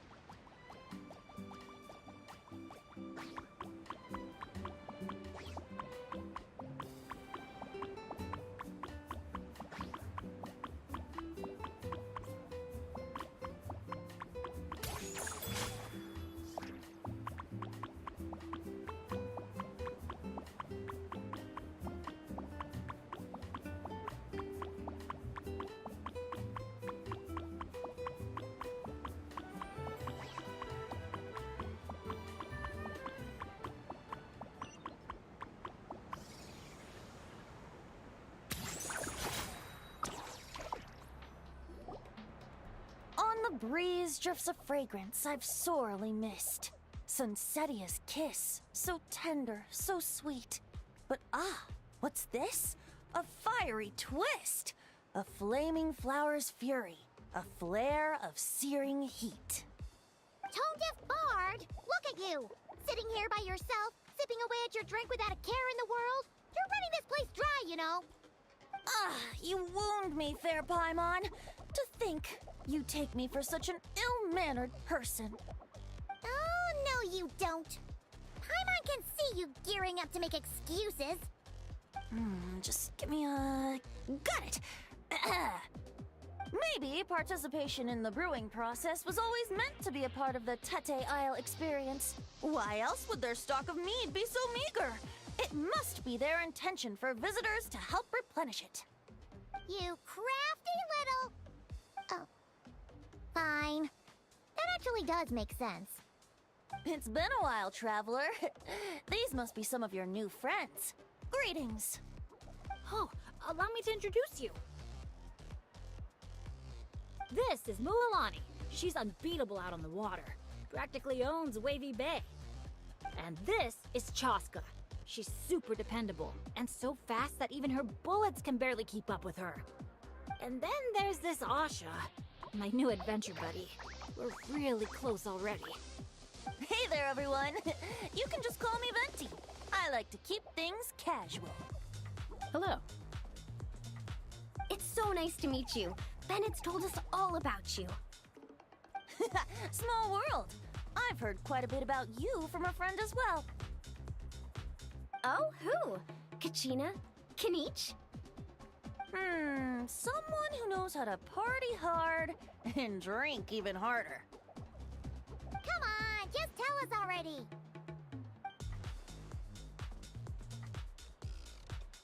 It's a secret, and I expect anyone who's guessed the answer to keep it that way.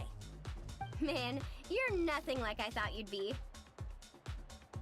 When I heard Bennett call you Professor, in all honesty, I figured you'd be a lot older. Well, when I do turn old and gray, I hope I get the chance to hold another love poem crash course. You and the Mare Javari, so close and yet so far. One at the edge of the world, the other in the center of my heart. Well remembered, traveler. No matter how old I get, I don't think I'll ever forget the poems my students wrote that year. Such a charming little verse. A charming little verse indeed. Oh, now's probably not the time for a trip down memory lane, is it? Right you are.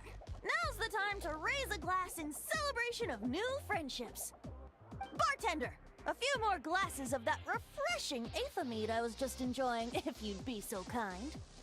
I'm afraid you just polished off the very last glass. Oh, that's an unlucky coincidence. Our exceptionally, well-hydrated guest is certainly right about one thing, however. You're all more than welcome to take part in the Honeydew Craft Brew experience and try brewing some yourselves. Any takers? Sounds great! Where's it taking place? That didn't take too much convincing. Well, since the traveler was kind enough to answer on my behalf, how could I possibly turn down such a warm invitation? It's just over there if you're interested. In that case, why don't we all split up for a bit? We can pick a spot to regroup and meet up there later. Oh, I know a place. A little bar called Me and Dew. It's a great place to relax, and there's more than enough mead to go around. All right, let's meet there later then.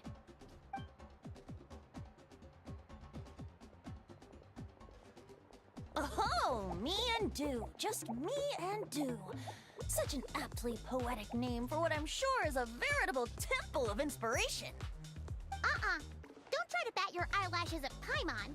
You're not allowed in another bar until you've at least attempted to replenish what you drank. Well, I suppose you're right. Anyway, judging from the look on your face, I'm guessing you have quite a few questions for me. Why are you here? What brings you to Natlan? And why are you suddenly bringing up your poetry class? But questions, dear friends, are like bottles of fine wine. Cracking them open is all about waiting for the right moment. How's Bennett been doing the past few days? He's been having a great time with the rest of us. Speaking of which, his sudden lucky streak wouldn't have anything to do with you, would it? Who's to say? Oh, you and your non-answers. At this rate, Pieman should have named you Axe Koi to avoid giving any actual answers barred instead.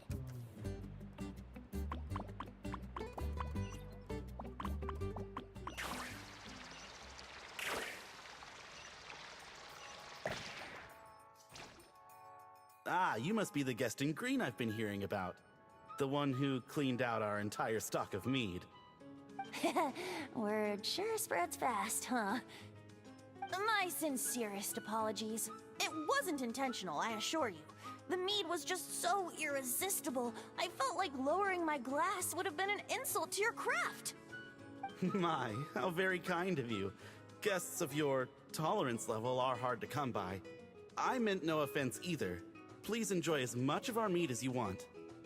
In that case, once I'm done here, I'll be sure to head back for a refill. He was being polite, Venti. Not giving you a return ticket to Booze Town. Anyway, before the Honeydew Craft Brew experience officially begins, allow me to give you some background.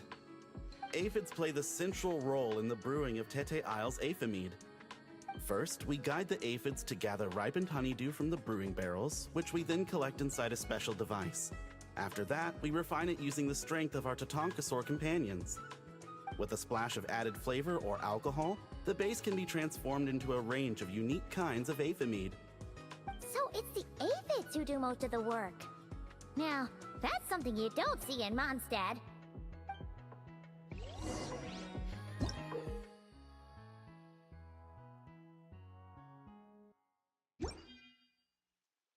The aphids here are docile little creatures. A nudge in the right direction is all it takes. Ah, so that's how it works. Wanna see who can do it faster?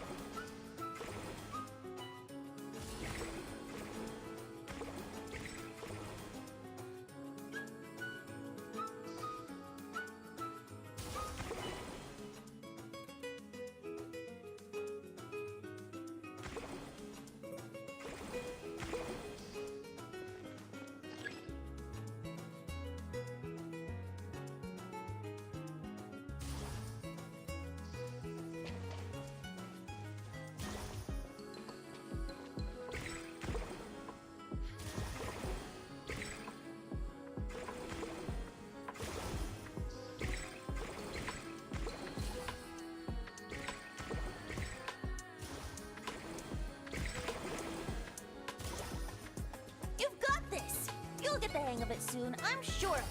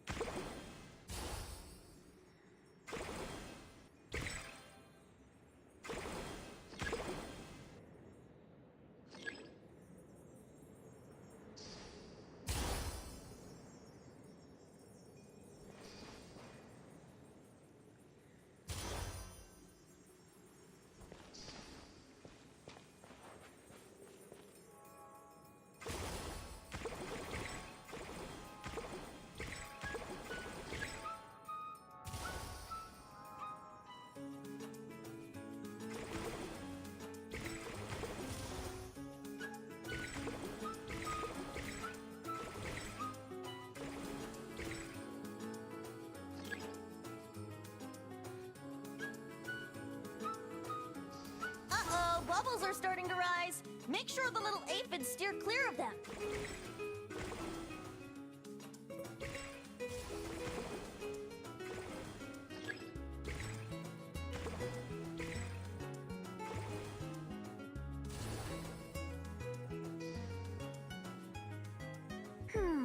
Maybe whacking this lever might do something.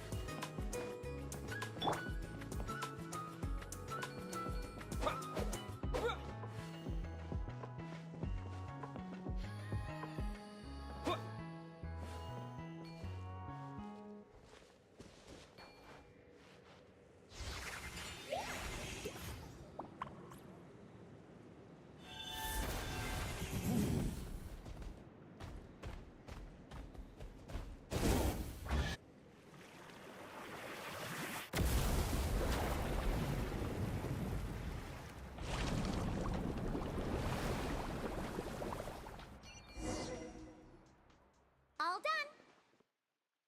Who'd have thought it'd be such a breeze?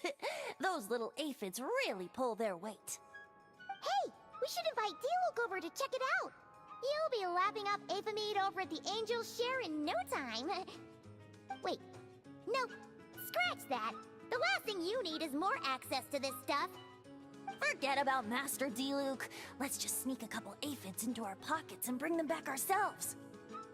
And if we can't fit them in a pocket, we can always try stuffing them under a hat. Your friend's quite the joker. He is joking, right? Let's go meet up with the others at Me and Do.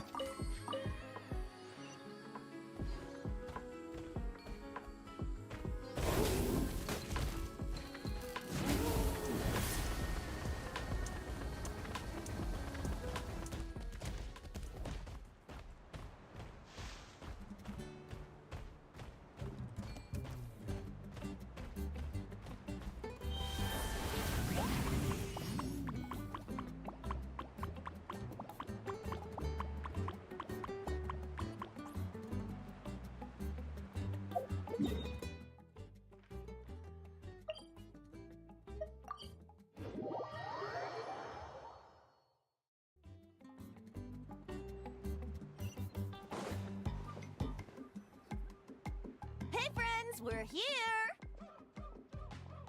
Professor Venti, we were just talking about you. We made a bet.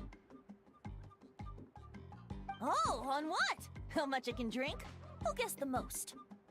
Nope, we can't bet on that because, well, we've all seen it for ourselves. We were betting on whether you'd agree to recite one of your poems for us. And? What was the verdict? We all bet that you wouldn't. Aha! Trying a bit of reverse psychology, are we? Told you. This bard's a lot sharper than he lets on. I appreciate the compliment. But you see, the key ingredient in the honey of inspiration is sweet, sweet nectar. Ugh.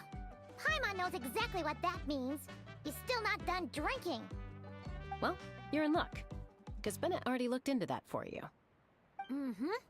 The boss said we just need to tell her when, and we'll be able to get some more.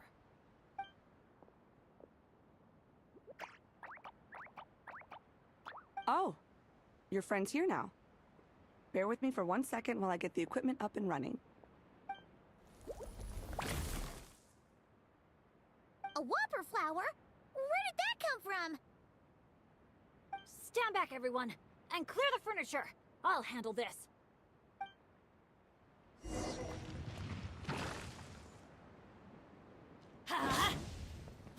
I'm going in!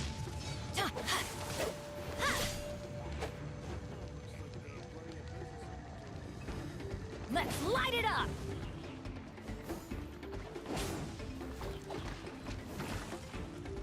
Yeah.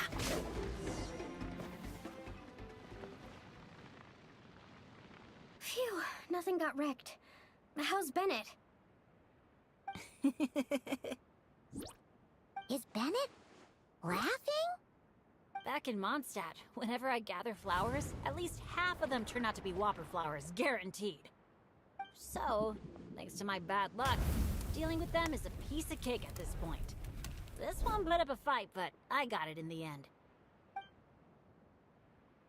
Out of sight, out of mind. Come on, it's finally time for a toast.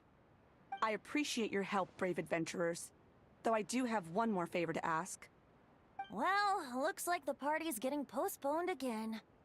I checked the equipment, and it looks like the whopper flower was hiding among our brew blossoms. In other words, there might be a few more lying low in our storeroom. All I need is for you to head down to the cellar and clear out those pesky imposters. If you can manage it, all your drinks tonight are on the house. In that case, you can count me in too. A dainty bard like you? Sure you can manage it? Ha!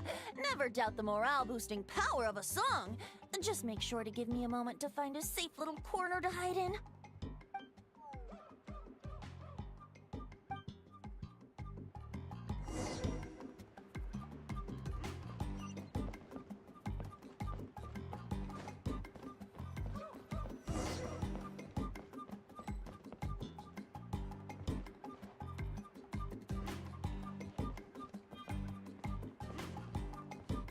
Looks like a perfectly normal brew blossom. Let's keep looking. Looks like a perfectly normal brew blossom. Wait, am I seeing things? Did it just flinch? No kidding. You must have spooked it.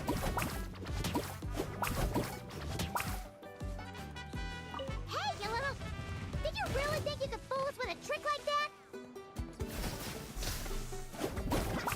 Let's ride! No! Action at the flames!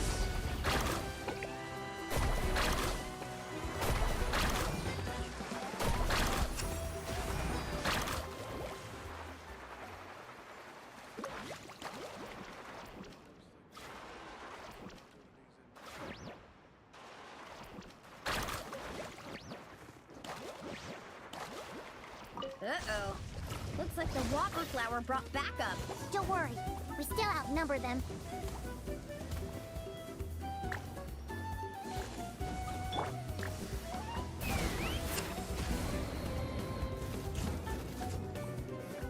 Fire in the hole! This is about to get messy. Think you can get away? Teamwork is dreamwork! Ha!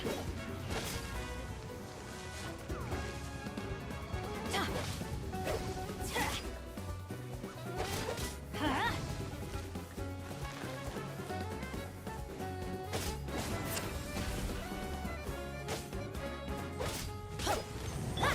Lightning flash! Thanks, everyone. Give me a moment. I'll take care of the rest. That should just about do it, right? If I'd known it'd take this long, I would have ordered something to eat. I've got a grain fruit on me. Want some? Thanks, but no thanks. How'd you even think to bring one of those? I didn't. A Kukasaur gave it to me on the way here. Said it was nice and juicy. So Kukasaurs just give you fruit wherever you go? You Flower Feather Clan folks live quite the life. Everyone, please, make your way to the observation deck.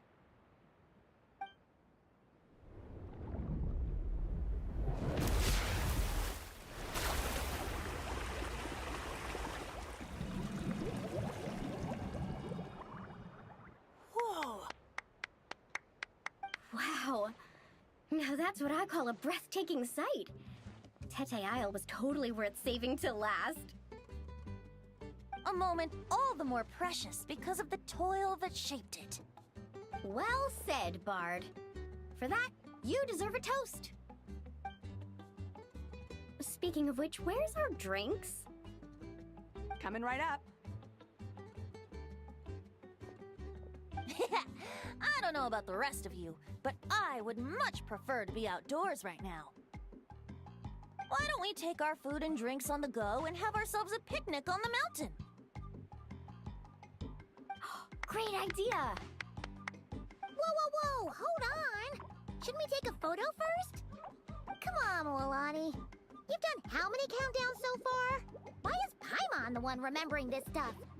Because I care more about the party than the prize. Oh, sure. Look at the camera, everyone! Ready? 3, 2, 1! Let's party!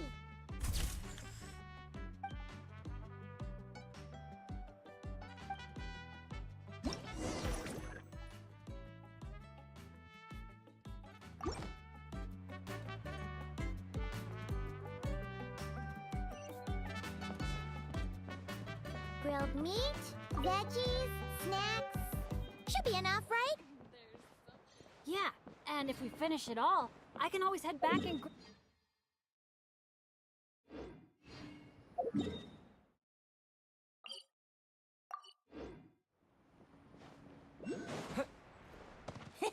Now that's music to my ears. Don't enable him!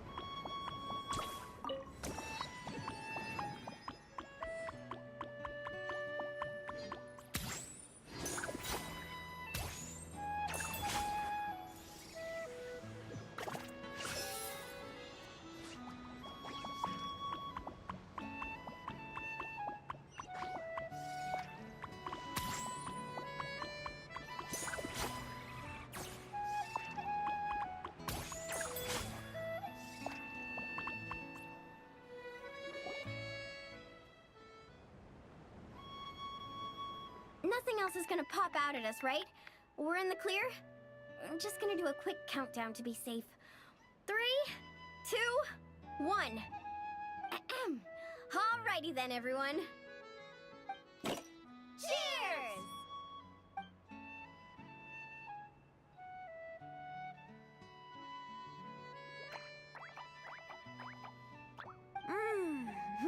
Now that hit the spot. It's getting dark, so we'd better call it a day. Get some rest tonight, guys. We can claim our prizes tomorrow. Hey! What about the food? Let's dig in while it's still hot. Meat beats grain fruit any day of the week. I'm with you on that.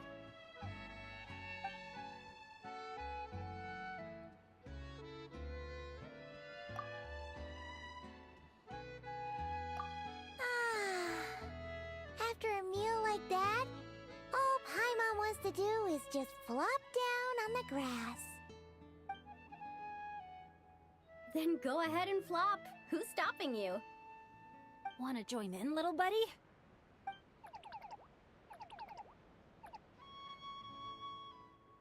Oh, look at all those beautiful stars. Careful. You nearly knocked my hat off. Sorry. Yeah. Never has a ray of light lingered so enduring, falling from the heavens, soft as moonlight's mirth, hanging on the hush of night, a sleepless song alluring.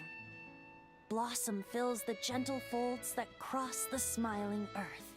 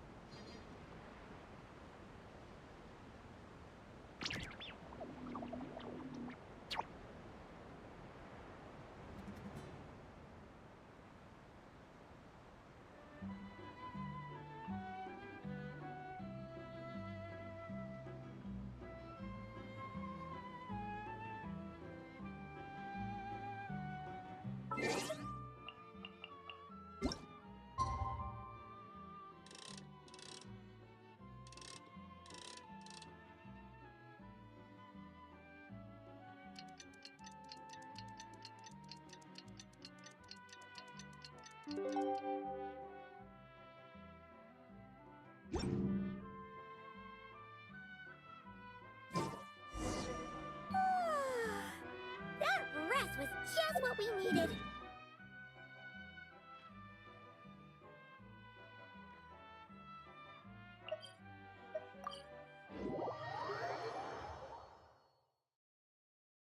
Paimon can't wait to find out what we're gonna get!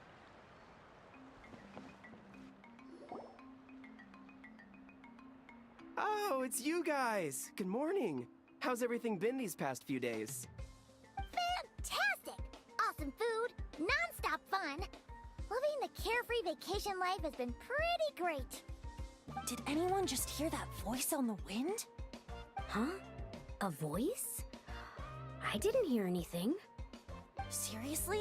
Listen, there it is again! Venti, Venti.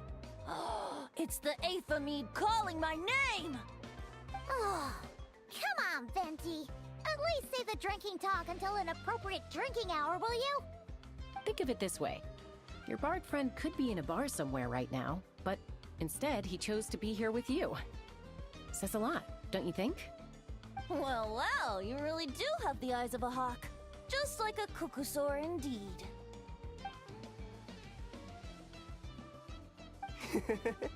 Looks like the Asha's in a good mood too. Wanna tell the others about our little friendly competition just now?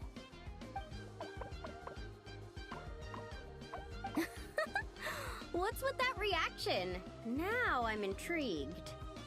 Well, I was just getting ready to head out when the Asha started bouncing around the room, full of energy, and kept showing off his badge. All right then, let's have a little contest. How do you want to do this? I said. The last thing I expected was for him to stretch out his little hand and challenge me to an arm wrestling contest. So, Paimon's guessing you won? Yeah, it was no contest. The size advantage was really unfair. I feel kinda guilty, honestly. So I was thinking, how about a graffiti contest instead? We can do it in a little bit. I've got the paint covered. Well, sounds like the fun isn't over yet. I'm glad to hear it's been a good stay so far. So, the main challenges in the 4 areas. I'm guessing you've completed them all?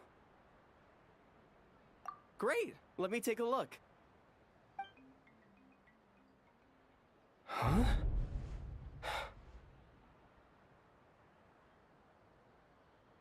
Hmm? Something wrong? This is some kind of joke, right?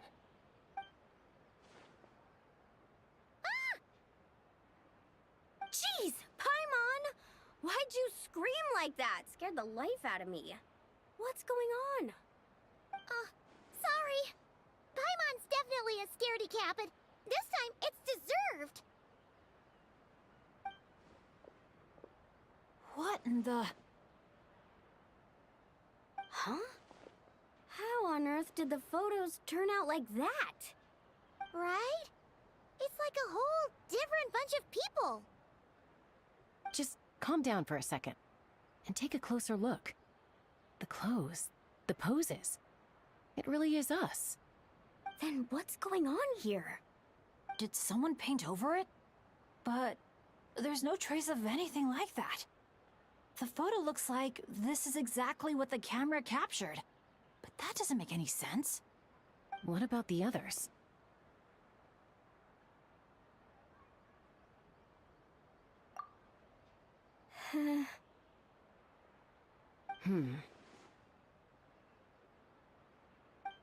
All 4 photos have changed. You guys have fun with that. Paimon's just gonna float over here and try not to think about how creepy this is. Could it be some kind of prank? Is that the last one?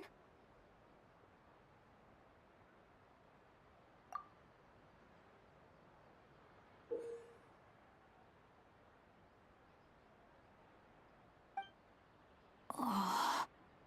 You'll have to excuse us, sir. We'll come back another time for the prizes. Come on, let's talk over there.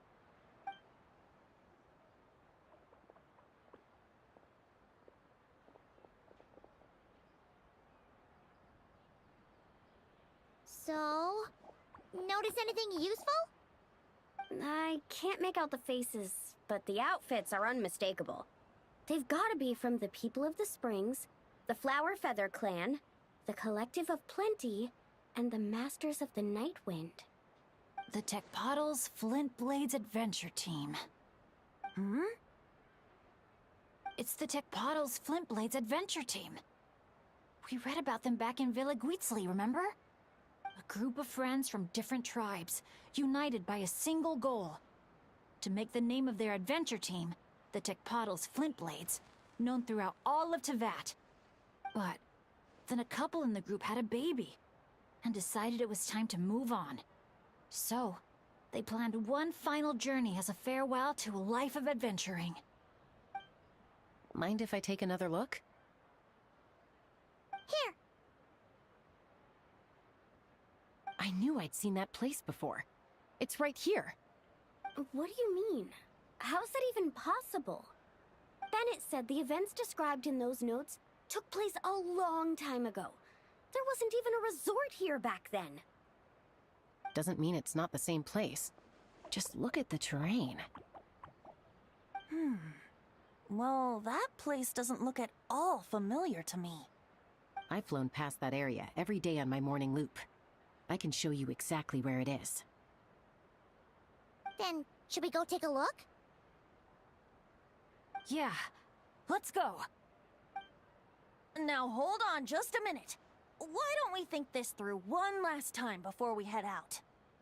Prank or not, the person who left these pictures must be trying to tell us something. If this clue is pointing to a specific location, the only way to find out more is to go there ourselves. That's what I think. That's a fair point. But we also need to consider that Chaska never noticed anything odd while out on patrol. And presumably, someone managed to slip these photos into our album without alerting a single one of us. So we shouldn't underestimate who we're dealing with here. Is that what you're trying to say? Pretty much.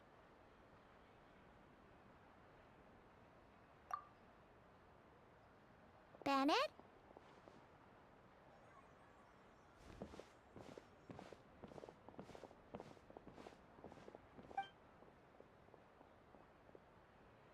The place we're heading to might be dangerous. Could you keep an eye on our Asha friend while we're gone? Oh, I'm sorry. I saw him head in that direction already. I thought maybe you told him to go there.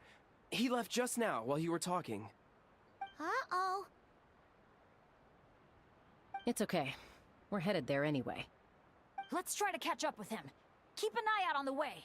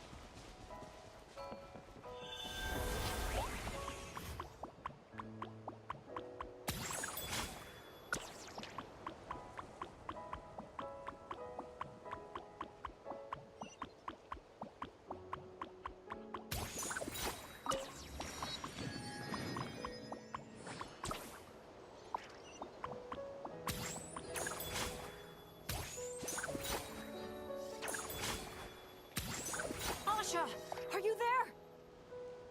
Asha, can you hear me? Don't worry, Bennett. Maybe he just got distracted by something. We'll find him soon.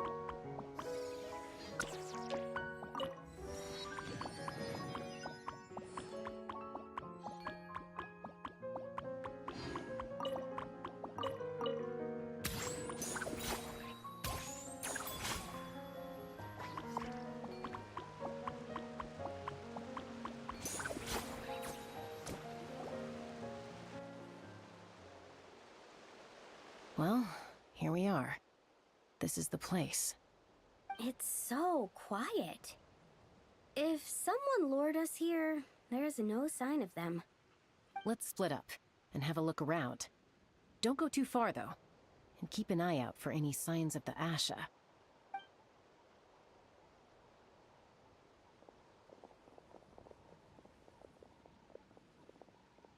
It doesn't look like there's anything here.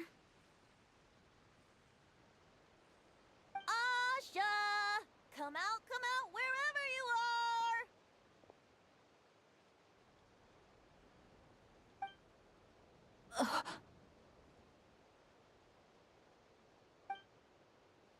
Oh, was that? Guys, get over here! I hear something.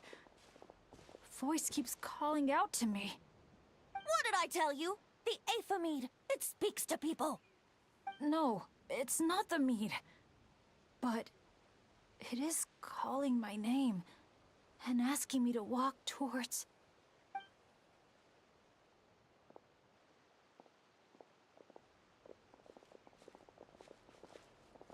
Look!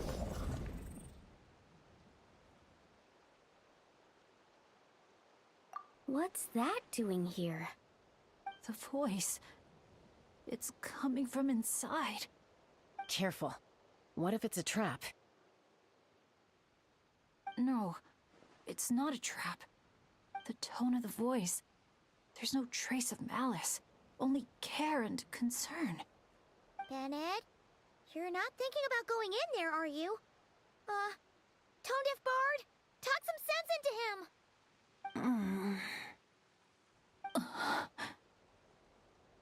know you're all worried about me. And I'm aware there could be danger ahead. But I have this strange feeling like... the things I've been searching for. The voice calling my name. The mystery behind those pictures. The answers are here. Inside this place. My dads always tell me adventurers never shy away from a challenge, or a chance to explore the unknown. So, I need to go into this domain. But I don't expect anyone to follow me. The last thing I want is to put you all in danger too. What now? Adventure is all about teamwork. You said that yourself. Yeah, I mean, the Traveler and Venti go without saying, but we're part of the team too at this point, right? We're not gonna let our captain go it alone. You guys. All right. Paimon was going to try and talk you out of it, but she knows how hard it is to convince an adventurer not to go adventuring. But if there's treasure at the end of this adventure, we're getting a share too. Don't even think about hogging it all yourself. Well, what do you say, Professor? Come on, you really think Professor Venti would abandon a student in their hour of need? Save the thank yous for the after party. Looks like someone else will be picking up the tab again. Lucky me, eh? Sure. Thanks, guys. It means a lot. All right then. Is everyone ready? Okay.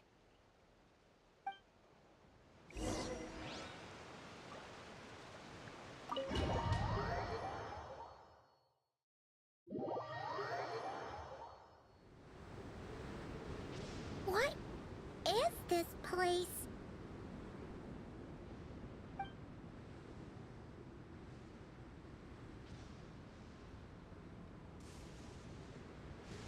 It's so hot. It feels like my lungs are being compressed. It's hard to breathe. Be careful. I sense the abyss. The abyss? Ugh, the air currents are all over the place. I can't get a fix on its exact location. Does that mean the abyss is after Bennett? Wait a sec! Where did he go? Bennett! Bennett! Are you there? How did we get separated? We all came in together, right?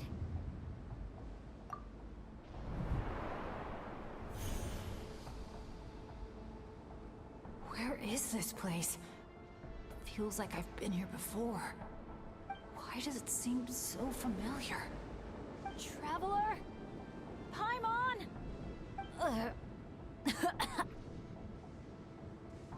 My throat... it hurts. Anyone there? Still no response. No sign of anyone. Am I the only one who got separated from the others? Or did we all get split up? No, no!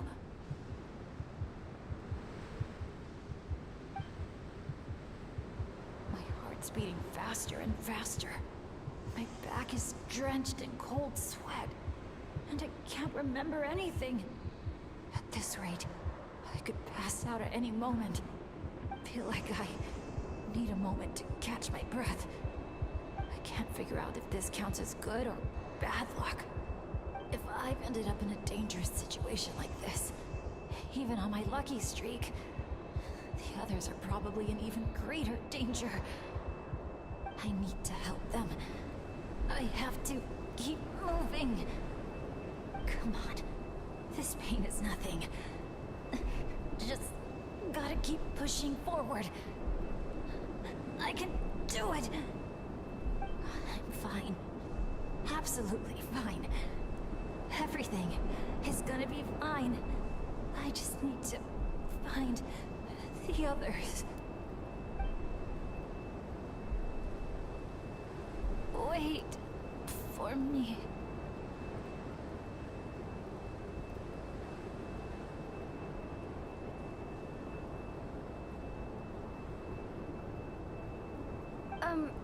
just me, or did those weird stars just get darker? I've got a bad feeling about this. We can't just wait here. We have to keep looking. Oh no! Things are bad if Tone Deaf Bard's getting serious! Ah! This wind is so strong! Paimon can barely stay in the air! Hang in there, Paimon. I've got your hand! Thanks!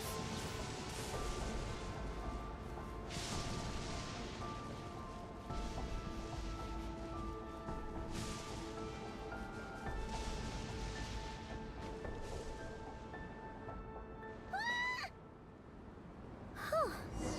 Paimon thought she was gonna get swept away there. Ugh! This place is so creepy! I'll lead the way. Stay close. And whenever you do, don't fall behind.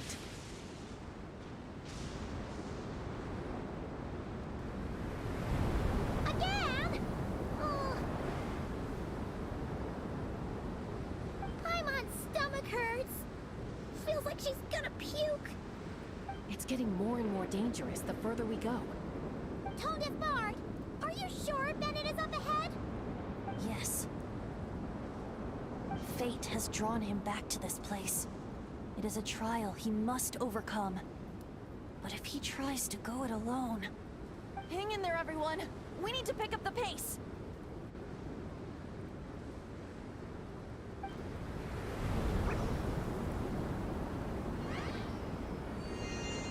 Paimon can't go any further.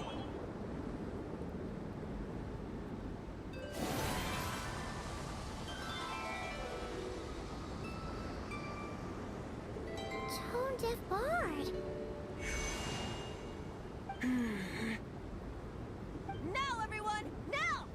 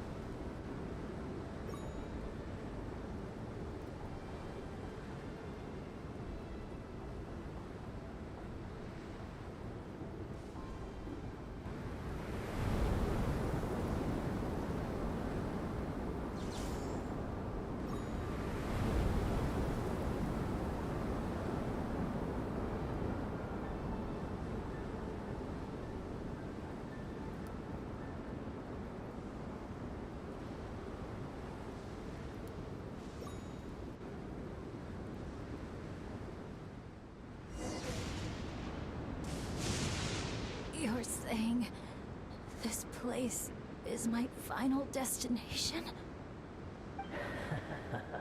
Yes, precisely. Lucky little Bennett, the boy who cheated death itself. You once slipped free from the grasp of fate and fled to a place beyond my reach. I imagine happiness came easy to you there. It was sheer happenstance that allowed you to escape. But at last, fate has brought you back to face the death that should have been. That's what you think. But I believe we all have to take fate into our own hands. Being an adventurer means rewriting the rules. It means discovering and challenging what seems impossible. Always the amusing bunch, you adventurers. So much passion, so much spirit, yet in the end, so little to show for it. Just like your parents. What did you just say? Tech Puzzles Flintblades. What a laughable name. And ironic, too. For the spark of their legacy dwindled long ago.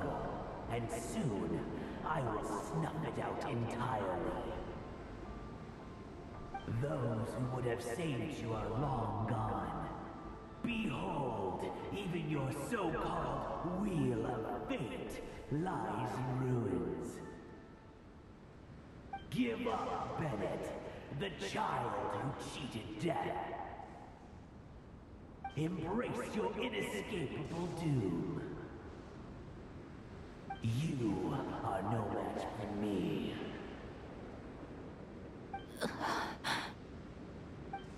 I can't.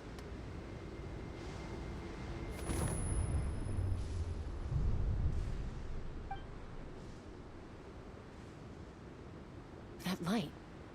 Is that? The Asha! And look, one of them is Bennett's companion. Huh? Bennett? Bennett! What's wrong? Please, Bennett, wake up! This isn't working. His vitals are weak. Bennett! Come on, everyone! Think of something! Does anyone have any kindling on them? Kindling? What he needs right now is light. Something to guide him through this fiery trial of fate. Will a candle work? Yes! Light it up, and the sun will guide him. You sure that's gonna work? All right then. Let us pray for him. As the sun sinks beneath the western shroud, let the sparks of flame guide us home. And a blazing light burn anew to cleanse impurities of old. Lost wanderer, hear these words. Behold the sunlight, this blade of dawn. Listen to the wind sing a familiar song. Inhale a fragrance so sweet, so known. Follow me, please. Follow me home.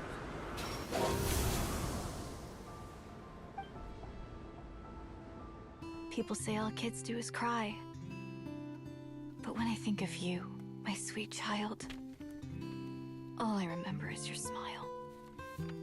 Watching the Saurians ride the spirit ways, or the feather from Uncle Chaco's hat dance in the wind. One night, as you smiled up at the stars, your dad got lost in the sight as well. Were you drawn in by some greater meaning, I wondered. But no. The stars were just smiling back. Aroni, stop writing and join us! Team leader, give us a toast. Okay then. May our homeland prosper, our friendship endure, and may this be a journey we never forget. He's laughing. I heard babies that smile a lot are blessed with luck. That's just superstition. It's true. None of us know the reason behind all those smiles. But I think you can sense all the love around you. Can't you? We love you so much. May you always be my happy boy. Where did these abyssal monsters come from? Run! No good! Exits are blocked! Aroni, the baby! Aroni! My child. Stay with me. I'm here. I'll protect you. Just keep him safe.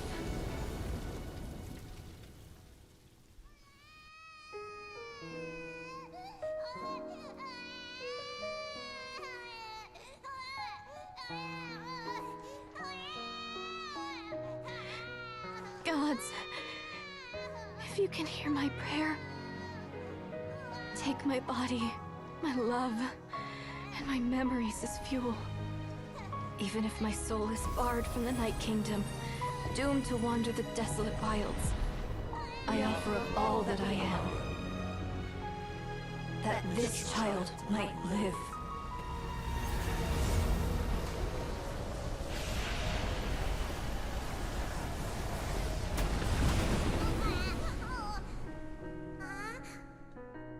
I have no doubt you'll meet many good friends one day. Because I know You're the luckiest child there is. Smile for me, my darling. Let Mommy see it. One last time.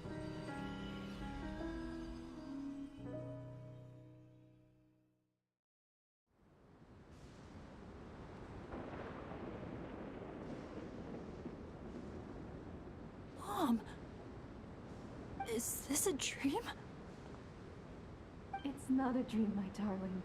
Not at all. Oh, look how much you've grown. Dad! Mom! It's really you!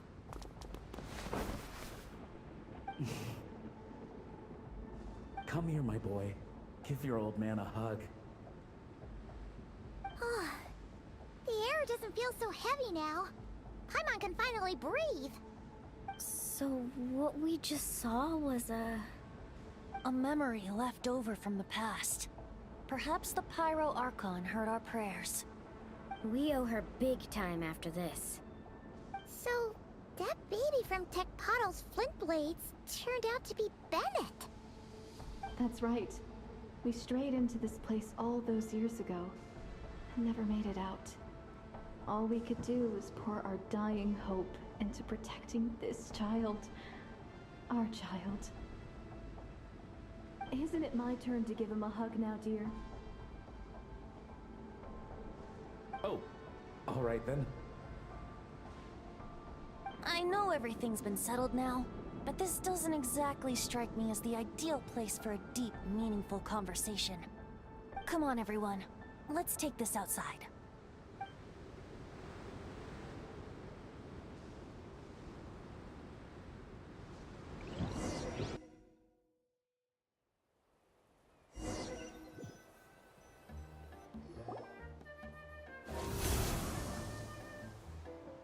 All right, this should do. You mean Bennett, right? Bennett. That's what your friends call you? Yeah, it's the name my dad's gave me.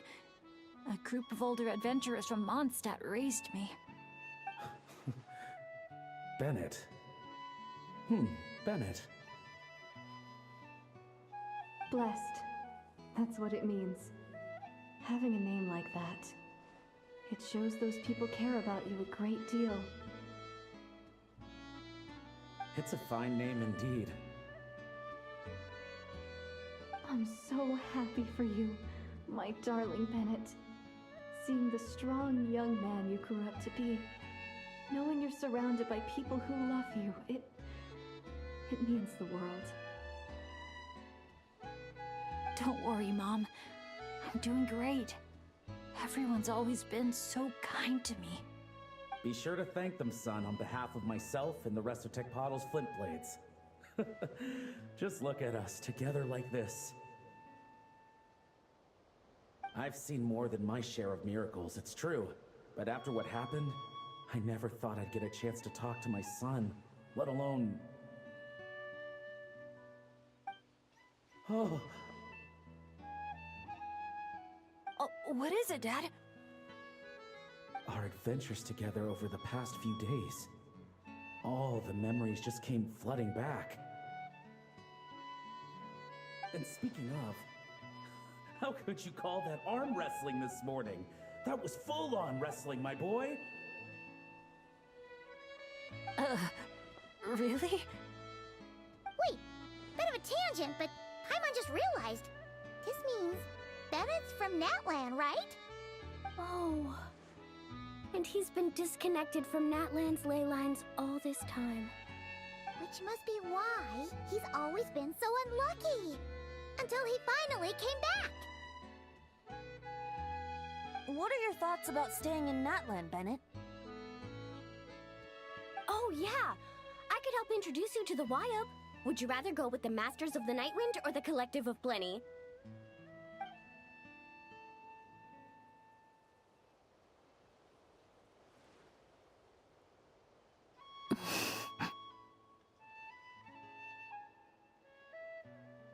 You don't have to answer that right away.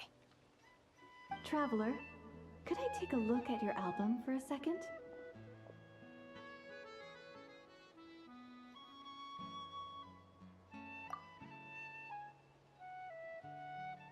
Okay, all better now. Aha! Mystery solved! So the pictures were swapped after all! I should probably explain. After becoming Asha, we lost our memories, and our minds became so hazy we couldn't even remember who we were. All we had were our instincts to guide us. But I was never as outgoing as Makani, and that was true even as an Asha. I guess some things never change. So, where's this going exactly? Aroni, what have you been up to? From the moment I saw your group, I've been following you around, taking all kinds of photos of your adventures. And since there are Asha everywhere in the resort, no wonder I didn't sense any danger. A vague sense of familiarity, and a bunch of hazy memories. That was what drew me towards you. When I followed you all here, it was like this place was beckoning me in, and it made me extremely uneasy. Thanks to all of you, everything turned out fine. But the fact is, I put everyone in grave danger. And I'm so sorry for that. Don't worry about it. After everything you went through, it wasn't your fault. Exactly. The way I see it. If fate is a giant wheel rolling down the road, then I'd say, for Bennett, the bumpiest stretches behind him. And that's all that really matters. Thanks, everyone. And, thanks, Mom and Dad. I love you. So much. I love you too, my darling son. And here, this picture is for you.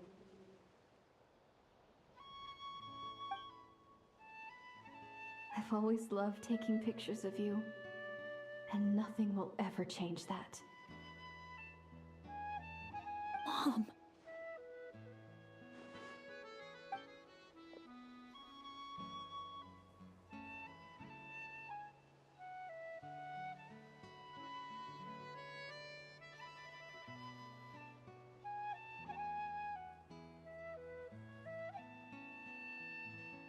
Child of reverie, clutching tail feathers tight, open not thine eyes ere night be gone.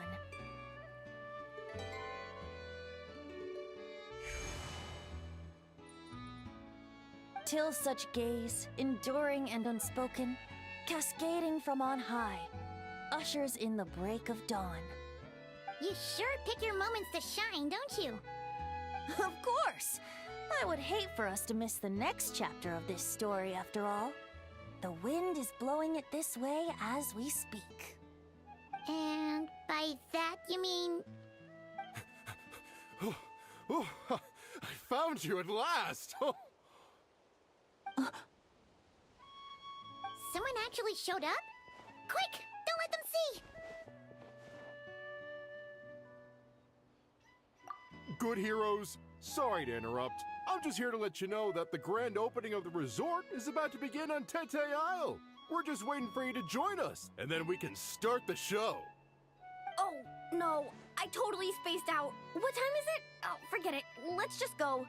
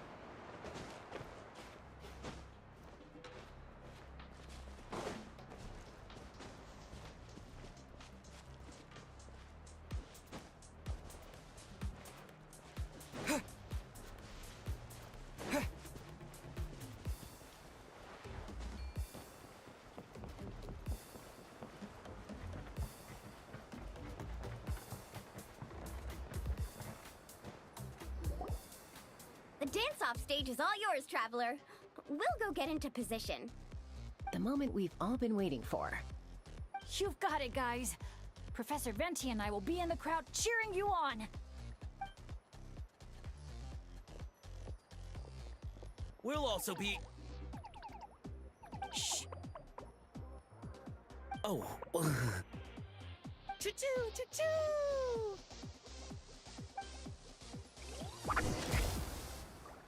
Go,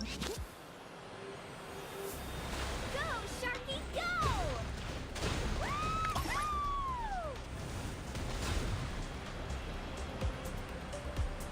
It's your lucky day!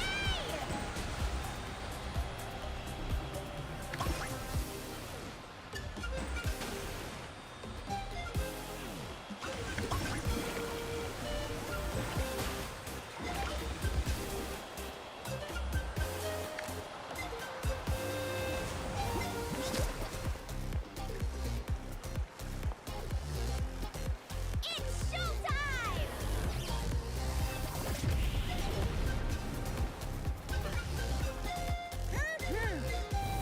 Pump it up!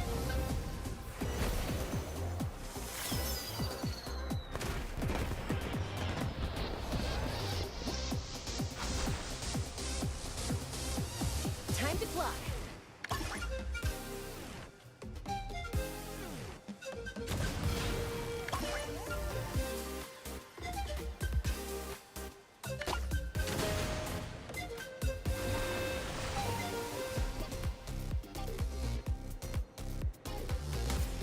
Leave it to me.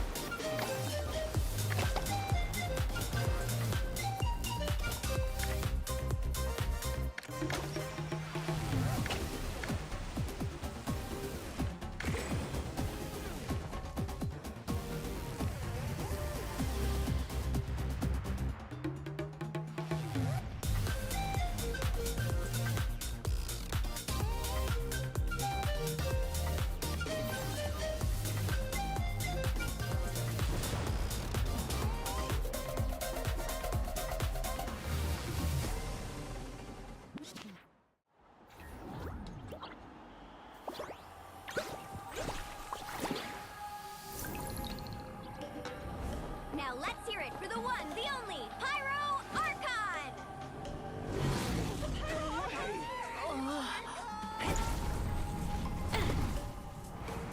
Good evening, friends. I hope you all like that surprise.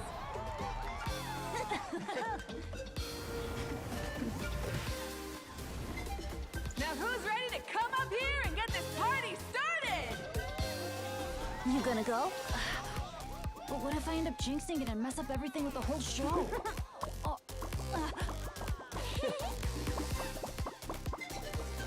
A lucky star. That's who you are to us. Huh?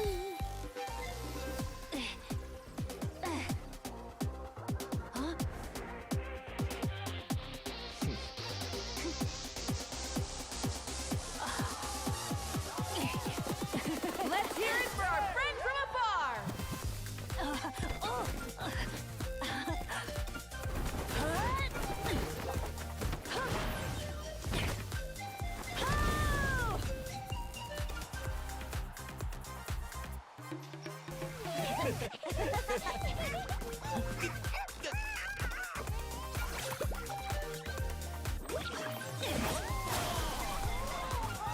Beautiful!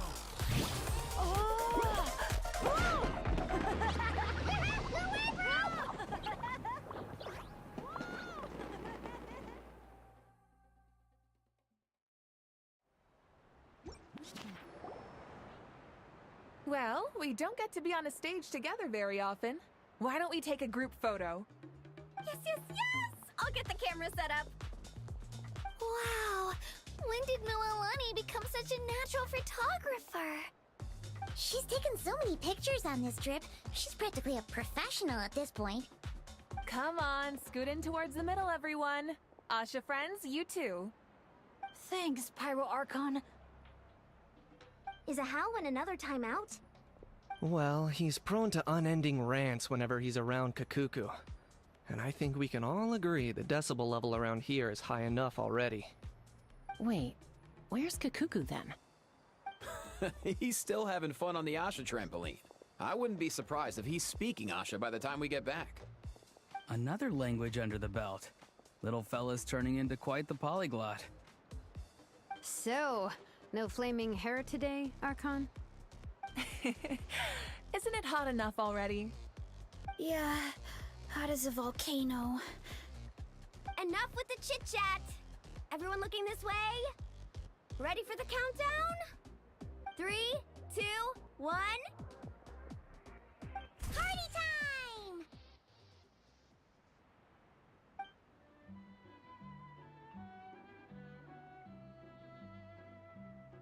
We always hoped you would have good friends around you, and it seems like that came true. Yeah, they're the best. You're not a picky eater, are you? And you don't stay up late every night like your mom?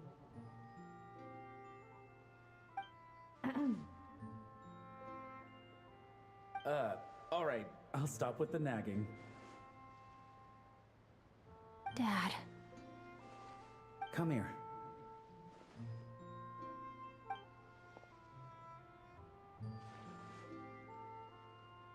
Can we talk a little more? You got it. Listen up, son. And this is coming from one team leader to another. I know you're strong, and I know you're hardworking. But when it comes to leading a team, that alone's not gonna cut it. Remember what I said to you earlier when you were down in the dumps? Every journey is a lesson. Never lose sight of the bigger picture. Your team is going to look to you for guidance one day. It'll be up to you to earn their dedication and trust, and offer them words of comfort during times of struggle.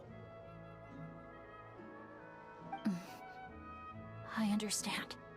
The name of our own adventure team, Tecpotle's Flint Blades, embodies a particular idea: the striking of a spark and the passing of the torch. But then we brought you into the world, a little spark of our own, and our thinking began to change. And we knew that what we wanted most of all was not for you to be bound to our mission or legacy, but to forge your own path. Dad. As a father, there are things I want to say to you, son. So, humor your old man for a bit, okay? Even though I'm not actually that old. Son, your mom and I have loved you all your life, even since before you were born. And as you grew up, you had friends to offer you love and support where we couldn't. Never forget them, and never forget your dads back in Mondstadt. It's thanks to them, after all, that you're blessed with such a lucky name. No matter where you go or what path you choose, as your parents, we will always support you.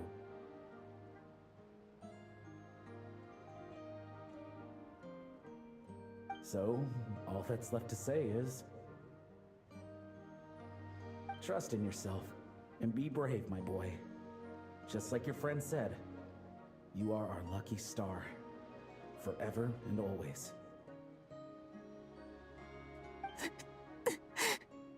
Look what you've done. You've upset him again. Come on, that's not my fault. Not your what? Nothing. I'm just gonna quit while I'm ahead. Bennett? Yes, Mom? Don't listen to your old man's rambling. I was always the smart one, and he knows it too. Mom? It's scary business, having a child. You know that? But the moment I laid eyes on you, I was at peace. Because in your eyes, I saw your dad's courage and my curiosity, and I knew you would be able to overcome any obstacle. So don't cry, my son. I'm not. I'm smiling. See? I'm smiling. I know you are. I've always known.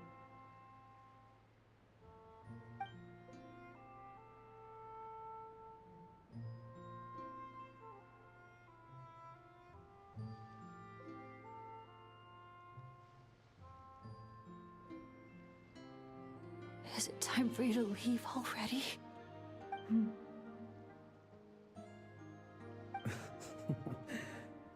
I've said all that needed to be said. Now I can be at peace too.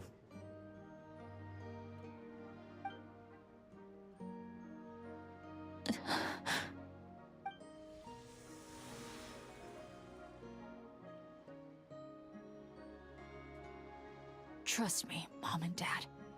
Someday, I'm gonna be the most legendary adventurer in all of Teyvat.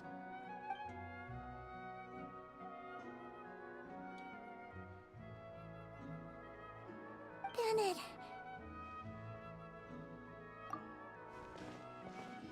Bennett, are you okay? I'm fine.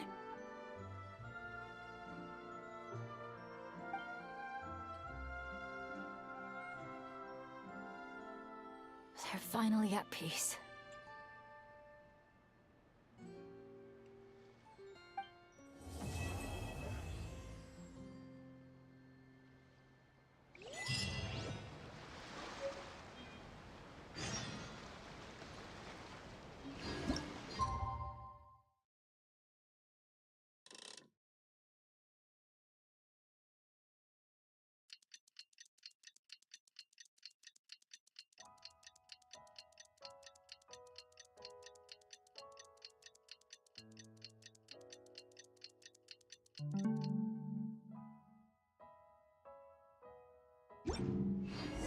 Wow! Time sure flies when you're having fun. Oh, Pieman's exhausted. Guess it's about time to head back and get some rest.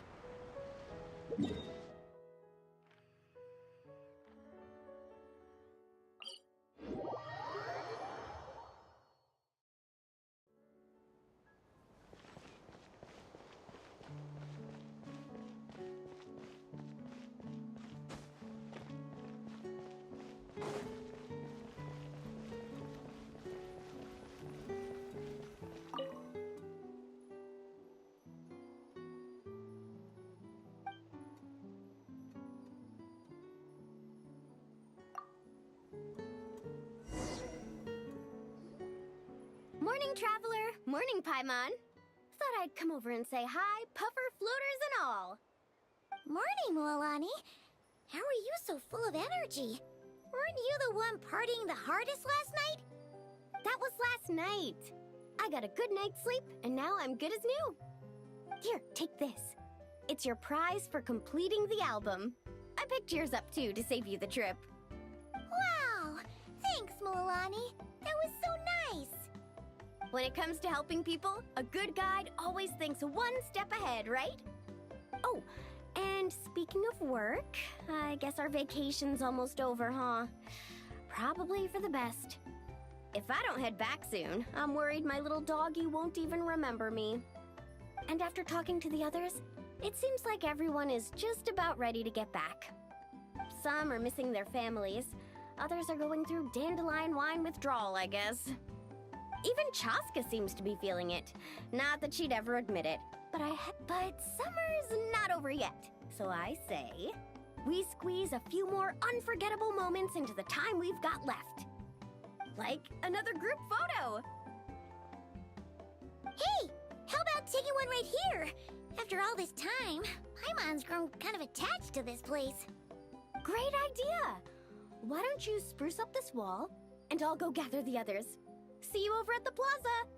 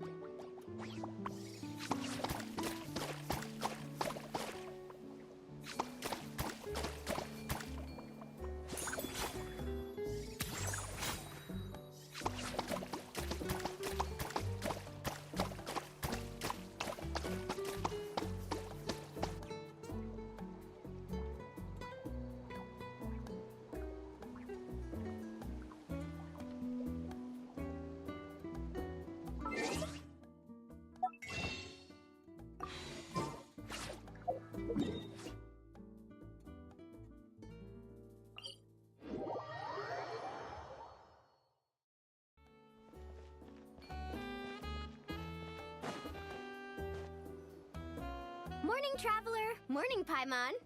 Thought I'd come over and say hi, puffer, floaters, and all. Morning, Mualani. How are you so full of energy? Weren't you the one partying the hardest last night?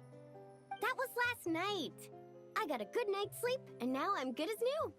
Here, take this. It's your prize for completing the album. I picked yours up, too, to save you the trip. Wow! Thanks, Mualani. That was so nice. When it comes to helping people, a good guide always thinks one step ahead, right? Oh, and speaking of work, I guess our vacation's almost over, huh? Probably for the best. If I don't head back soon, I'm worried my little doggy won't even remember me. And after talking to the others, it seems like everyone is just about ready to get back. Some are missing their families. Others are going through dandelion wine withdrawal, I guess. Even Chaska seems to be feeling it.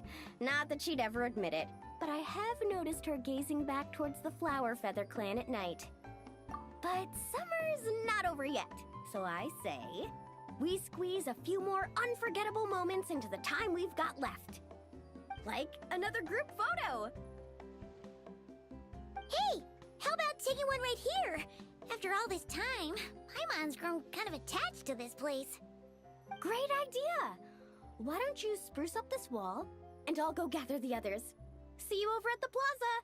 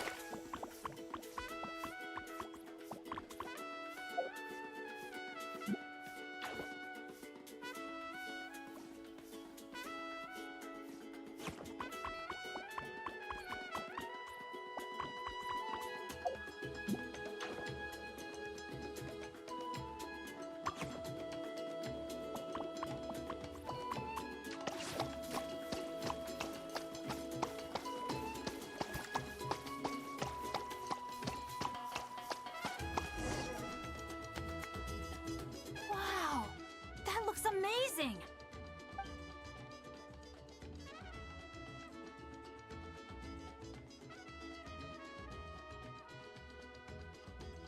Guys! Over here!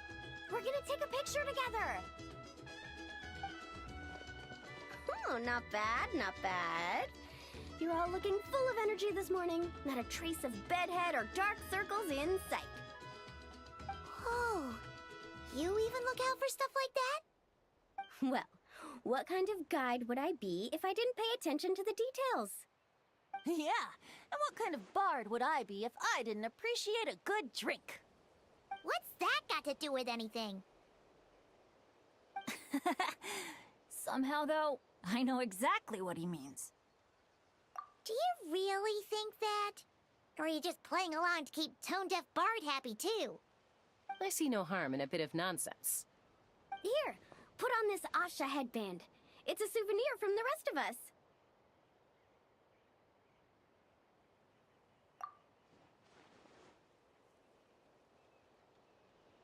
It really suits you. Alrighty then. 3, 2, 1...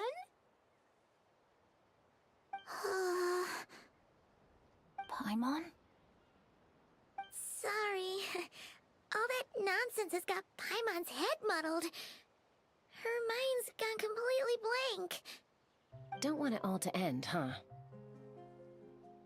Are you worried once you say those words, the vacation will officially be over? How the... Paimon thought peacemakers couldn't read people's minds. Oh, Pieman. Don't worry, Pieman. Summer's sure to come again. Just like you said when you made that wish to the Pyro Archon. Even though we'll all be going our separate ways, as long as we cherish each other's friendship, I just know that our paths will cross again. Bennett's becoming quite the talker, huh, Professor Venti?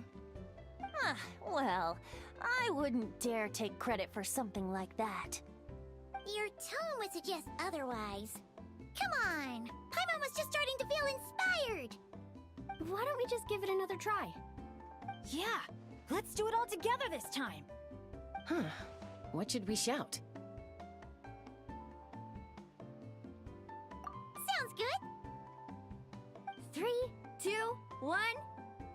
Lucky Star! So, what are your plans for the future, Bennett? If you're having trouble deciding, you can always park it in the People of the Springs for a bit. Or however long you want, really. Thanks for the kind offer, Moalani. I actually went to see the Pyro Archon to tell her how grateful I am for everything she's done for me. She told me that the domain we entered was an abyssal simulation of the Mare Javari. It was extremely unstable, and now it's completely gone. Later, when we got onto talking about my future, she said I was more than welcome to stay here in Natlan, but also that she would respect my decision, whatever it turned out to be. And after thinking it over, long and hard, I've decided to return to Mondstadt. You miss your dads, don't you? That's definitely part of it. I promised to tell them everything that happened on this adventure, and I can't go back on my word. But also, when I said goodbye to my mom and dad, I promised them I'd become the most legendary adventurer in all of Tevat someday. And no adventurer should stay in one place for too long. Bennett. What if your luck starts going downhill again the moment you leave Natlan? It's fine. The warmth and kindness I've experienced on this adventure is enough to get me through all the challenges that lie ahead. As I attempt to shape my own fate, I want to take that same kindness and pass it forward. That's something I've always believed in. Hear, hear! To our leader! To our leader, Bennett! Cheers!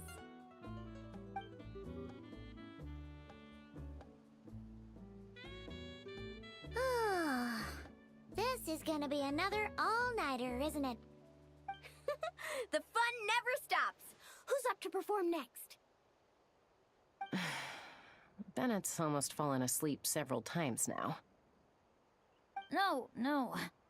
I can still keep going. Go get some rest now, guys. And seeing as you've still got the energy, I'll leave the cleanup to you, Mualani. Huh? Why me? Traveler, perhaps you could join me for a walk? I know a great spot.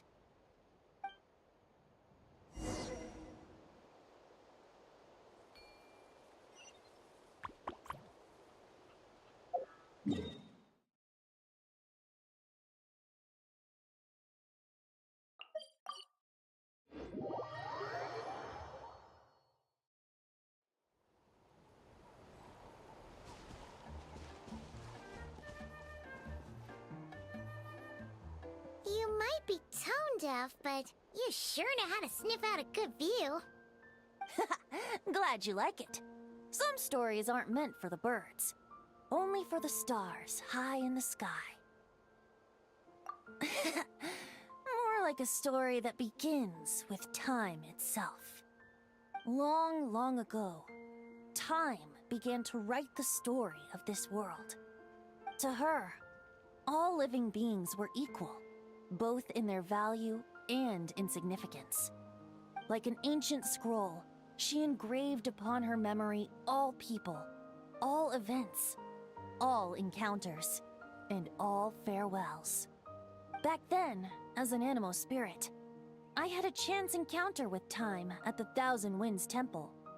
Hearing my wishes, she entrusted me with fragments of her power and authority. Sounds like you've heard the story of time in the wind before. Charming, isn't it? Through the memories engraved in rituals, poems, ruins, and ancient texts, the same beings she considered so insignificant have met her, time and time again. So, this is the story you wanted to share?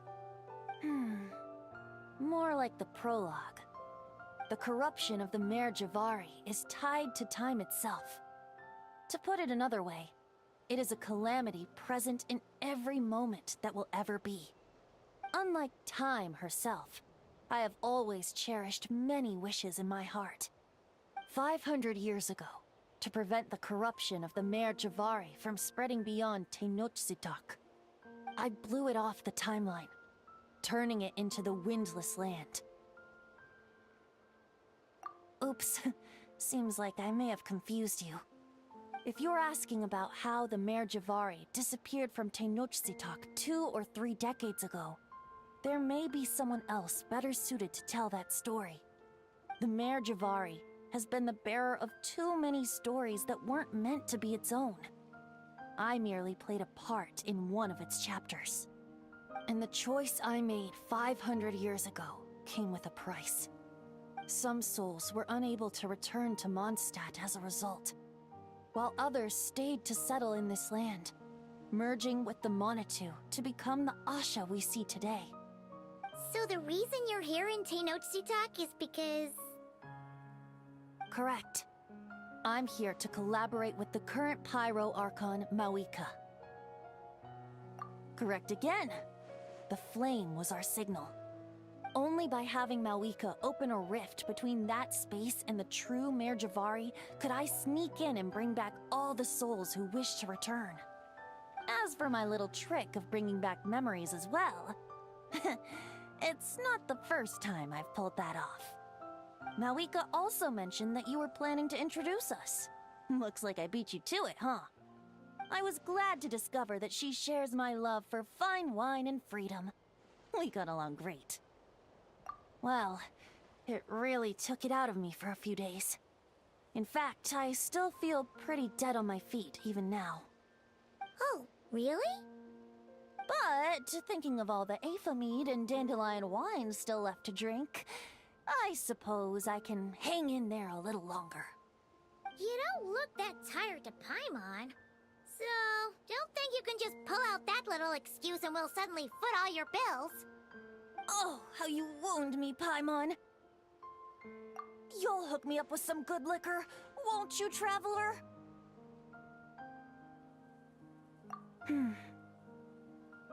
I suppose to protect Mondstadt, and that everyone who wishes to stay there has the freedom to choose their own path.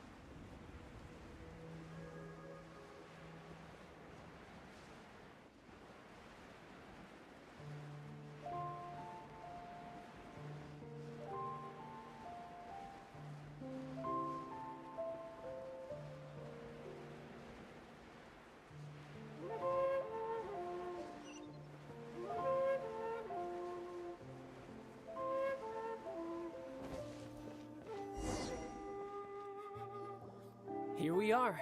Welcome to Liyue's Institute of Toy Research. Yeah, we're here! I can already hear the sounds of machinery inside. Awesome! What is this place? And how do you know about it?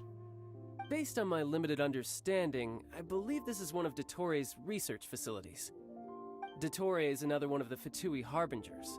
He loves tinkering with old things. It's a personal passion of his. So, he converted these ruins into a Ruin Guard research lab. Huh? So the ruin guards are built by the Fatui? No, they have much closer connections to the Abyss, so strictly speaking, they're as much our enemies as anyone else's. We just do research, nothing more. As to why the Ruin Guards have been moving outside of this area recently, I can only imagine that he's gotten bored of playing around with them and has lost interest in this place. Wow, yet another Harbinger with a bad attitude. But at least this explains why you were totally okay with bringing Tooser here. Seems you did your homework ahead of time. Well, I wouldn't go quite that far. I actually have no idea what this place is like on the inside. Wait, so are you or are you not worried about your brother's safety? Of course I am. But no matter what the danger is, I will parry it. Isn't that what any older brother would do? Even Tooser understands that, now that he knows what he's fighting for. It's the very same reason that's been nestled in my own heart for so many years. What are you guys chatting about? Come on, let's go in! All right, follow me.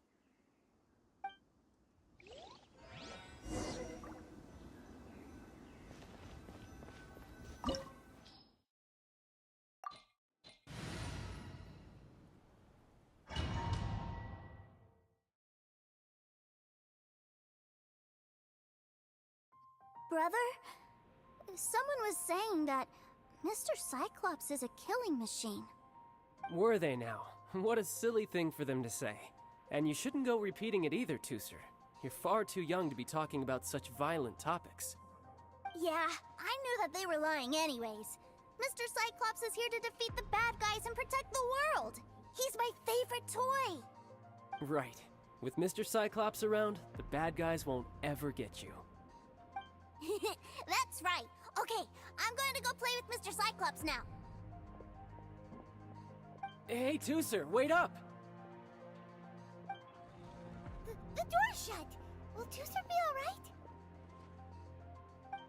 There's another path over there. Let's move.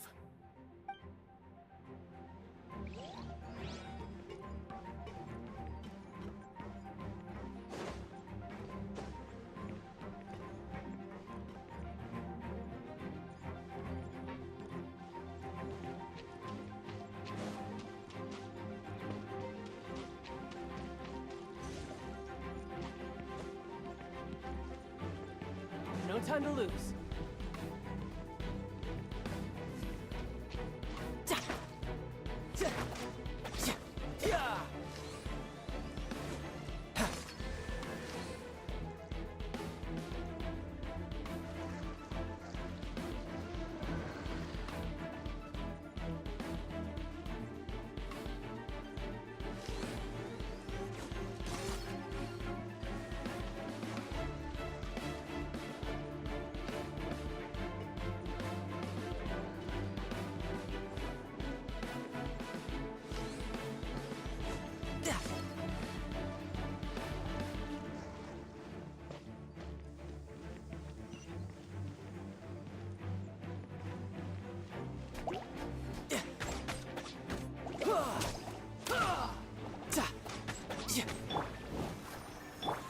Freeze! Oh, so sorry. Tidal wave.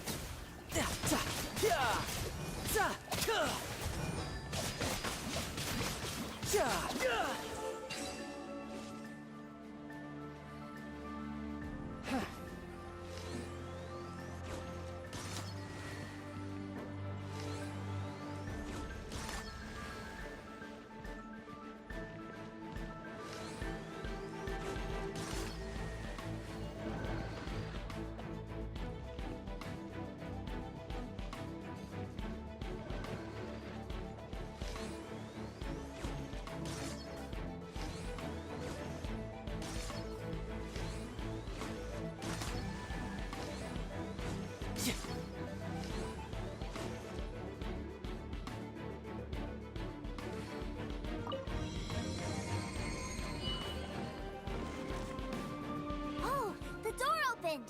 Was that you? That's right. But give me a moment over here, Tooser. I need to make sure that everything's safe. Maybe I shouldn't have spoiled him quite so much.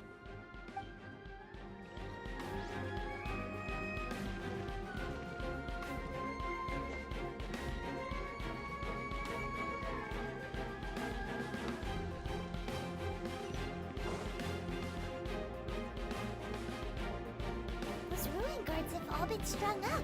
Where are they being taken to? I don't know, but if there's a chance it's where Tooser is, we need to stop this before things get ugly.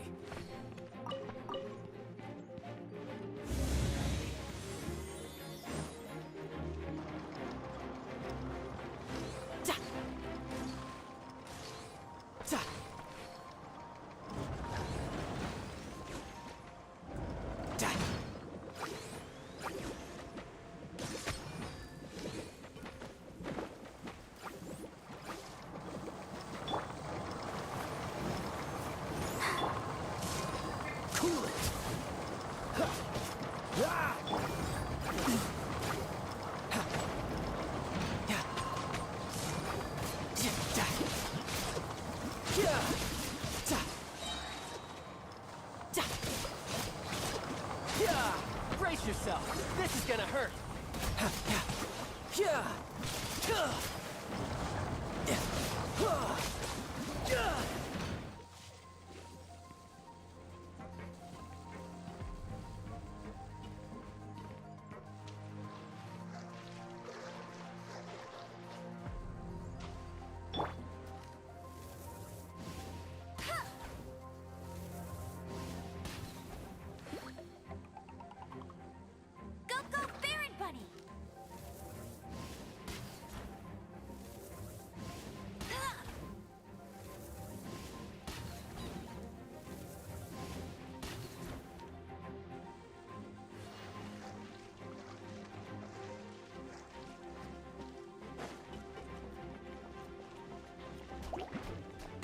Let it rain. Let the show begin. Come on, we can do it.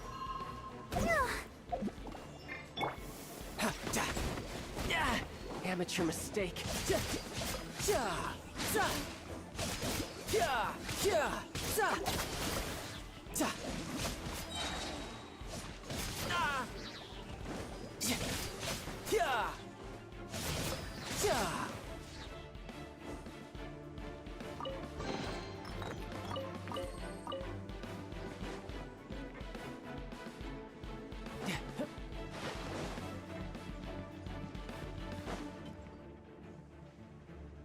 Tooser, see that big stone cube in front of you?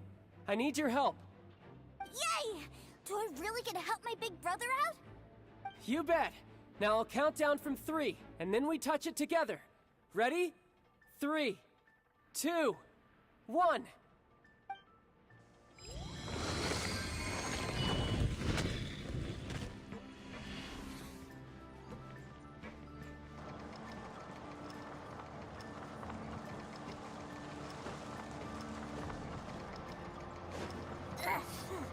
That's bright.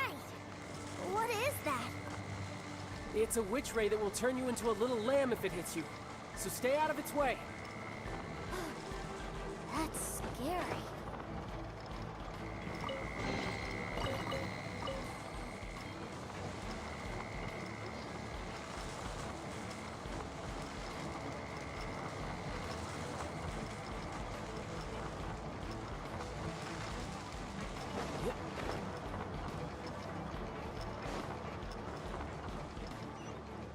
No time to lose.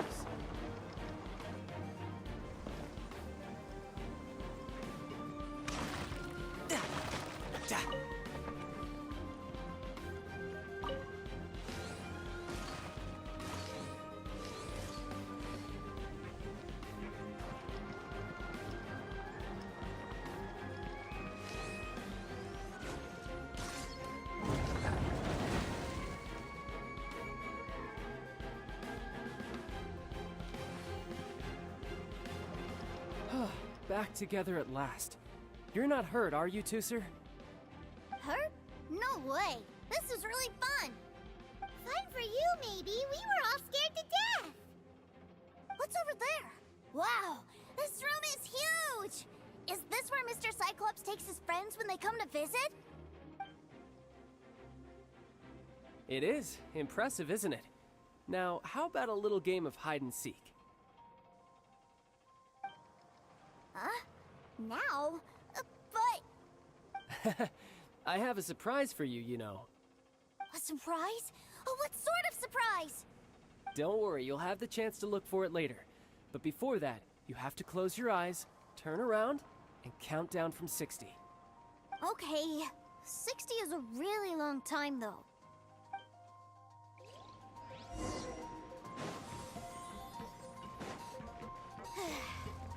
$60, $59, $58... There's not much time. Let's clear all these hazards out. 48, 47, 46, 45... Are you guys okay? What's all that crashing and banging? Don't worry, it's all part of the surprise.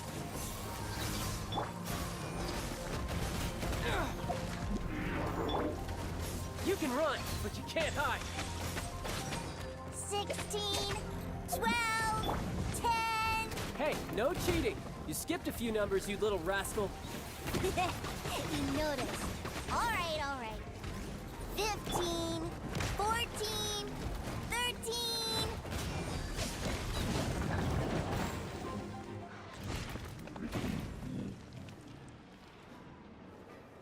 Huh?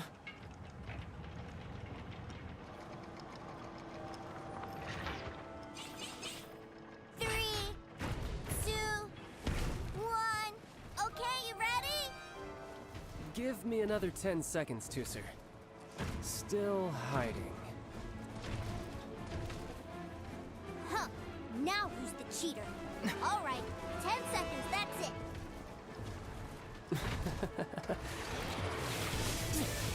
10, 9, 8, 7, 6, 5, 4, 3, 2, 1. Coming, ready or not?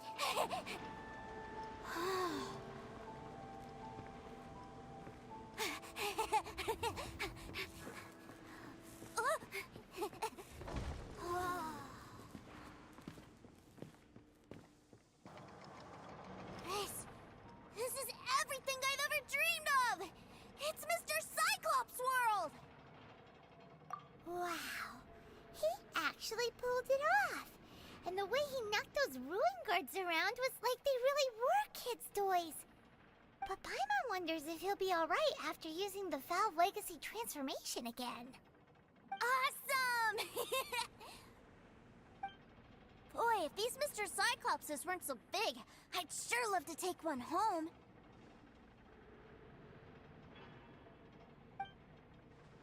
Wait, where'd he go? Where'd my brother go? Aren't you guys supposed to be playing hide and seek? Oh, that's right! I was so excited that I forgot all about our game. Well, let's go look for him together, okay?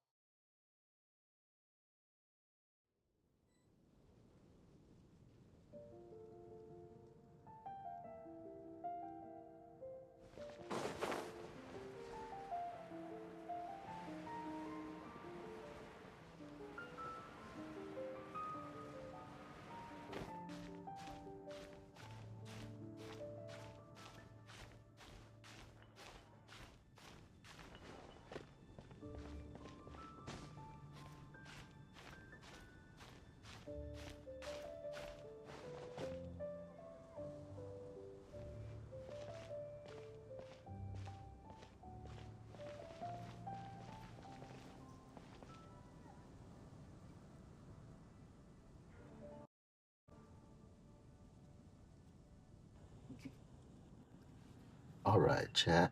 On that note, I'm gonna be taking a break here for today. But to see the next time I go live, follow me on X. Until next time, remember to go outside, touch the ground, look at the sky, and stay hydrated. Until next time, see you soon.